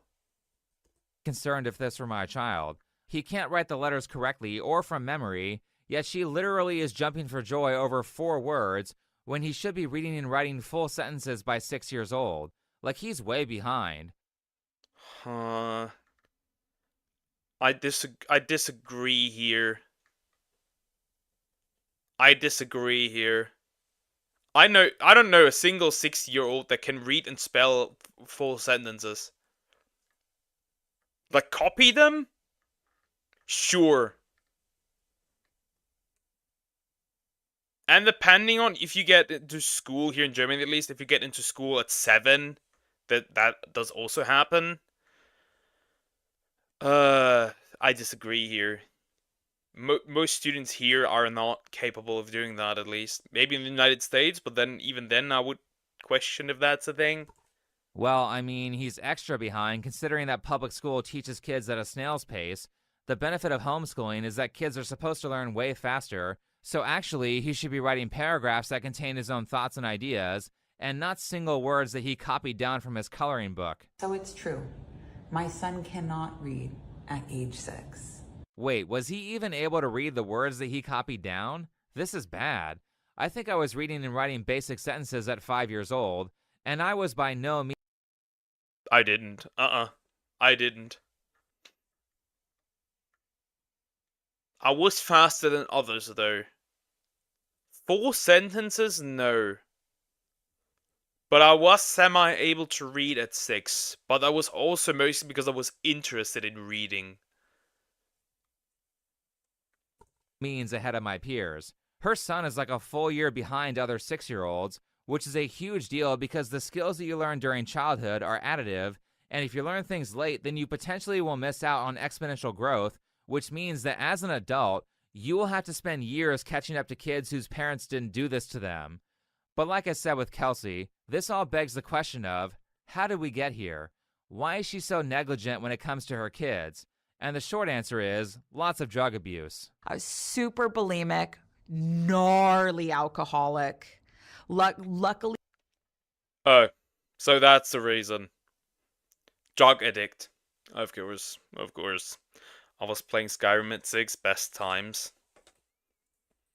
My best times were between 11 and 18. The greatest time of my life. I don't remember much from, like, 10 years old, maybe? Lee was such an alcoholic that, like, I couldn't get addicted to heroin because I puked too much. Super big coke head. I'd taken a lot of psychedelics, you know, like I mean, I guess people could have figured that out with the glazed over eyes, the forehead tattoo, the pentagram thing on her palm, and the YouTube channel where she teaches sex magic. Sex magic. We should test that out. She looks drugged. Nah, she's just it's either she is still a drug addict or a former drug addict. I hope the latter.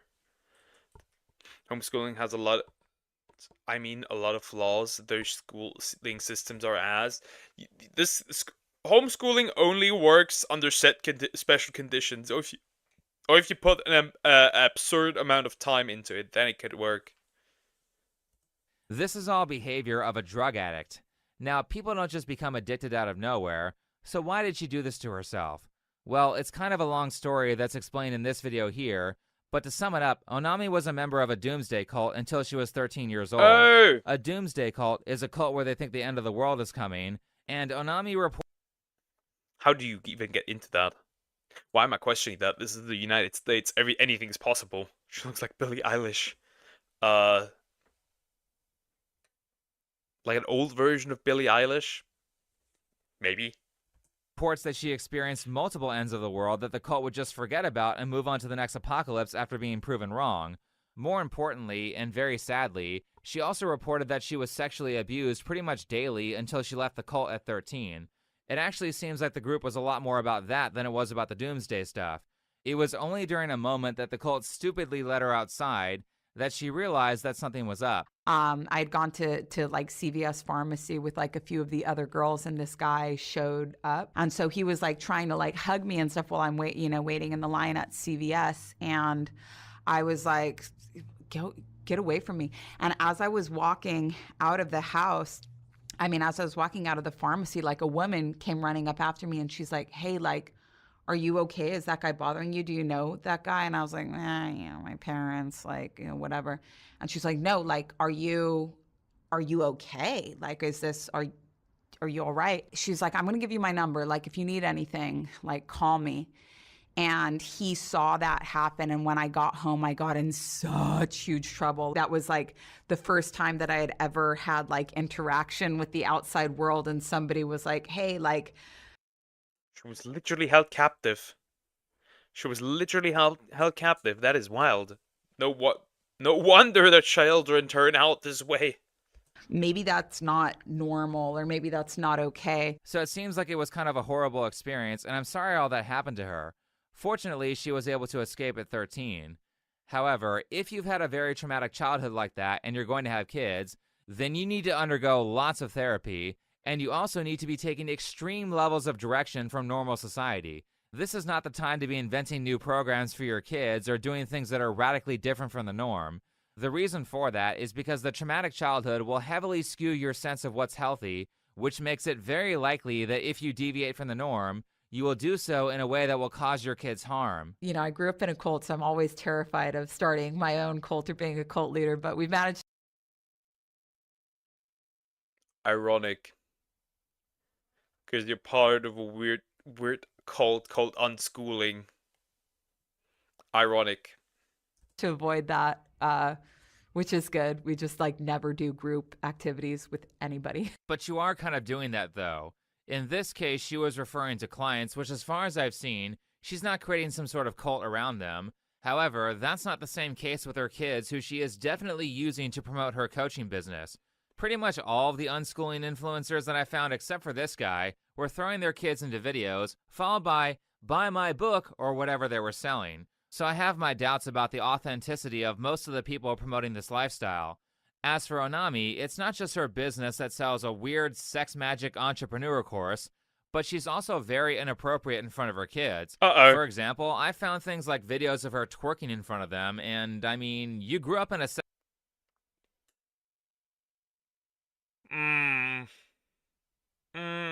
No, not doing that in front of your kids, please no. Sexually inappropriate environment. Why are you bringing that behavior to your kids? I've also watched her let her kids, who I believe are 3 and 6 years old, handle dangerous tools like a full-size kitchen knife before their hands are big enough to hold it properly, and before they have good enough fine motor skills to use proper techniques so they don't hurt themselves. Last, I'm very concerned that she has talked publicly about how she wants to isolate them from outside influences, kind of like a cult would. But I was able to retire my husband the second we met. We don't have nannies, we don't have cleaners, we don't have anything. We're with our kids all the time. This is my like trauma response. I'm like, I'm not leaving my kids with other people, and that's just how we're doing it. This is also something that Kelsey, the first...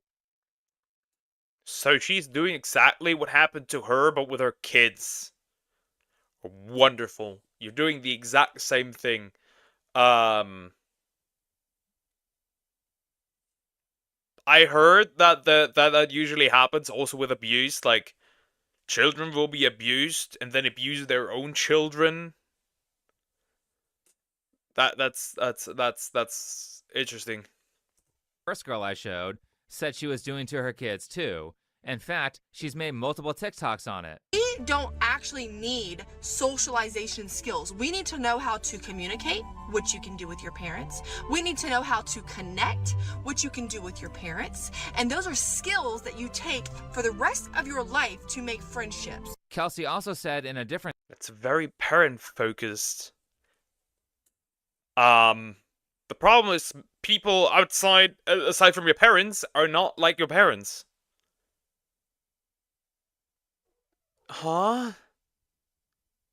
And that comes from somebody who does not have any really any IRL friends, who just spends most of his time working. Huh. I know people use trauma as a reason to do crimes and stuff. Huh. I agree. But that's oftentimes happened. I have like some of the excuses of it. I am neurodivergent. I have like autism would be neurodivergency, but who cares? I have depression. Like stuff like that being used. Different TikTok that she's fine with her kids not knowing how to socialize because she never leaves her house and she's still happy and successful. Well, the first thing people should know about self-reported mental health is that people are terrible at diagnosing their own mental state. In one video, Kelsey will talk about how happy she is being socially isolated all day, while in other videos, she'll talk about how she dated a physically abusive narcissist when she was a sugar baby, and about how bad her mental health was when she used to run a spicy website. So, no, I don't... Did I not say in the beginning that she has an OnlyFans? Knew it. I knew it. I knew it. I don't think you're actually happy, and I don't think keeping your kids away from a social environment is good for them, considering that social skills are the most important skills you can have, as you literally will not be able to find a job without them, or build good friendships, or find a good relationship partner. Even if you suck at everything else, being good at socializing will put you... She has an adult... She used to make adult content. She sucks at stuff. Funny. Around people who know things, and probably the most useful things I know have been taught to me by friends. A lot of people are low-skilled and not successful simply because their friend group sucks, and because they don't surround themselves with people who can speedrun them through complex problems. Now, going back to Miss Forehead Tattoo, the crazy thing is that she does have some awareness of what's going on here, but she's completely disconnected when it comes to her kids. It's so unfortunate that your life can start as a pattern that other people put on you, but if you don't learn how to break those patterns, no matter where you go, they're going to come with you. No matter what you do, they're going to come with you. But aren't you putting a pattern on your children by denying them access to important resources? Because you refuse to properly teach them things that they will need to survive in this world? That's gonna follow them until they kick the bucket? What do you mean? I'm depressed, I can do a crime. Let's go. You can meet a wonderful partner and be in a marriage that you love with somebody that really loves you.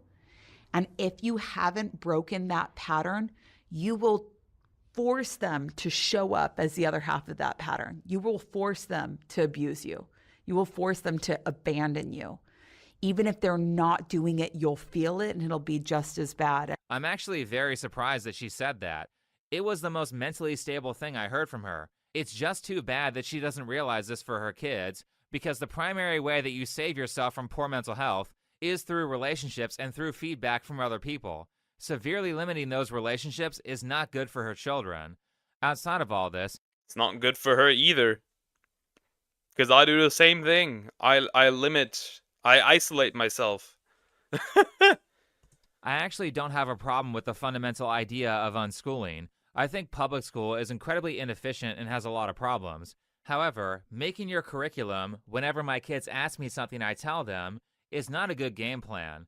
Adults are there to help kids speed run through common information, so they don't have to spend a decade of their lives reinventing the wheel. Waiting for your kids to ask you how to read stunts their ability to move on to things they actually want to learn, because ultimately, the goal is to build a lifestyle where you're interested in self-education so that you continue learning new skills whether you're in school or not.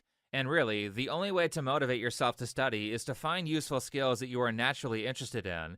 You aren't going to work hard if you don't like what you're doing. Fortunately, there are a lot of things to do, so pick one. Then, when it comes to getting good, of course you have to discipline yourself to practice on a daily basis, but don't forget that it's also important to use techniques that speed up how quickly you learn. Time is limited, so efficiency is key. When I was in college, I could spend 3 hours staring at a picture of a heart to try to memorize the anatomy of it. Or I could watch a 5-minute video on YouTube about the heart 5 times, memorize it like I'm memorizing the lines of my favorite movie, and be done in 25 minutes. It's crazy how much faster modern technology can help you learn and retain information, so a part of self-studying is spending time improving your learning strategy so that you can learn more information in a fraction of the time. Flashcard apps that work on your phone and your PC like Brainscape are excellent for that. I also like making my own YouTube playlist to help me quickly find information. True. We also have in schools like these learning apps that kind of are okay. I don't think they do much, but at least for like reading, they kind of help, as at least for students that don't properly speak for in this case German. So there is that that I need to review, and personal Discord servers or Google Docs are a great way to take notes that can be shared with all your devices. Anyway, that's enough workflow advice. So thanks for watching, follow me on Twitter, and I'll see you. That's the end of the video. That was a good one. That was a good one. And a one. If you don't know how to properly educate your children, don't take them out of school. It's very simple. I don't need to tell you much. And if you're mentally ill, just don't. Just don't. Gonna drink something real quick.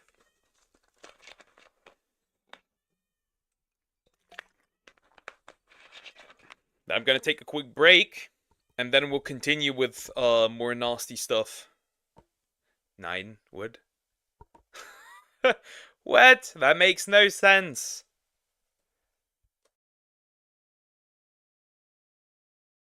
I'll be right back.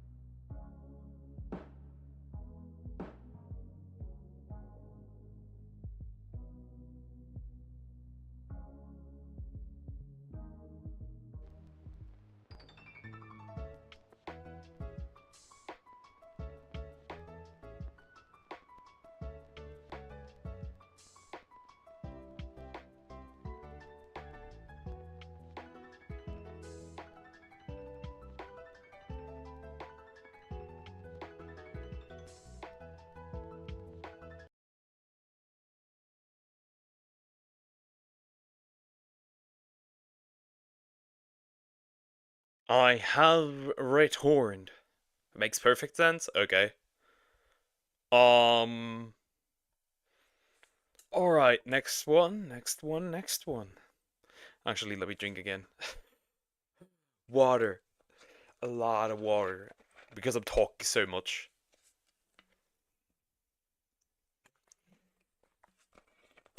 True, that is not how you spell sense. Yup. Yup, I agree. That is not how you spell it. My model is a bit odd. Give me a second. Let me fix that. Okay, that'll do. I'm gonna turn all this, what we have reacted to today, into videos, and then by tomorrow,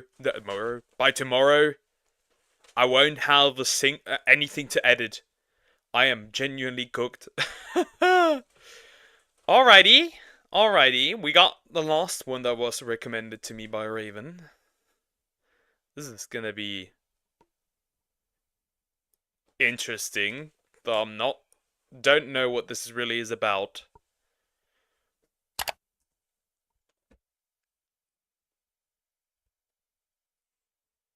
Why hairstylists are losing clients and losing money. By Brilliant Barb. This channel has not that many subscribers. If you're interested in this stuff, subscribe. Let's get into it.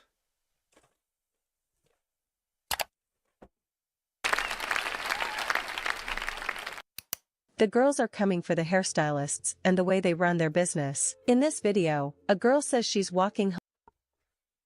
An AI voice? Okay, interesting. An AI voice. Home with wet hair because a salon wanted to charge her $50 whole extra just to dry her hair after she had already paid $240 to get her hair done. That is terrible. That is awful. That is ew. Like, why pay? Like, comment, and subscribe, exactly. Like, comment, and subscribe. Why would somebody ask for $50 to dry your hair? I know that, like, going to the hairstylist, like, hairdresser for women is very expensive. I know that. I know that. But addition of $50 for drying your hair is vile. Which would have brought her grand total to $290. From prices to service, let's hear why both customers and hairstylists are on the opposite side of this debate. I need to know if this is a new normal because I'm a little shocked at the prices I'm getting quoted. I'm looking for a hairstylist for my sister-in-law's quinceañera, and I've asked for a couple of quotes, and I got one back yesterday, and I was very shocked. So this girl sends over her price list, and the price range for hairstyling as a guest for a quince, and this is for multiple events as a guest, $200 to $350 range. Oh boy! That is so much money! That is so much money! Why? Oh my... Women are expensive. In the price sheet, she also states that she will not give you an exact quote over message. You will get the exact price the day of after she assesses your hair. Guys. So she can just randomly choose the price. She just randomly chooses how much you have to pay, how much the bill is. What? I'm glad once again that I live in Germany, because in Germany you can't do that. Guys, I need... Also, the last time I got a haircut as a man, I paid like 24 euros. The more you know. To know if this is the new normal because I think this is a lot. I am selectively cheap. I do love to spend, but this to me just seems like isn't that the price we used to get our hair done for? Like, I'm a little shocked. This message is for hairstylists, nail techs, and anybody else in the beauty industry that this applies to. But the reason that we're not coming back to you is because you're charging luxury prices for services that aren't luxurious. And listen, I get it. You go to school, your product's expensive, your overhead is expensive. I get all of that. So, like, you have to cover your costs. But I know the costs. I've been in this industry for a long time. I know what those costs are, and the prices aren't adding up for the experience. If I go to get my nails done and I go to a private suite with one nail tech and she's got people popping in and out, talking, yapping, they're on their phone, they're texting, they're making my appointment longer, they're not texting me, they don't have a snack. Exactly. The funny part is, like, every hairdresser, barber, anything you want to call it, I've been to, has been, like, the appointment has been longer. Every single time. I don't remember a time where, what's the word? Where it was on time. I don't remember a single time where that was the case. Or water there for me, or, you know, the nails aren't like filed properly, there's no massage, no scrub, no nothing. It's just like, I'm just there to give them my money and get like a half-ass job. That's not a luxurious service. Why are your prices luxurious? Same thing with hairstylists. Hairstylists want to charge $100 an hour, which I do understand, but not if the service sucks. If you go and get a service and they do a bad job, and then when you address it, they blame you or didn't have effective communication as a professional, or you felt like they had an attitude, like whatever reason, you can't charge $100 an hour. You can't, because you're not providing an excellent service. You are in. But the average, like, hairstylist doesn't provide service out of the ordinary. They're pretty much very closely the same. Stop simping, dear. I understand. She is pretty. She is pretty. Not as pretty as the person in my head, but still pretty. The service industry. That means more than just providing the service. It means servicing an experience from the minute that they call or text you or reach out on Instagram or whatever till they're in your chair. You need to be giving them undivided attention, a water, a snack, quiet time, and touch. To me, touch is so important. If I get my nails done, I want to be massaged or get a scrub. If I get my hair done, I want you to spend a couple of minutes giving me a scalp massage at the bowl with a hot towel and aromatherapy. Like, that is what makes a difference to me when I'm spending money on luxury services. Because I guarantee you a client will justify your price if you're giving them a full experience for it, not just a... I was talking about Croc. Oh no, not. Is deer a zoophile? Is that the new thing? Is that the new thing?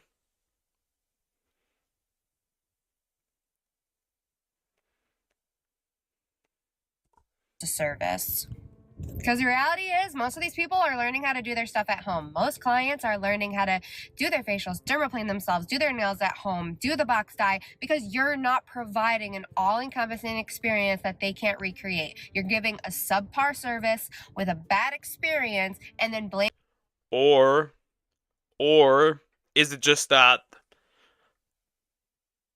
Have you ever considered that this shit is just too expensive? Ever consider that? Like, the service can be great, but if I don't have the money, I don't have the money, no matter how good the service is. Blaming the clients and being like, it's a luxury service, if you can't afford it, don't come. That's not why we're not coming. My goal has never been to be a budget-friendly hairstylist. I signed up for beauty school 10 years. And who on this earth would pay $400 to get their hair done? Ridiculous. This is ridiculous. Dude, what I could do with $400, or in this case, my case, euros. Oh boy. That'd be useful as hell. That'd be very useful. if I had $400 to spend, or euros. Oh boy. Years ago with the intention in mind to make 6 figures a year eventually. And now that everything has went up in price, my goal is to make 200,000 a year at some point. And if you feel like shaming me for wanting to have a successful career, that sounds like something you need to work on with your therapist. As for who on earth would pay these prices, guess what? I do. I think a lot of people forget that hairstylists are not only hairstylists, they are also clients, mostly if you work independent and you don't have a buddy to just trade services with. My girl takes great care of me, and I feel like she's worth every penny. Her prices are very similar to mine.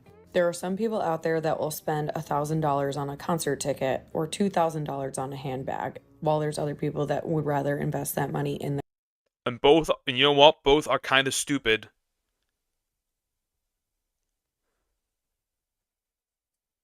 Both are kind of stupid. Hate to break it to you, but both are kind of stupid. You pay $1,000 for a concert or $2,000 for a handbag, you are an oddity, in my opinion. You are weird. their hair, and there's nothing wrong with that. Different strokes for different folks. For instance, today my beautiful client in my chair is actually a hairdresser herself. She works pretty much by herself majority of the time, and she doesn't have somebody to trade services with. So she booked an appointment with me, and she is paying full price as I would if I was sitting in her chair, because we respect each other and respect our worth. I want to talk about the hair industry right now really quickly. So I've been a stylist for almost 20 years. I've owned a salon for 10 years. And this has been one of the most bizarre holiday seasons that I think most of us have ever experienced. I've seen so many clients burnt out ever in my entire career. Every single person that is coming in is so burnt out and exhausted. So you're not alone, number one. Number two, we're not seeing that like intense rush like we used to, and you kind of gear up for that all year long, but nobody's really experiencing it. For those people that are consistently booked, they're busy, but it's like their regular schedule. And then for the drop of the holiday rush, I think that this is my theory. People saying like, well, it's your fault. You're not branding yourself properly. You're not marketing yourself properly. You need to be doing X, Y, Z better. But I agree, because I think that there's a huge opportunity to growth, and you need to look when things like this are happening, you need to look and say like, how can I pivot with the industry? But I also think that we're seeing a shift in this like, motherfucker, come to the point. What are you trying to say? What is this mumbo jumbo yapping? Come to the point. What is wrong? Intense rush for peak seasons, and we're shifting into, which I think is way better for us, a slow, consistent burn where we're gonna see less peaks and valleys. Like for the last 15 years, it's been like, this is high season, this is low season, this is high season, this is low, and it's just like, it's so intense. And so you gear up mentally for these weeks, for months, and you just kind of wait out your slow season. But I think that the shift that we're seeing is we're going to have a nice, consistent, slow burn where we're consistently busy all year round, minus like here and there, but we're going to see more of a consistency in the industry, which I think is really great and really needed, because hair is requiring less maintenance than it used to. Stylists are better at their jobs than we were 20 years ago. Thank goodness. And we're shifting trends, and we're working more with hair types, and there's just so much. But if this is a sudden shift, you have to consider this, right?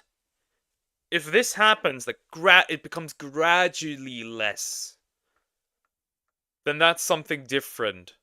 That means like something has changed, something in a positive way. But if it's a rapid shift into this more calmer situation, then there's something wrong. Because people don't radically change their behavior except something happened.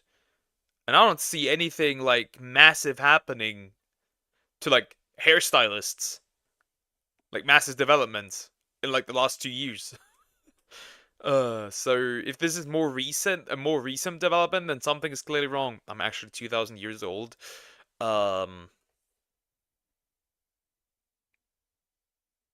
I wouldn't say that. Carefully, so people will think you're illegal. Then you get some disgusting filth in your DMs. I can smell it. Much change happening in terms of technology and hair and all of that. So we aren't seeing the like need for the influx of appointments all at the same time because the maintenance of hair is just different. You can get your hair done in November and it can still look good in December. So if you are slower this season and you are feeling like, do I need to hang up my shears? I think no. I think we need to reframe our minds and think, okay, how can I shift into creating a more consistent client base that fits my lifestyle, fits my needs? How am I going to get to 2000 is too old for people. Lady, I got news for you. I got news for you. If a pretty lady, if there was a 2,000-year-old virgin available to me, I would take that.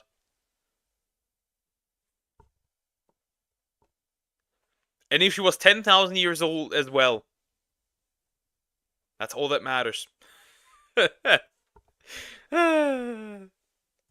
be making that consistent money every single month, 12 months of the year? That's going to pay off way more in the long run, and you're going to be able to create more of a branding strategy as well. So that's just my thoughts. Let me know what you think. So I have noticed a good amount of entrepreneurs, including myself, that have had to go back to work due to needing to bring in revenue. I put the original creator below. Go ahead and check out her video. The gist of what she was asking was why nowadays that a lot of stylists are running into the problem of retention, not being able to hold on to clients and not being able to recruit clients. There's a lot of different areas to this, but a lot of the services that are being provided by today's stylists, it's not worth it. Even though I make okay money, I'm not. So it's confirmed they look like grandmas. I mean, yeah. When they cook, the food is good, they treat you well. You're pretty much like their baby boy. I see no issue. But like I said, if she's a vampire, she needs to wait until marriage, so it doesn't work. Or maybe a 2,000-year-old dragon girl. Who knows? Out here just throwing it away. Every time I'm looking for goods or services, I'm running an analysis as to whether if it is worth the cost of what I'm paying for it. A lot of the comments that I got was, oh, don't look into those Instagram people. You got to pick better stylists. And no, I'm not a bust down wig install girly. For the most part, 90% of the time, a silk press. I come from the salon days. You would come in, pay $60, $50 for your silk press. You getting a wash, a condition, plastic cap on, getting sat under the dryer, or a steam treatment, and then you're coming out getting an actual leave-in conditioner, hot combed at the roots, flat iron and curled with the Marcel irons, saran wrapped under the dryer again for a couple of minutes, and then your silk press was done. Nowadays, these stylists are charging upwards to $200 for a basic silk press that does. So, at the core of this, it is a money problem. We can not only like transfer these hairstylists are experiencing. We can also transfer these to restaurants. Restaurants are doing worse and worse because, first of all, the service is atrocious nowadays. So people don't want to come there or go there. And then restaurants close. We got this the same. This is literally the same experience that these people have. Does not even come standard with a conditioning treatment. Then just going in raw, blow drying us, and then flat ironing us. And then we're wondering why our hair is dry and why it's breaking after a week after the silk press. And stylist's only retort is, you need to get this specific treatment, which is an addition to the silk press cost. One stylist told me everybody's natural and everybody's hair is thick. Run some specials. Bring your own bottle, meaning bring your own conditioner. We could buy those conditioners that y'all get from the Ulta Leader sale. It ain't no biggie. But like, get creative if that's the case. If it's really about inflation or if it's really about the cost of products, get creative. In this economy where every single dollar and every single penny matters, we just want to feel like things are worth it. That's my answer to that. Now seeing all these hairstylists crash out in live time because they are finally realizing the long-term effects of what their luxury hair prices are going to mean for them in their career. And like, listen, credit where credit is due, okay? The general public. You can literally, like, apply this to anything. Like I said, food, video games. Video games is a big one. People are buying less video games because the quality of the video games is not there. And in this case, hair, other probably like free time things that you can do. Huh. Public is stupid. They don't know anything about chemistry. They don't know anything about chemicals, and they really do think that they can do a black to platinum box dye in an hour for $50. You're on an uphill battle for sure when it comes to the client's knowledge of what can feasibly be done in a certain time frame with changing the color of their hair. However, also, the hair industry did start saying that all professional services were luxury. That is absolutely a thing. I vividly remember about 5 years ago, the hair industry started to say, if you can't afford to get your hair done, that's okay, but it's a luxury service. You know that you're paying for a luxury service. It's a luxury to have someone do your hair. And the prices went up. In my opinion, when I saw like the biggest price jump is when I saw that the young girls who were new on the scene in hair, the second that they started to charge for blow dries, that's when y'all started to try to outprice each other like fucking crazy. Because seasoned hair artists who've been in this industry for 10, 15, 20 years saw the client's willingness to pay the 30 extra, 40 extra bucks because they didn't want to leave the salon with their hair dripping wet. And that's what happened. Census wrong again.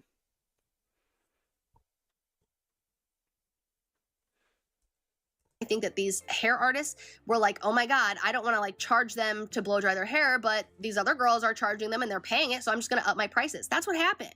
I think a lot of us clocked that's what happened. And now you're just experiencing the long-term effects of when you say an entire industry is exclusive and it's luxury only, your pool is going to be smaller. Your salons are going to be more empty for sure. And I've also seen some hair artists start to say like, well, because listen, I'm 31, so I can vividly remember a time when a haircut color wash and blowout was literally like $220 max, maybe $250, because the entire services themselves would be anywhere from like $120 to $150, and then you could leave the rest $60 to $80 as like a tip to get you past that like $220 point, right? That is literally not a thing anymore. It is about $400 to get an all over color. When the hair services get to be $350 to $400, your pool is going to be smaller. Obviously, your pool is going to be smaller. Like, not everybody has that money to pay. I would say, like, in this economy, most people can't even afford paying $250. But that's just me. Your salons are going to have less people in them. And I understand if that's what the prices should be, that's what they should be. I'm not saying you shouldn't get paid for your time or your labor, but like, let's drop this whole, oh my God, what happened? Are people sick? Did the holidays creep up? No. It's too expensive and we can't afford groceries. CEOs are telling us to eat cereal for dinner at $9 a box. So yeah, most of us are just gonna say, we can't afford that and we're gonna stop coming, period. When did using PTO to go get your hair done become a thing? Because hear me out, no hairstylists are ever open on weekends or evenings. And I'm like, okay, you're in the service profession. You are providing a service. It's doing me a disservice by I already have to pay $350 to get my hair fully highlighted with you washing it and then blow drying it at the end. And then I have to take a day off work. To me, this sounds like a waste of money, I'll be honest. This entire thing sounds like a waste of money. And if I'm out of personal days or out of the PTO, I gotta take it either from a sick leave bank that I also don't have, or take the day unpaid, just to get my hair done. Like, I had a hairstylist. I moved states, so I had to find a new hairstylist. And if you're a blondie or really anyone who gets their hair done in general, you know it's almost impossible to find a new person. My hair girl that I found down here loved her. She charged a good price. I tipped her well. She literally dropped me because I didn't fit into her schedule. She's like, I don't think our schedules are going to match up. I'm not doing weekends and I can't do evenings. So then who does your schedule? You're not a woman, Diluc. Hair matters. Yeah, but hair can't matter that much if you can put food on the table. Then the hair becomes pointless. Kind of, in my opinion. No matter how good the hair is. No matter how important the hair is, it can't be more important than putting food on the table. schedule line up for, you know? Like, especially being like new in your career or younger, like some of the only times that we have are evenings and weekends. If you're providing a service, you need to sometimes. Also, you say hair matters to a man, yet it's men that struggle with balding. You're a raven, for God's sake. Yeah, you don't even have hair. You don't even have hair. You have feathers. Accommodate that. That's my hot take. I just saw a video of a girl posting about how salons are a little bit slower right now, and no lie, a client stitched it and goes, "You're slow because you're charging too much. You're just charging too much." And I couldn't stitch her video. Shocking. But let me just tell you, hairstylists don't charge too much. You're too broke to afford what you want. There's always a stylist for every budget. You can go to the beauty school. You can go to cost cutters. You can go to supercuts. You can get your hair done in all different places. There's opportunity for you. But if you want to go to a reputable stylist in a reputable salon who has experience, who specializes, and if the goal that you have is going to take 4 to 6 hours, it's going to cost money. So why are you shaming an artist? Why are you shaming a professional for charging too much when it just doesn't fit your budget? Like, your budget is not my problem. Kindly. I'm all done. Hair looks great. Oh, thank you. Your budget is not my problem. Yes, but also no. Because from the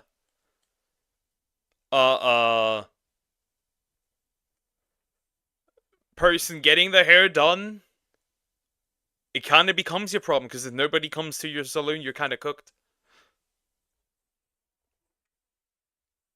Well, I'm not talking about that. I can't afford hair care. Yes. But not everybody does. Not everybody can. Feathers, you want to go there, D-Luke? You sure? Yes, feathers. What else? Are you a naked raven? Are you a raven with fur? Are you a raven with scales? Like, what is it? Wasn't even in for that long this time. So half a head of foils, a trim, and a dry off. That'll be $489. So sorry. Wait, sorry. How come? How come it's so much? I mean, you had foils cut and a blow dry. Oh, I'm sorry. Yeah, I just got a dry off, so it's not a blow dry. It's not a blow dry. Maybe we could take that off. Time is money. Can we fix up payment? Yep. Yeah, no problem. Great. Will that be cash or card? To take Apple Watch? Yep, just go ahead and... She would give away an Apple Watch for this. I don't think that a Warren used Apple Watch is really that much gives you that much money. Tap. Oh no, I meant do you accept it as payment? Wasn't gonna say anything today, but I'm on the hairdresser nail tech side of TikTok where it's like outpricing clients, luxury prices, no luxury services. Tell me why I see a hairdresser in the comments saying you guys just aren't picking the right people. And then she goes on and she's like, it's like when women get abused, they're choosing the wrong men. Y'all are choosing the wrong hairstylists. It's like, no. I mean, kinda.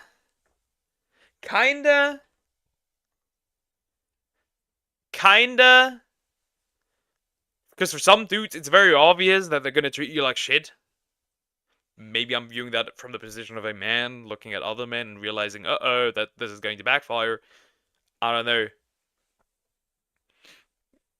But she's also kind of wrong. Right, vote with your wallets. Go where it's where the price is doable. Y'all are complaining that nobody's in y'all's salons. I think you guys have ruined the industry. A lot of people come out the gate, They get out of beauty school, cosmetology school, and they're like, oh, this is a luxury service, so here are my luxury prices, when in all actuality, your first few years of experience are supposed to be you building clientele, you building rapport, you honing in on your craft, learning the business side of things. Those luxury prices shouldn't be hitting you till you're like 15, 20 years deep into the industry. And I'm sure people who have that type of experience are looking. D-Look, no. Yes, D-Look, yes. The amount of women I know that have deadbeat boyfriends and they still stay with these deadbeat boyfriends is in the double digits. It's 20 plus. I said it.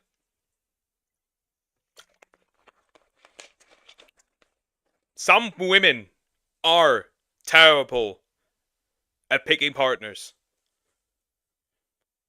Looking at y'all like, yeah, I don't know why y'all are pricing yourself so expensive. Your craft is probably shit. Do you get what I'm saying? It's like, we're going to these salons, and yes, they're beautiful, but just because you got hired on by a really pretty area, a really pretty salon that somebody with the experience probably, you know, built up for themselves and they're hiring you on, that doesn't mean you put your prices to look like that as well. You're the affordable one in that business. Do you get what I'm saying? Because you're gaining experience, and there's nothing wrong with that. Part of the reason why many are okay with paying luxury prices to experienced individuals is because of the customer service aspect, because of the trust that's been built. Are you saying we need higher standards? I don't mind, let's go. No, that's not what I said. There's a difference in having standards and falling for a certain type of man. Instead of focusing how he makes you feel, focus on the content on his character.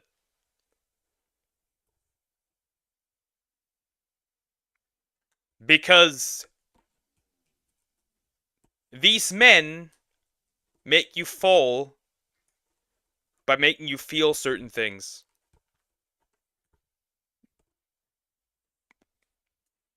Poker, that's hypocritical of you to say, since you would stay with an abusive girlfriend. True, but I'm also desperate. You forgot that. Like I said, I would rather get I would rather take some slaps. I'm a man, I can take it. I can survive. Because they know that their stylist, their tech, has learned them down. So yeah, they're willing to pay those prices. But yeah, even in these comments, it's like very apparent how much y'all don't know shit about business. You don't know shit about customers. It's very sad to see like everybody just blaming clients when y'all are the ones posting videos. Why is my salon empty? Are you serious? I just saw a video of a hairstylist coming on here talking about how she hasn't had as many clients this season as she is used to having. She kind of went on a rant, so it was kind of hard to follow. I was kind of mostly reading the comments, and a lot of people were trying to let her know, like, we can't afford to get our hair done at the prices that are expected these days. And I have to agree, you know, like, my hairstylist, super reasonable, best hairstylist ever. I love her so much. But I've noticed, especially with like a lot of hairstylists coming and doing hair on TikTok, that the prices are. This entire video, you can summarize this video very easily. It's hairstylists being too expensive and women complaining about hairstylists being too expensive, which I can understand. Most people don't have $400 to you know, pay for that. Most people don't. Slap me? No. I would. Odd. But yeah, I would take an abusive girlfriend if it had to be. A lot more than what I can afford, and a lot more than what most people in this economy can probably afford. I am all about, like, charge what you think that you deserve. You know, if you think that your trim warrants like $200, then charge that. But you have to keep into account that. No, charge what you what is reasonable, not charge what you deserve. What is this argument? I deserve to get paid $200,000 a month because I feel like it. That's delusional. That is delusional. That not a lot of people can afford that. You're taking a risk on losing clientele and only having a select few people that can afford such a price. So for me, whenever I'm not a hairstylist, I do beauty services, I do facials, makeup, waxing, henna, etc.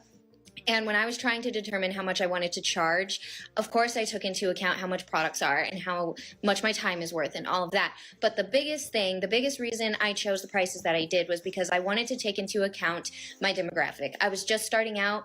My main goal was to get as many clients as possible. And whenever you are charging quite a lot of money, for a service that is a luxury, you take the risk of losing clientele or not being able to gain a clientele because people simply can't afford it in this economy. So when I was doing my research, I looked at surrounding towns, what they may charge for a similar service. I Googled Waxing, poor her. No, don't remind me of that. Don't remind me of the Brazilian waxing. Not this again. Ooh. The poop butt. what the average price is, and I went on the lower side. I would rather have a bunch of clients that can afford my service than have a select few that can, and not be as busy. So when I'm taking in more clients, they tell their friends and they tell their friends, therefore I get more appointments, therefore I'm making more money than if I had a couple clients and charged a lot more. Frankly, I could charge a lot more, but I don't want to. I love my clients. I don't want to mess up their schedule. I know it's hard to live in this economy. Getting a facial is a luxury, and I'm so grateful for the people that keep coming to me, even with what's going on in the world. I know for a fact that I can't afford like a $400 haircut or whatever the case. So for my facials, I could easily charge $300, but I charge a fraction of that price. And I'm not trying to be like, oh, look at me, I'm so perfect. But I think that the issue is she asked a question. She asked why. She wanted to know why. She came on here and complained. It's a public forum. People were trying to tell her, this is why, girl. Like, we can't afford it. And in the comments, I noticed that she was quite argumentative, which... Like, as a business person, okay? As a business person. How can you lose, like... How can you disconnect that much from your customers? Like, how does that work? Like, you have to be quite delusional to realize, this might be a bit expensive for my clients. Maybe that's not such a good idea. Imagine ripping a nail out of your toe. I don't want to. You know, I get like coming on I have imagined worse. Here saying stuff and not really realizing, like kind of living in the clouds, not really understanding. But when people are actively telling you and answering the question that you ask, and then you're going to come back at them with like a bad attitude and arguing when they're just trying to explain like their point of view, that's not a good look. I think that maybe she should probably step back and read the comments and either adjust her prices or don't. But, you know, now she should understand why there's a deflux in her appointments. So I keep seeing videos of cosmetologists coming on here saying that they are shocked that their chairs aren't filled. And I'm deeply concerned for this group of people, these cosmetologists that have no idea what the problem is. It was paying for... I'm not concerned. Let's be honest here. You as somebody who runs a business, you have to understand what your customers need, what your customers can afford, and if they can't do it, you got it cooked. For the blow dry, babe. That's what did it. Okay, that's what sent people over the edge. You know, the price is going up. Oh, I've moved up in ranking. Oh yeah, I'm raising my prices. Okay, like we can only tolerate that for so long, right? But when you start making us pay for our hair to be blow dried just so we can all see the final product, like that's actually crazy work. It's crazy work, and I'm genuinely concerned if you cannot see that as an issue. Okay. It's not only the prices, because about 6 months ago, everyone was saying like, hey guys, like something's not right. Like this industry doesn't feel the same as it used to. And we were told it's a luxury service. So, I mean, if you can't afford it. Poker, what's the worst pain you have felt? You mean physical? Because on that depends the answer.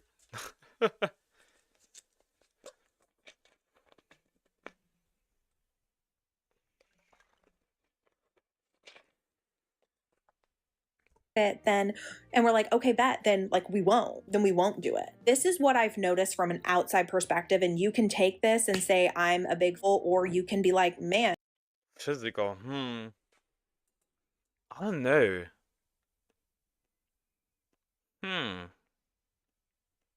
I don't know. I can't remember anything like at the top, like right now. I can't remember anything. I've never got seriously injured or seriously hurt. I don't think I have anything. That was probably something when I was a child, but I don't remember it. and maybe she's got a point, but this is what it is. You guys have lost a sense of community. You've lost a sense of empathy for your client, and you want a revolving chair. You don't want repeat clients. And that's exactly it. Is your basis of your business is going to be your return clients. It's getting to know your clients. It's making it feel like a luxury service, because it is no longer a luxury service. When we are walking out of salon with wet hair, or we have to pay $50 or $60 to get it blow dried just so we can see the final result, that's an issue. When you're having a half-ass consultation with someone and in the end they end up not liking their hair because you guys didn't execute what was supposed to be done, or give like thorough explanation as to what the client was to expect, when you guys are sending clients home when they're like, I'm not. I realize this video is like over half an hour of women yapping about their hair. And that they can't afford it. Pain. If you can't afford something this important, it's actually over. The worst physical pain I've felt was being struck by lightning. Should have bought a lottery ticket that day. Not liking this. Instead of being like, what can we do to fix it? That's what's changed. Okay. You guys need to channel back like 15 years ago. There used to actually be a sense of excitement to go get your hair done, to chat with your hairstylist friend, to know you were going to get quality work, to know that they were going to care if you ended up liking your hair or not. I will also add that in this day and age, there actually is no excuse to be butchering a haircut.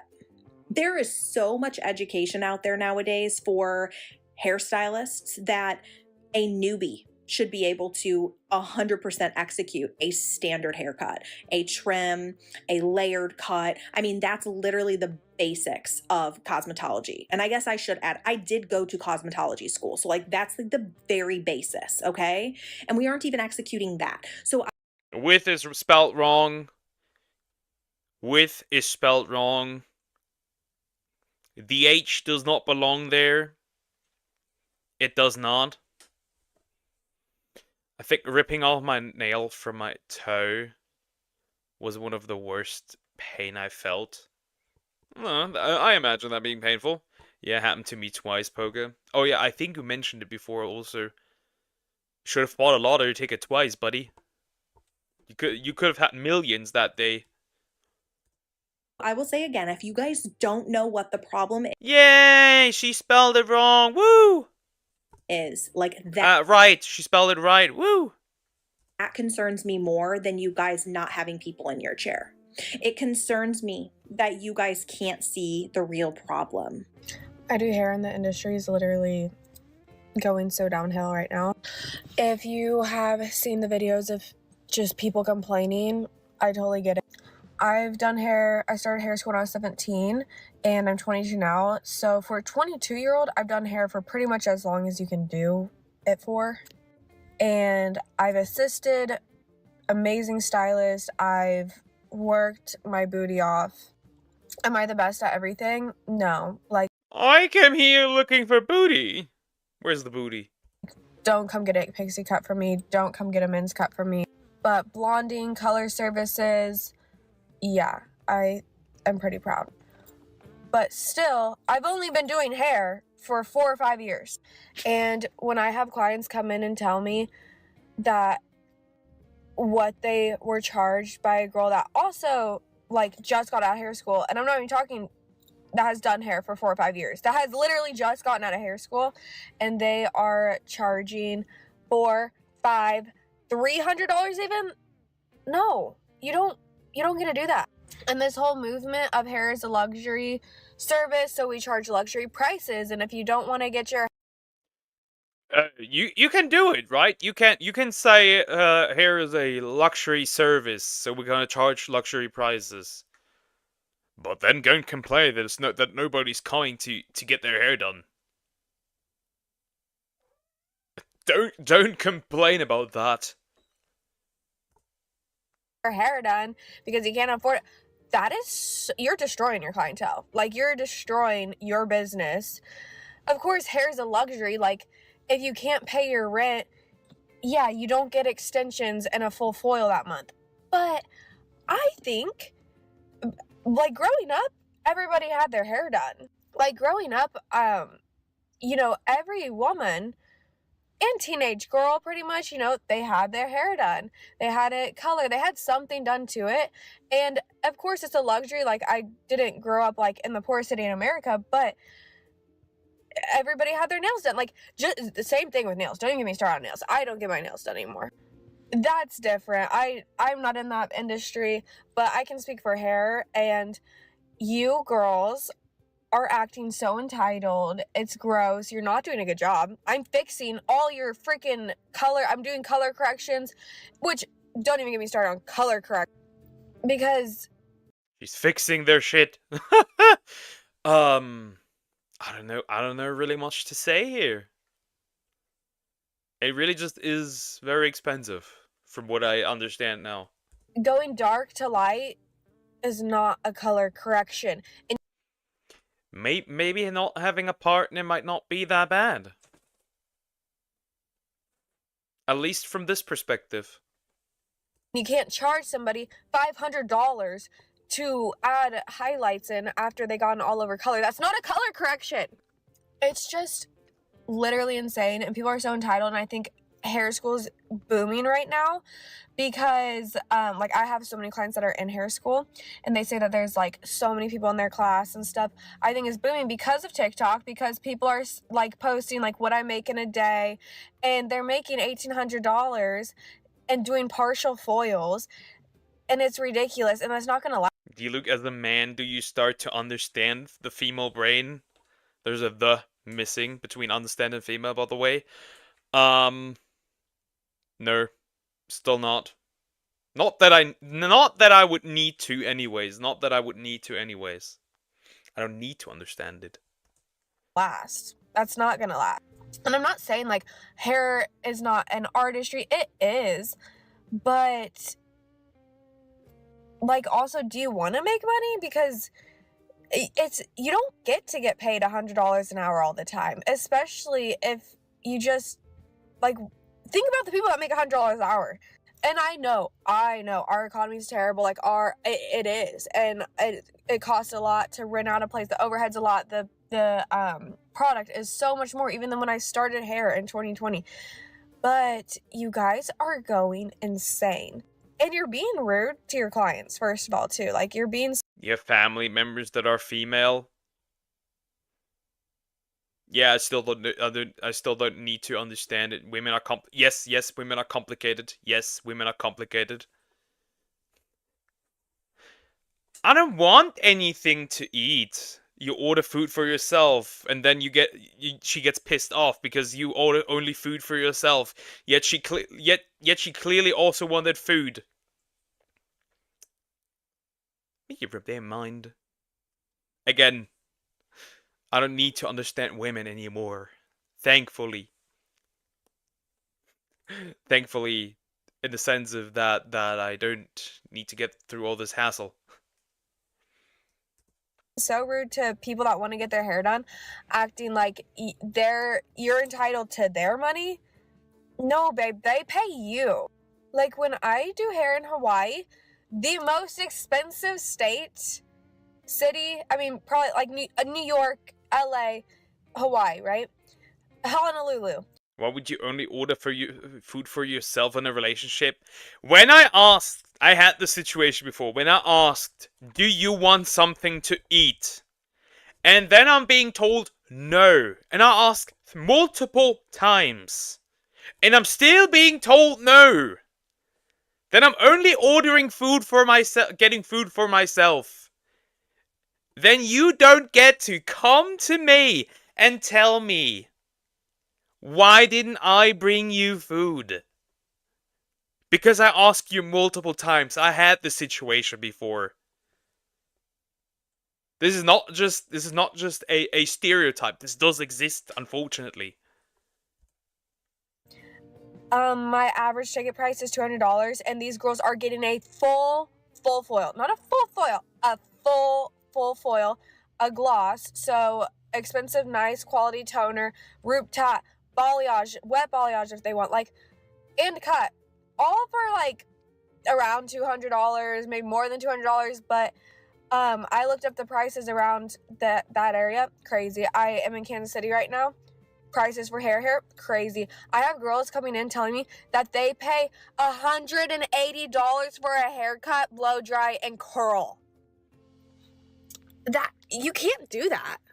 And if you're one of the hairstylists, especially baby hairstylists, like new hairstylists that's saying hair is a luxury and this is what I have to charge.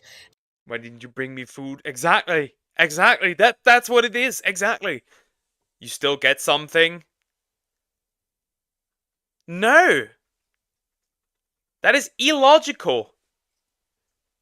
Is no means no until it doesn't? And you haven't gone through an assistant program, you haven't gone through extra classes, you're getting all your knowledge just from hair school, and you think you're going to walk out of school and charge $300 and do a partial foil and call it a lived-in color because it's a luxury and charge $300 for it. Because some people are, a lot of people are, and a lot of people are doing that. And I actually worked for a salon that briefly, like for a few weeks, because it was just, their ethics were so bad. But if you're charging $300, $400 for a quality service, you literally better be massaging their feet while they process. Like, I'm not kidding. Literally, yeah, do anything. Like, massage the feet, massage the back. Tickle their, I don't know. Like, their belly, I don't know. Anything. Literally falling to people's feet. Because otherwise, this does not make much sense.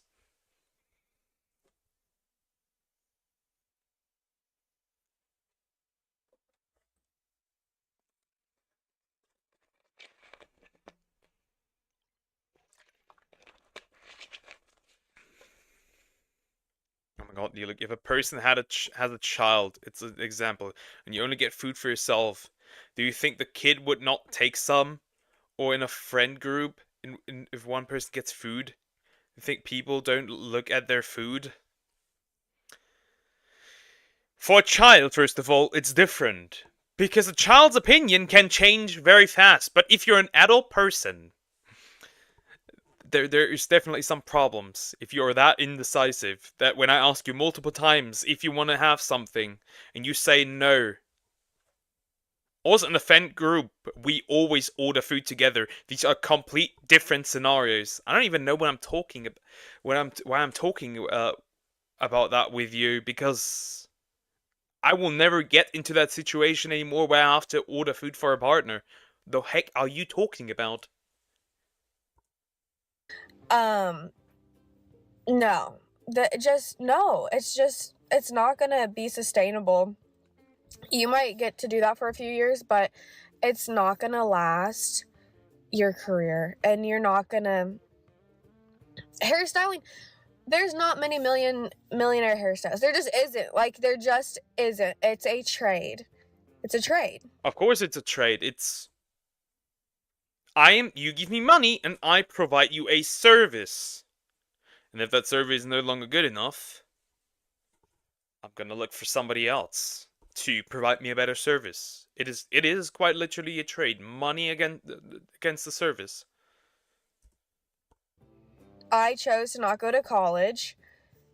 I went to trade school, and it gives you freedom. It has a lot of other benefits, but I'm not gonna become a millionaire from doing hair, which was never my goal. I don't want to be a millionaire. I mean, sure, I'll be a millionaire, but I know I'm not gonna become a millionaire from doing foils all day. And not to discredit hair, again, I love it. But you guys, like, people need to wake up, because how you're treating your clients is disgusting. Your attitude on social media, your attitude about hair is disgusting. You look stupid, and just that alone, you're not going to get clients. Like, if you're being entitled to your client during your consultation, oh my God, if you ask, what is your budget?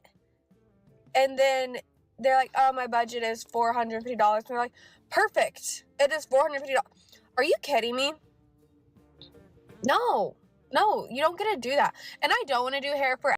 This is literally just yapping. This is the men's yapping. Holy shit. Still, even thinking that is wrong. I mean, I can't relate, because I do say I want food, but I do know people that don't want food. Not doesn't, that don't want food. It's not even spelled correctly. Now a bit for want food now. Wait, I'm having a stroke. But I do know people that doesn't want food now, bit will 20 minutes later. What the heck are you... What is that spelling?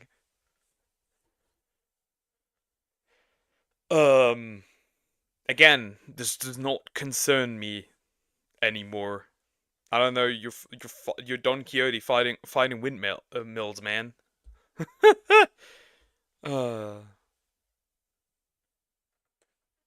That does not concern me. Forever. My mom's been in the industry for like 30 years now. I don't want to be in the industry forever.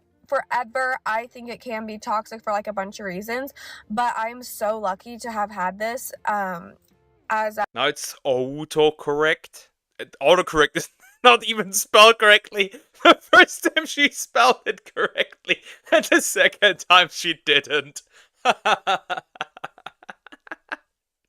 This is amazing. I love it. I love it. I love it. Holy shit. Why do you do that? I've basically grown up and like became an adult because it has just given me so much freedom. It has given me good money. I make good money, but I don't make what I see on TikTok, and it does get in my head a little bit because I'm like, that's ugly. Like, that's bad hair, and I do way better than that, and I would never charge that.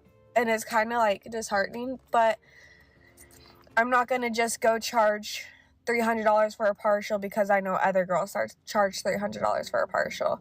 So that's my take on it from a hairstylist. There's a bunch of pros. Enough. I've heard it. I understand it. Hairs are expensive. Incredibly expensive. Like, really, really expensive. I still don't see why you pay $400 or $500 to get your hair done. I still don't understand it, and I don't want to. The female mind is complicated. That's all I'm gonna say. Alrighty. We're gonna jump into one last video that I'm gonna watch. And it's gonna be this one. Hi, hello, and welcome back to the car. I have finally once again achieved stealing from Raven. Gen Z parenting is harmful by Cyber Noob. We're watching Female Most Critical again.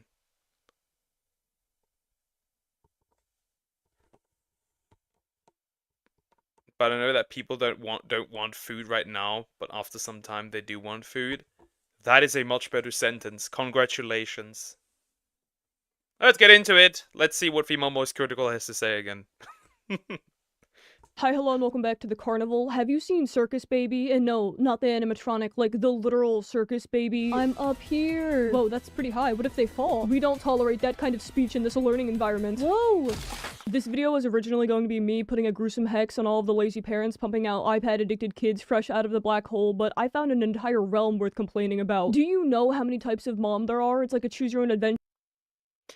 There's a lot of moms out there, different kind of moms. The TikTok mom, the autism mom, the YouTube mom. There's plenty of moms. It's a wonder that there's no Twitch mom. Actually, that's a wonder, in my opinion. Game, but all of the paths are blurrily the same thing. Crunchy moms, crispy moms, scrunchy moms, silky moms, gentle moms. What are you even talking about? The last two Moms. Just moms. What the fuck even is this? you just sound like you're describing laundry detergent. If someone came up to me in real physical form talking about how their mom was crunchy, I'd send a SWAT team to their house on suspicion of cannibalism. You can't just drop that in a conversation. I love how cannibalism was brought up, yet,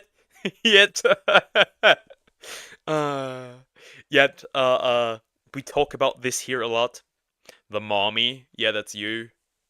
Yeah, my mom's a bit like Rocky Road, really melts in the mouth. What did you just say to me? I was super interested to learn about these crunchy mom practices, so I went to the most knowledgeable application on my phone. It's rumored that intercosmic scientists developed such thing. This is for the moms who are in the thick of new momhood, who— Of course, this is on TikTok. Why wouldn't this be on TikTok?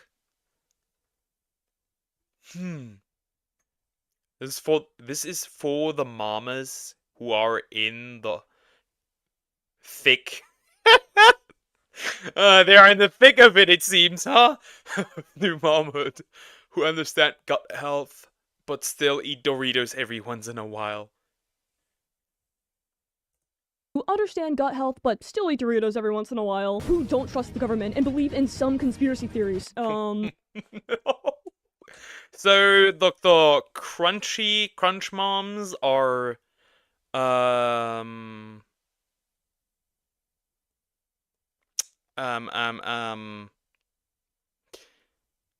conspiracy theorists. Wonderful. Vance Joy Riptide at the end. I'm scared. This sounds scary. And just don't care what anyone thinks anymore because life's too short. Let's be friends. I mean, I guess. I feel like that leap from eating chips to the world is flat was a little too fast for me. I have whiplash. I'm sorry, but your son won't be allowed to come to the first day of school without his vaccinations. You want me to shoot up my 5-year-old son with these poisonous lead vials the president is poisoning us with? It's just a flu shot. You want Hunter to die? No. And what do you mean by some conspiracy theories? So are there also anti-vaxxers in this case? Oh no. Oh no, not the anti-vaxxers. Where do we draw the line on that? This is all too casual. I'm starting to think she's an alien. When it rains outside, I carry an umbrella. And I think the moon landing was fake, because I was there first. Let's be friends! Who's your leader? So to fully elaborate on a crunchy mom, it's a mother or caregiver who follows a natural lifestyle and parenting style that avoids modern medicine. No, yeah, I love measles. They're so cool. When my 4-year-old contracts that big red splotchy rash on their neck, it's beautiful. It's like a piece of art. Yeah, it can kill kids and it's super painful, but there's no way to prevent it. So they are anti-vaxxers. So they are conspiracy theorists. Wonderful. Great. Awesome. So what are you gonna do? Technology and processed foods.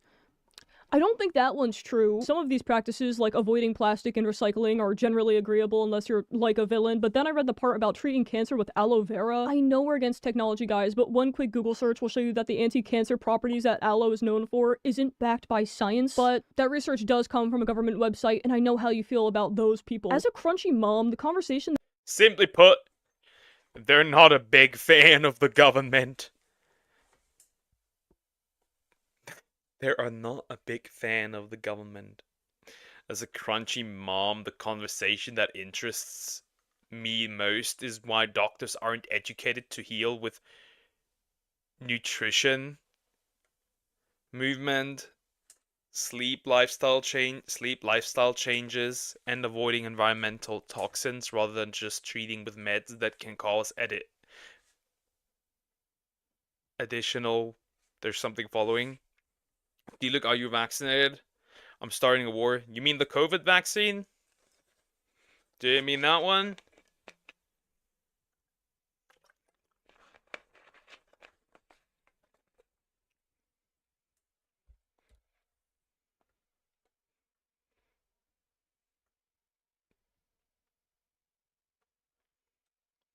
Do you mean that one?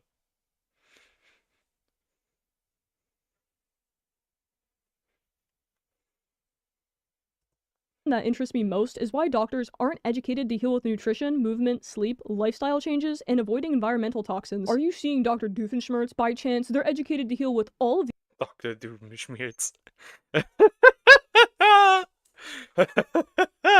That is wonderful. You mean that? Nope. I got it. I got the couve right before I needed any vaccine, and after the time that I needed it, that I would have needed it, it was no longer somewhat mandatory, so it didn't matter. I got the couve before I got the vaccine. these things, actually. It's like what they spend 8 years studying. Never once have I gone to a doctor who didn't know how to heal with avoiding environmental toxins. Yeah, this arm looks a little impaled. Oh no, really? What should I do about this? Well, does it hurt? Yeah, kind of. I jumped off a building. Well, I don't know how to heal with lifestyle changes, so keep doing that. What? But what I can tell you to do is keep smoking cigarettes, never wash your hands, and you know the little liquid that's inside of thermostats? Yeah? It's mercury, and I want you to Yeah, mercury. Drink it. Like, drink it right now. Drink it. drink it. I feel like this one comment really sums up the Crunchy Mom atmosphere quite well. Because of the... Oh, okay. Oh, and she liked it. Great. Would I get a... Oh no. Oh no, she's also anti-Jews. We're going down an interesting pipeline. I have to admit, we're going down an interesting pipeline. Costco as a Crunchy Mom. Medicine. So now we're using butter as medicine. The plants and essential oils weren't good enough. Do we put it in capsules? Do I shoot up with it? Will it heal my ingrown toenail? These are all critical questions. 95%. How do you feed it grass? Oh! They give the cow. Okay, sorry, the vaccines they gave me as a baby, they made me autistic. There's still people that believe that autism comes from vaccines. Which is wild.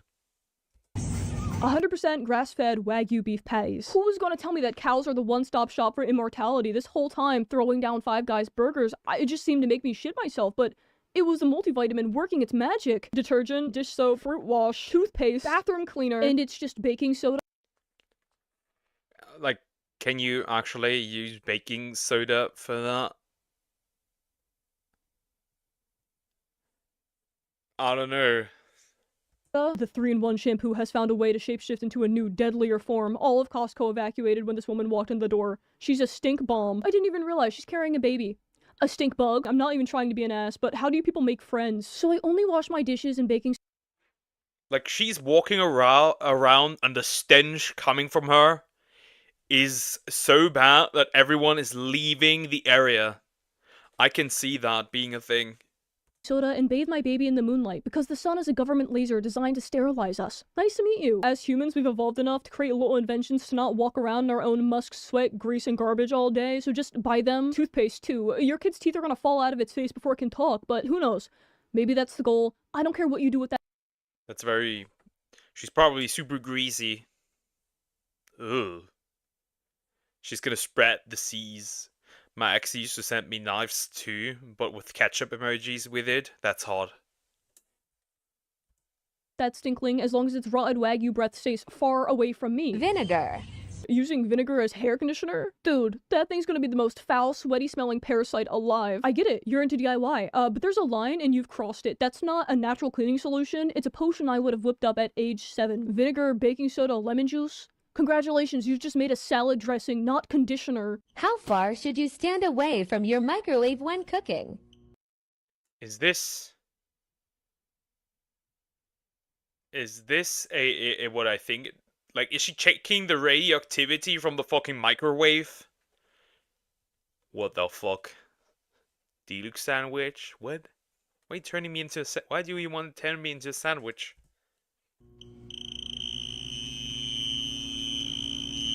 What are we doing? That's not a Geiger counter. It's an EMF reader. Your microwave isn't ionizing the- I hate stupid people. Why are you backing away from it? It's not gonna shoot you. Now you gotta cook something in it and see. No, no, no, no, no, no, no, no, no. Does she really think this is radioactive? Does she really think it is radioactive? No, this can't be. This cannot be. No, no, this can't be. See if the food's radioactive after. Guys, this isn't you. Honestly, if my mac and cheese starts glowing in the dark, I see that as an upgrade. It must be so scary to live as one of these people convinced that every square inch of Earth means obliteration, but also maybe kind of fun. It's just a 24/7 post-apocalyptic zombie LARP. I mean, it might be fun, because you can theorize with others about, conspiracy theories, which is kind of fun. That is kind of fun. That is very fun. A little delusional, but more eventful than real life. They allow 5G phones on the market for you to put to your head. Wait till I post a video showing how high the phones get when making a call. Okay, and what did we record this on? Fear-mongering is an integral part of every single Crunchy Mom's existence. They have this urge, this calling to push their maniacal anxieties onto everyone ever, usually about food. I'm a Crunchy Mom. Of course I'm going to keep telling you that your Brita is not filtering out what they're saying it is, and of course you're going to keep getting... Yes, Raven, it is correct.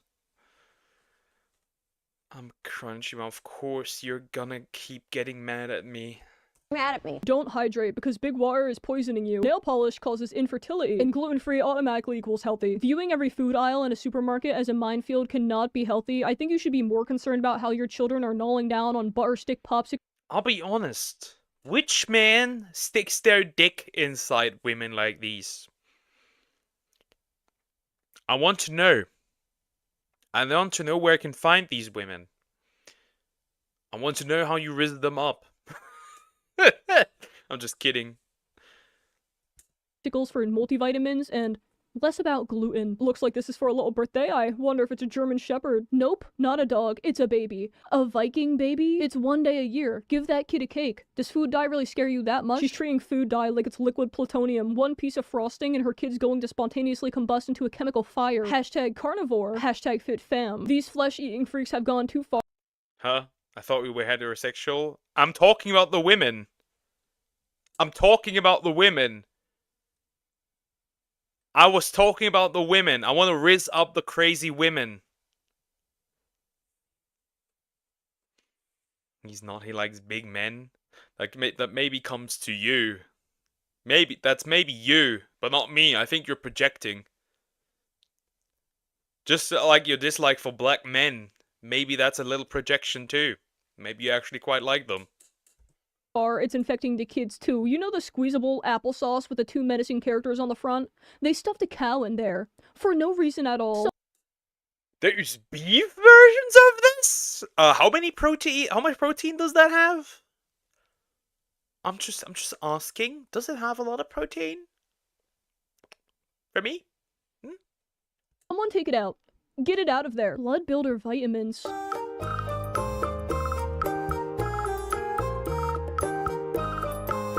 Are you okay? What are you people talking about? Where am I? I feel like a dementia patient. The daily blood builder regimen. I thought it came included and now you're telling me I have to build it? Wait a minute. Maybe the Crunchy Moms are all vampires. They stay away from doctors and EMF waves. You know what's constantly putting out EMF? The sun. Only eating flesh and now they're making their own blood? It only makes sense. As long as these crunchy kids manage to make it to their 5th birthday without contracting the pneumonic plague, they have a chance. I mean, just use some daylight. But if they're twilight vampires, then that doesn't really work, huh? At being normal, through socializing in environments like school. Oh, yeah, there's no saving you. Speaking of unschooling, are you evil and want your child to horrifically fail through life, eternally hating you for sabotaging them from a young age? Not really. Perfect. Unschooling is the belief that personal learning is most important. Parents act more as partners than teachers. They set up engaging environments for the kids. It's child neglect, but trendy, so why not? What you're about to witness is considered a lesson in this woman's eyes. Just keep that up here. So unschooling isn't no education, it's... I've seen this bitch now 3 times! Please free me. I've seen this woman 3 times now. Chad, we've seen these women 3 times now. You want to kill me? Fine, go at it. I don't care. This would actually be free. This would actually free me from my eternal prison. I'd actually appreciate that. Education in response to a kid's interests, and small children have a lot of them. So we got a cool little moment when I was on the phone with my web designer. Everywhere I go, I see her face. Everywhere I go, I see her face. Nope, I do like strong men, however, not black. Maybe. And then there'll be plugs for the different versions of the audiobook, the book, etc. Something that's... What?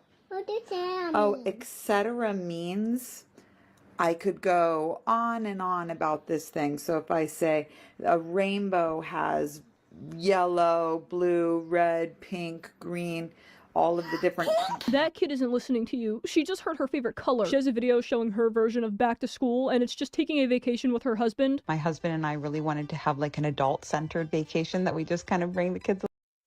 The stupefying mom. The thing is, really, I see her everywhere. I've seen her now in 3 different videos.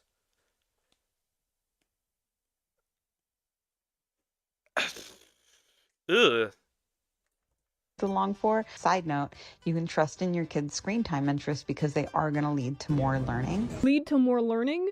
I think anyone who lives with kids can tell you how insane this sounds. Let's just go take a little field trip to the TV in the living room. Turns out my dad had been cheating with this woman. Why did I give birth to a stupid tinker? Mom, your husband keeps flirting with me. First off, stop saying my husband. He is your dad. These unschooling parents are all pretty much carbon clones when it comes to defending their child's education. So it's true.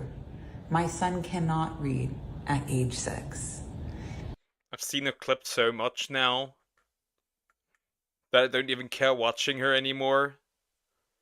Yes, he cannot read at age 6. Okay. Nah, Raven is not racist.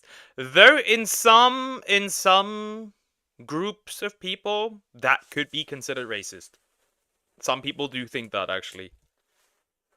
There's never going to be a time in my life where I can say, yeah, my son started reading when he was 5 years old. He's on the Waldorf and Montessori schedule. It's different. But here's the thing about my kid. He's free. He's always been free. Yeah, my kid can't read or write. He uses speech text on his iPad all day. I don't even think he knows his own name, but at least he's free. He'll never have to worry about getting into college because he's not going. He can't go. I've handcuffed him to me as a learning exercise. And every single day of his life is a blank canvas that he can make whatever art he wants with. Discovery, adventure, art, play, interest. This is what his day is made up of. There's no conformity. Free to learn at your own pace. Why do I not believe you? What if she's not even looking after the son from the get-go? What if she just yanked him out of her uterus and now is just feeding him like a dog? And that's it. Who says that she doesn't do that? There's no trends, there's no ahead or behind, there's just being. This argument is so stupid. Reading is a basic life skill, not some milestone society pressures us into. Your kid needs to learn how to read so that he can function in the world. He doesn't need to be reading Shakespeare at the age of 6, but at least give him the tools so that he can learn and he's not starting life at a disadvantage. Saying there's no ahead or behind is a sweet sentiment in theory, but in reality, I have nothing against talking or being friends with someone, however, in a relationship, oh hell no, I'm good, I don't go black. That sounds still so weird. Be real.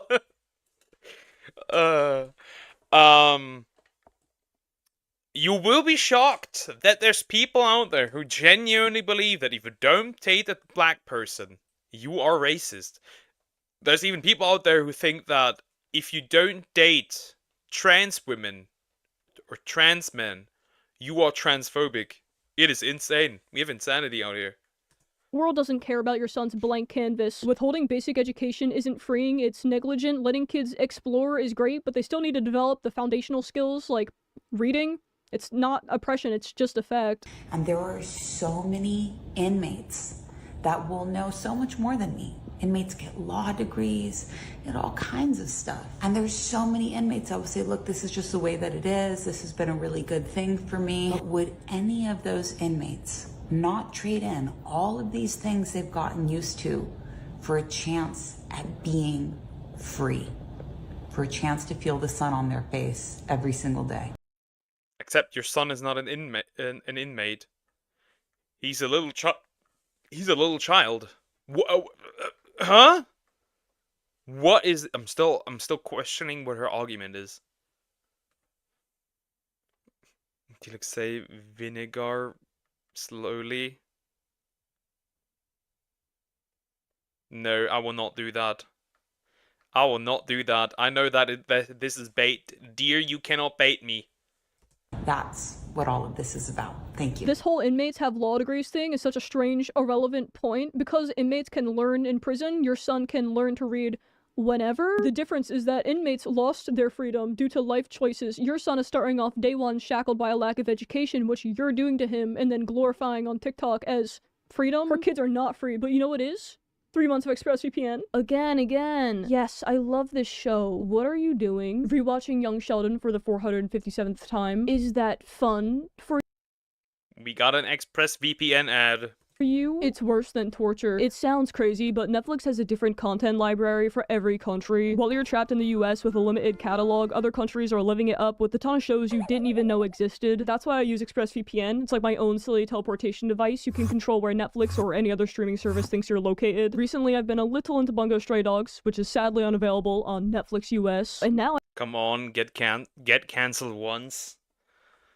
Yeah, but if this channel fails, you know what fails as well. I can binge watch it if I'm sitting in Japan without even leaving my seat. All I had to do was select a location, tap one button, refresh Netflix, and boom, instant access. First off, the speeds are insane in the membrane. I'm able to stream in HD with zero buffering, which is kind of important if you don't want to end up staring at a white swirling circle for 50 hours. That's not fun. Plus, it works on everything. Phones, laptops, smart TVs. Probably this archaic thing if you tried hard enough. Plus, it even protects your privacy. Right now where you're sitting, your internet service provider knows every single website I came and I will say hi, so hi. Hi, Emily Snow. Hi, how are you doing? Hope you're doing good. you visit. With ExpressVPN, your identity is anonymized by a secure VPN server. Your data is also encrypted for maximum protection. Stop paying full price for streaming services and only getting access to a small slice of what they offer. Find out how you can get 3 months free by scanning the QR code on screen, clicking the link in the description box below. Why are you questioning that? Don't you have any black viewers who can hand out you the pass? Still won't do that. Why shouldn't they use that? This comes from the same person that likes to use dots at every sentence, at the end of every sentence, in between sentence, to make it seem like they're angry or they're sad. I'd be very quiet if I were you. No, Krokok, you're not black. Or by going to expressvpn.com/cybernoob. I seriously think a study needs to be done on these people and their fear of having their child grow up, because why are you permanently stunting them at 3? Why do you want your kid to drink Go-Gurt and sing nursery rhymes until it dies? She talks about her goal with unschooling, and it's to not produce civic-minded members of society. The whole interview was about, like, you know, the dangers of unschooling and the I'm a new sub and got sucked in really fast, so hi everyone. Hi. How are you doing? Oh man, this is interesting. I still think I use dots to separate things. Shut up. This is just off-putting. This is just like... Let me scan the QR. No. It's just like, I don't know. I would definitely say that this mother, in quotes, is abusing her child. I'm now seeing clips that I haven't seen before. I've seen this woman 3 times now. And the more I see her, the more I want to throw her into the stratosphere. Don't tell me to shut up, ass. Yes, I'm an ass. Love you too, Raven. There was like a homeschooling expert that was like, well, my concern is that they're not going to be civic-minded members of a functioning democracy. First of all, it's dysfunctional, but second of all, that's the whole point. We don't want our kids to be aware of anything. We don't want them to participate in anything. We don't even want them to— You poop butt. I'll let you know I'm washing my ass. Knowledge abuse. It's just general child abuse. I wouldn't call it any special thing. This is just child abuse. to amount to anything. Saying that's the whole point is like admitting she's purposely raising her kids to disengage from the world around them. To not pump out more civic-minded members of a functioning democracy. It's one thing to criticize a dysfunctional system, fair enough, but choosing to check out entirely isn't some alpha-brained rebellion, it's irresponsibility. The idea that we are not the same. You check out because you're insane. I check out because I got nothing to lose. That's the difference. I choked on speaking. Emily seems very excited, I have to say. Men, wash your dick. No, it's the wrong quote. You quoted it wrong. It's men, wash your penis.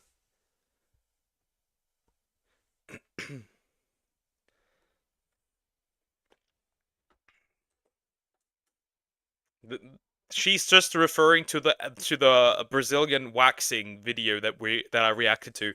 It was absolutely terrible. Never again. Stop abusing us.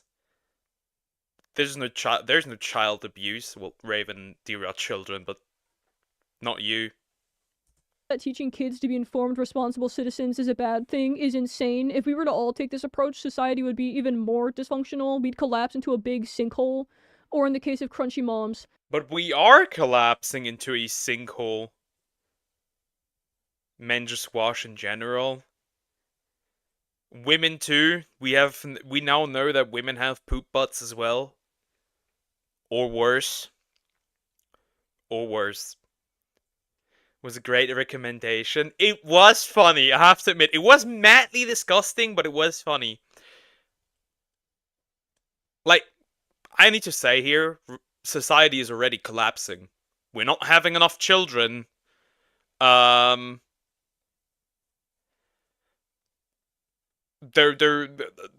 don't have enough money.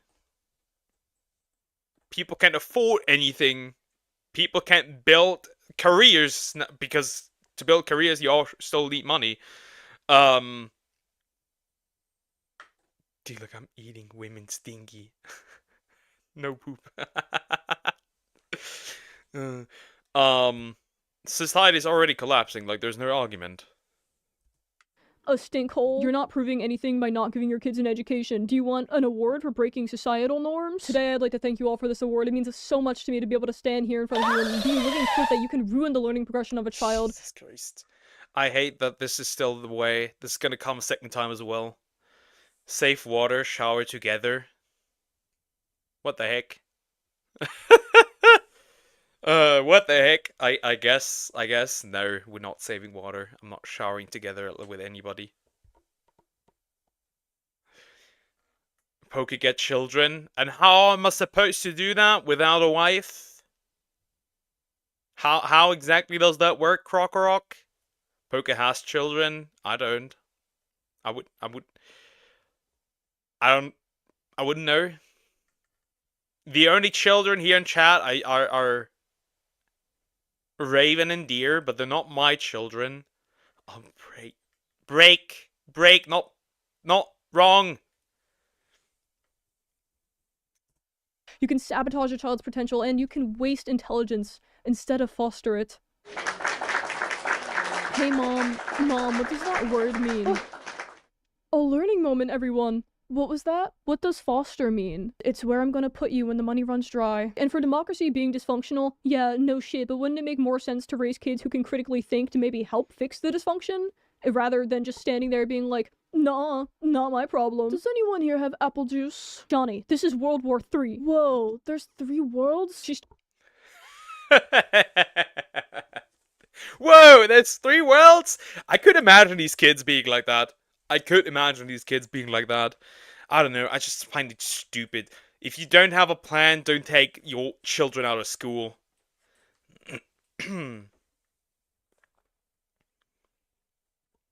Adopt children, Poker. I will not adopt children. If they're not biologically mine, I don't want them. Also, I'm taken, not taken. I shouldn't use that now. I'm taken, not taken. Sounds interesting enough. It's hard to trust a person that bleeds for a week and doesn't die.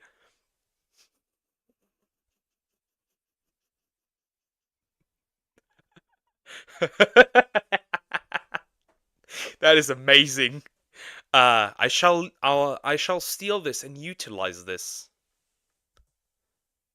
training her kids to be total bystanders. She's leaving them without the tools to engage in the world, let alone improve it. Maybe I've been too harsh and judgmental. Maybe I've just needed to see someone unschool correctly. Well, thankfully I found this video. How to unschool correctly. She decided to take...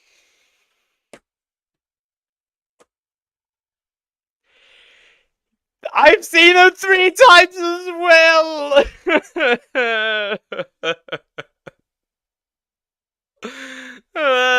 Leave me alone! This is the same chick! She's everywhere! These two are everywhere. These two are quite literally everywhere.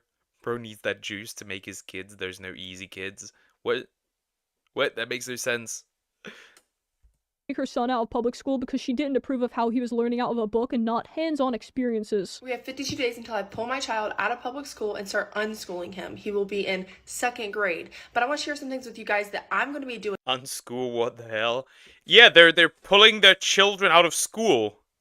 And then they try to homeschool them. But they don't know how to do it. Like, the woman before that said she's not going to teach her child anything unless it asks. This woman isn't as bad, but she's still bad. Doing to make sure that I fuck up his education or fuck up his future. I'm going to take him grocery shopping. We're going to start a garden, doing lots of gardening, lots of hands-on stuff to teach him these things, not just reading out of a book, which is what's wrong with public school. You know, when you go to college and the requirements are hands-on experiences. Physically, hands-on stuff, and I believe this is going to be the best thing I've probably ever done for my kids, and I'm really excited. I'm going to record everything. Yup. I'm sure you are. Day 1 of unschooling, and I've got my kids helping me to clean the car out.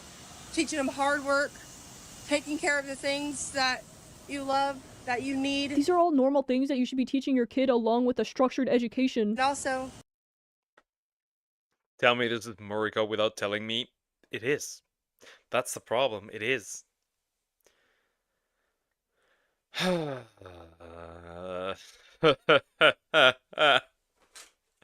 I've seen this clip now 3 times. She's everywhere. Just needed the car clean. Day 1 of unschooling, and these kids definitely will not have sustainable jobs in the future, but I'll be putting them to work now. Day 2 of unschooling, we're at the park learning how to have fun. Learning how to have fun? That's the shit abductors write on the side of white vans to lure kids in. Hey, you guys want to learn how to have fun? There's no more school inside of here. Unless your kid's foot has Bro, dear, you're cooked. There's 2 women in chat who like deer meat. You need to run, buddy. You need to run, like, right now. It is no longer safe. Let's go another European. True! She's also European. She? Woman? Am I right? Am I not right? I hope. Because I'm German.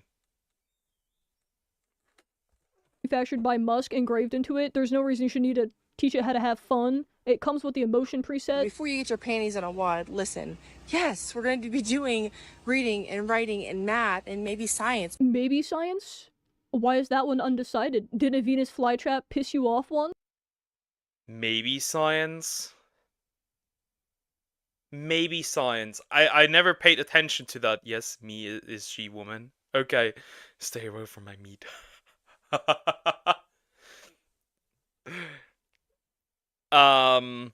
Maybe science. Like base science would be kind of useful, huh?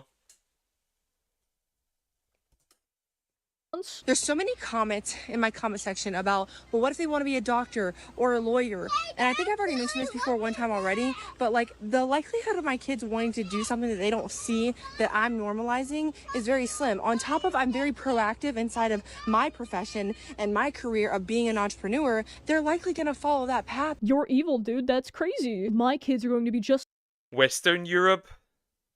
Oh boy.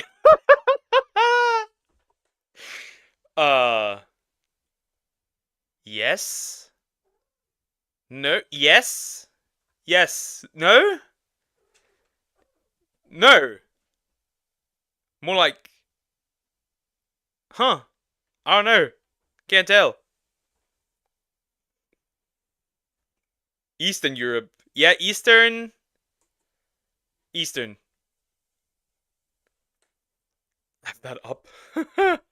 just like me, because I'm giving them no other option. They'll be forced into my dreams and aspirations. But now that we have a good feel for the what this woman is trying to do is she wants to turn her children into entrepreneurs who follow in her footsteps into a pyramid scheme so that she can ruin her kid's life, as it should be. Unschooling multiverse, I need to show you my favorite unschoolers ever on the earth of all time. Wow, Family Circus. The explanation of this Family Channel thing is so bizarre that I've explained it to 3 people, and each time it sounds like a failed anime plotline. So there's mom and dad who are both in the circus. They fly around and stuff. They're super talented. They have 3 kids also in the circus. Kind of. Headgear, an acrobatic of sorts. We don't hear much about him ever. He's not in the circus. Why do you want to give away my meat? Buddy, when you talk about this kind of meat, I have unfortunately to tell you, unless I'm married, nobody getting that meat, buddy. You know that. I'm waiting until marriage.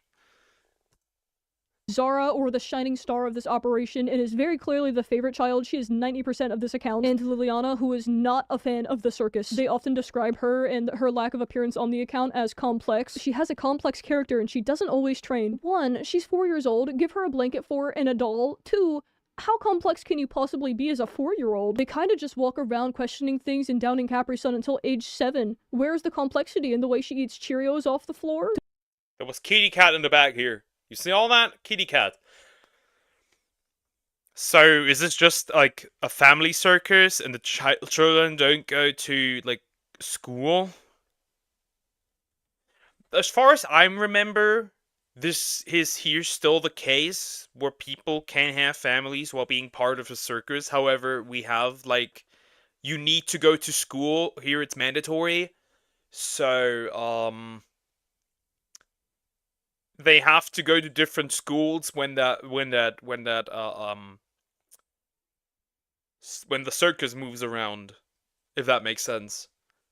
Kind of terrible for the children, but what are you gonna do? Don't worry, it's not just her who catches strays, because all children are not very useful. After 7 to 10 minutes, she says she's practiced everything. I do her hair longer than she practices. A lot of people have commented under this specific video saying that, no dear, my meat will not be given away. This is blocked until I'm married. My meat will stay, buddy. This thing called hair hanging can mess up your hairline and Jenga block it. And the mom is very, very passionate when it comes to denying this misinformation. I don't have baldness. I could fit 10 fingers and probably 10 toes together on there. I can't even picture any of these kids going to school. Imagine being 4 years old and when asked how your weekend was, the girl next to you says her mom hung herself from her hair. That'd be terrible. That'd be terrible. Just like go up to the classmates and tell them, yeah, my mom has hung herself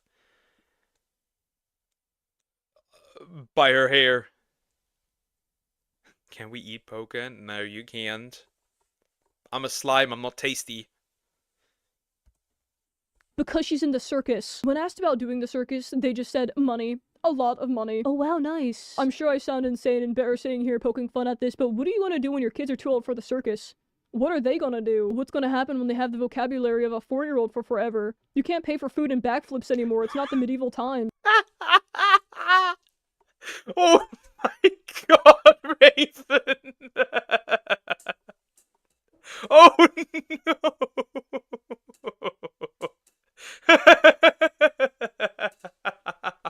Oh no!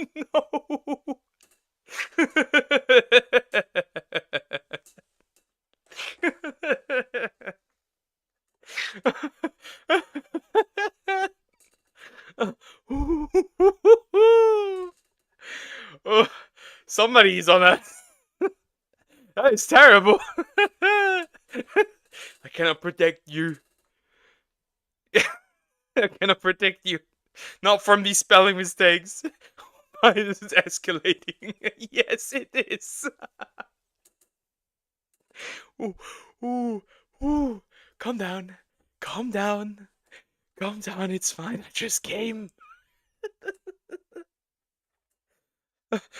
Ooh. Okay, okay. Okay, that was great. That was great. It's autocorrect. Why is that in your auto? That creates more questions than answers. Is that SD? Come. This is crazy. Sunday is a come down. Okay, I'm gonna continue with the video. You see, merchants, I'm just really hungry. I haven't eaten food in days. No money, huh? Impress me with a dance. Really? Wow, this is marvelous. As a homeschooled, This is how I dance. Nah, I can fully dance. At least I can fully dance. Not many can do that. Like actual dance for like weddings and stuff. kid, talk to her and ask. Consider, does she have friends and a social life outside of the circus? Does she enjoy it? We asked Zara if she wanted to attend public school or be homeschooled and spend more time with the circus. She chose the circus. Of course she chooses the circus. She's a kid getting infinite attention glitch for twirling around in the sky. You're the parent that's supposed to be pushing her to go to school. Also, I'd like to note before there's some goon in the comments, they're saying homeschooling, but it's not homeschooling. It's unschooling that they're just referring to as homeschooling. It's probably a language barrier thing. They're from Kazakhstan. The parents are currently gone for 3.5 months because they signed a contract to travel around with a China circus. They created some new circus move, which has never been done before, and that's a huge no-no. And so the kids are going to continue performing at the at-home circus, but not the boy, because he's training for the Olympics, and I'm not gonna lie, he's pretty cracked. Are you seeing this? I have no clue who's going to be watching the kids, but I'm guessing it's the circus. But yeah, that's everything. That's Wow Family Circus. So interesting. I mean, I think we need to address the elephant in the room, and that is that the kids are not going to school, no matter how talented they are. Because if this fails, for example, if the circus goes bankrupt, like what are these kids gonna do? It's unlikely that they're gonna find another circus if they're not incredibly talented. So difficult to say. Autocorrect, not. It's not autocorrect. Isn't still spelled wrong. Do you need like a private, like, teacher? We need Jesus in chat. Gosh.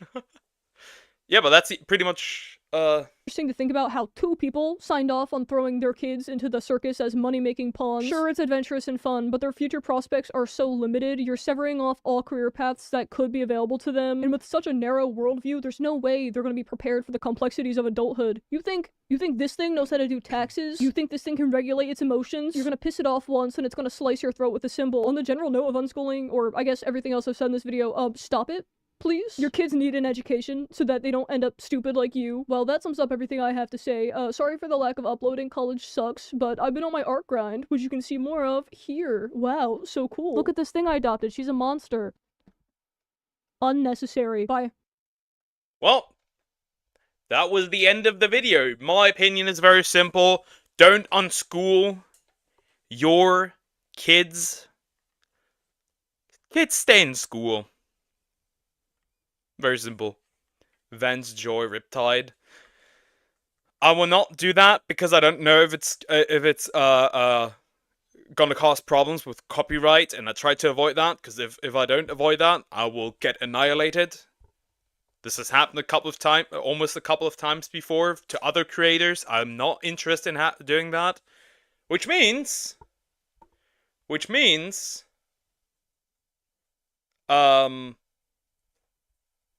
me ending stream here.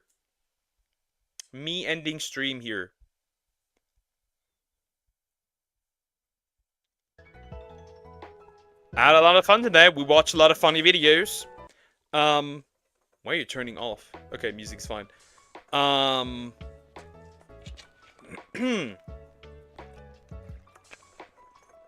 be back tomorrow with the usual stuff. Shiny hunting, and that's pretty much...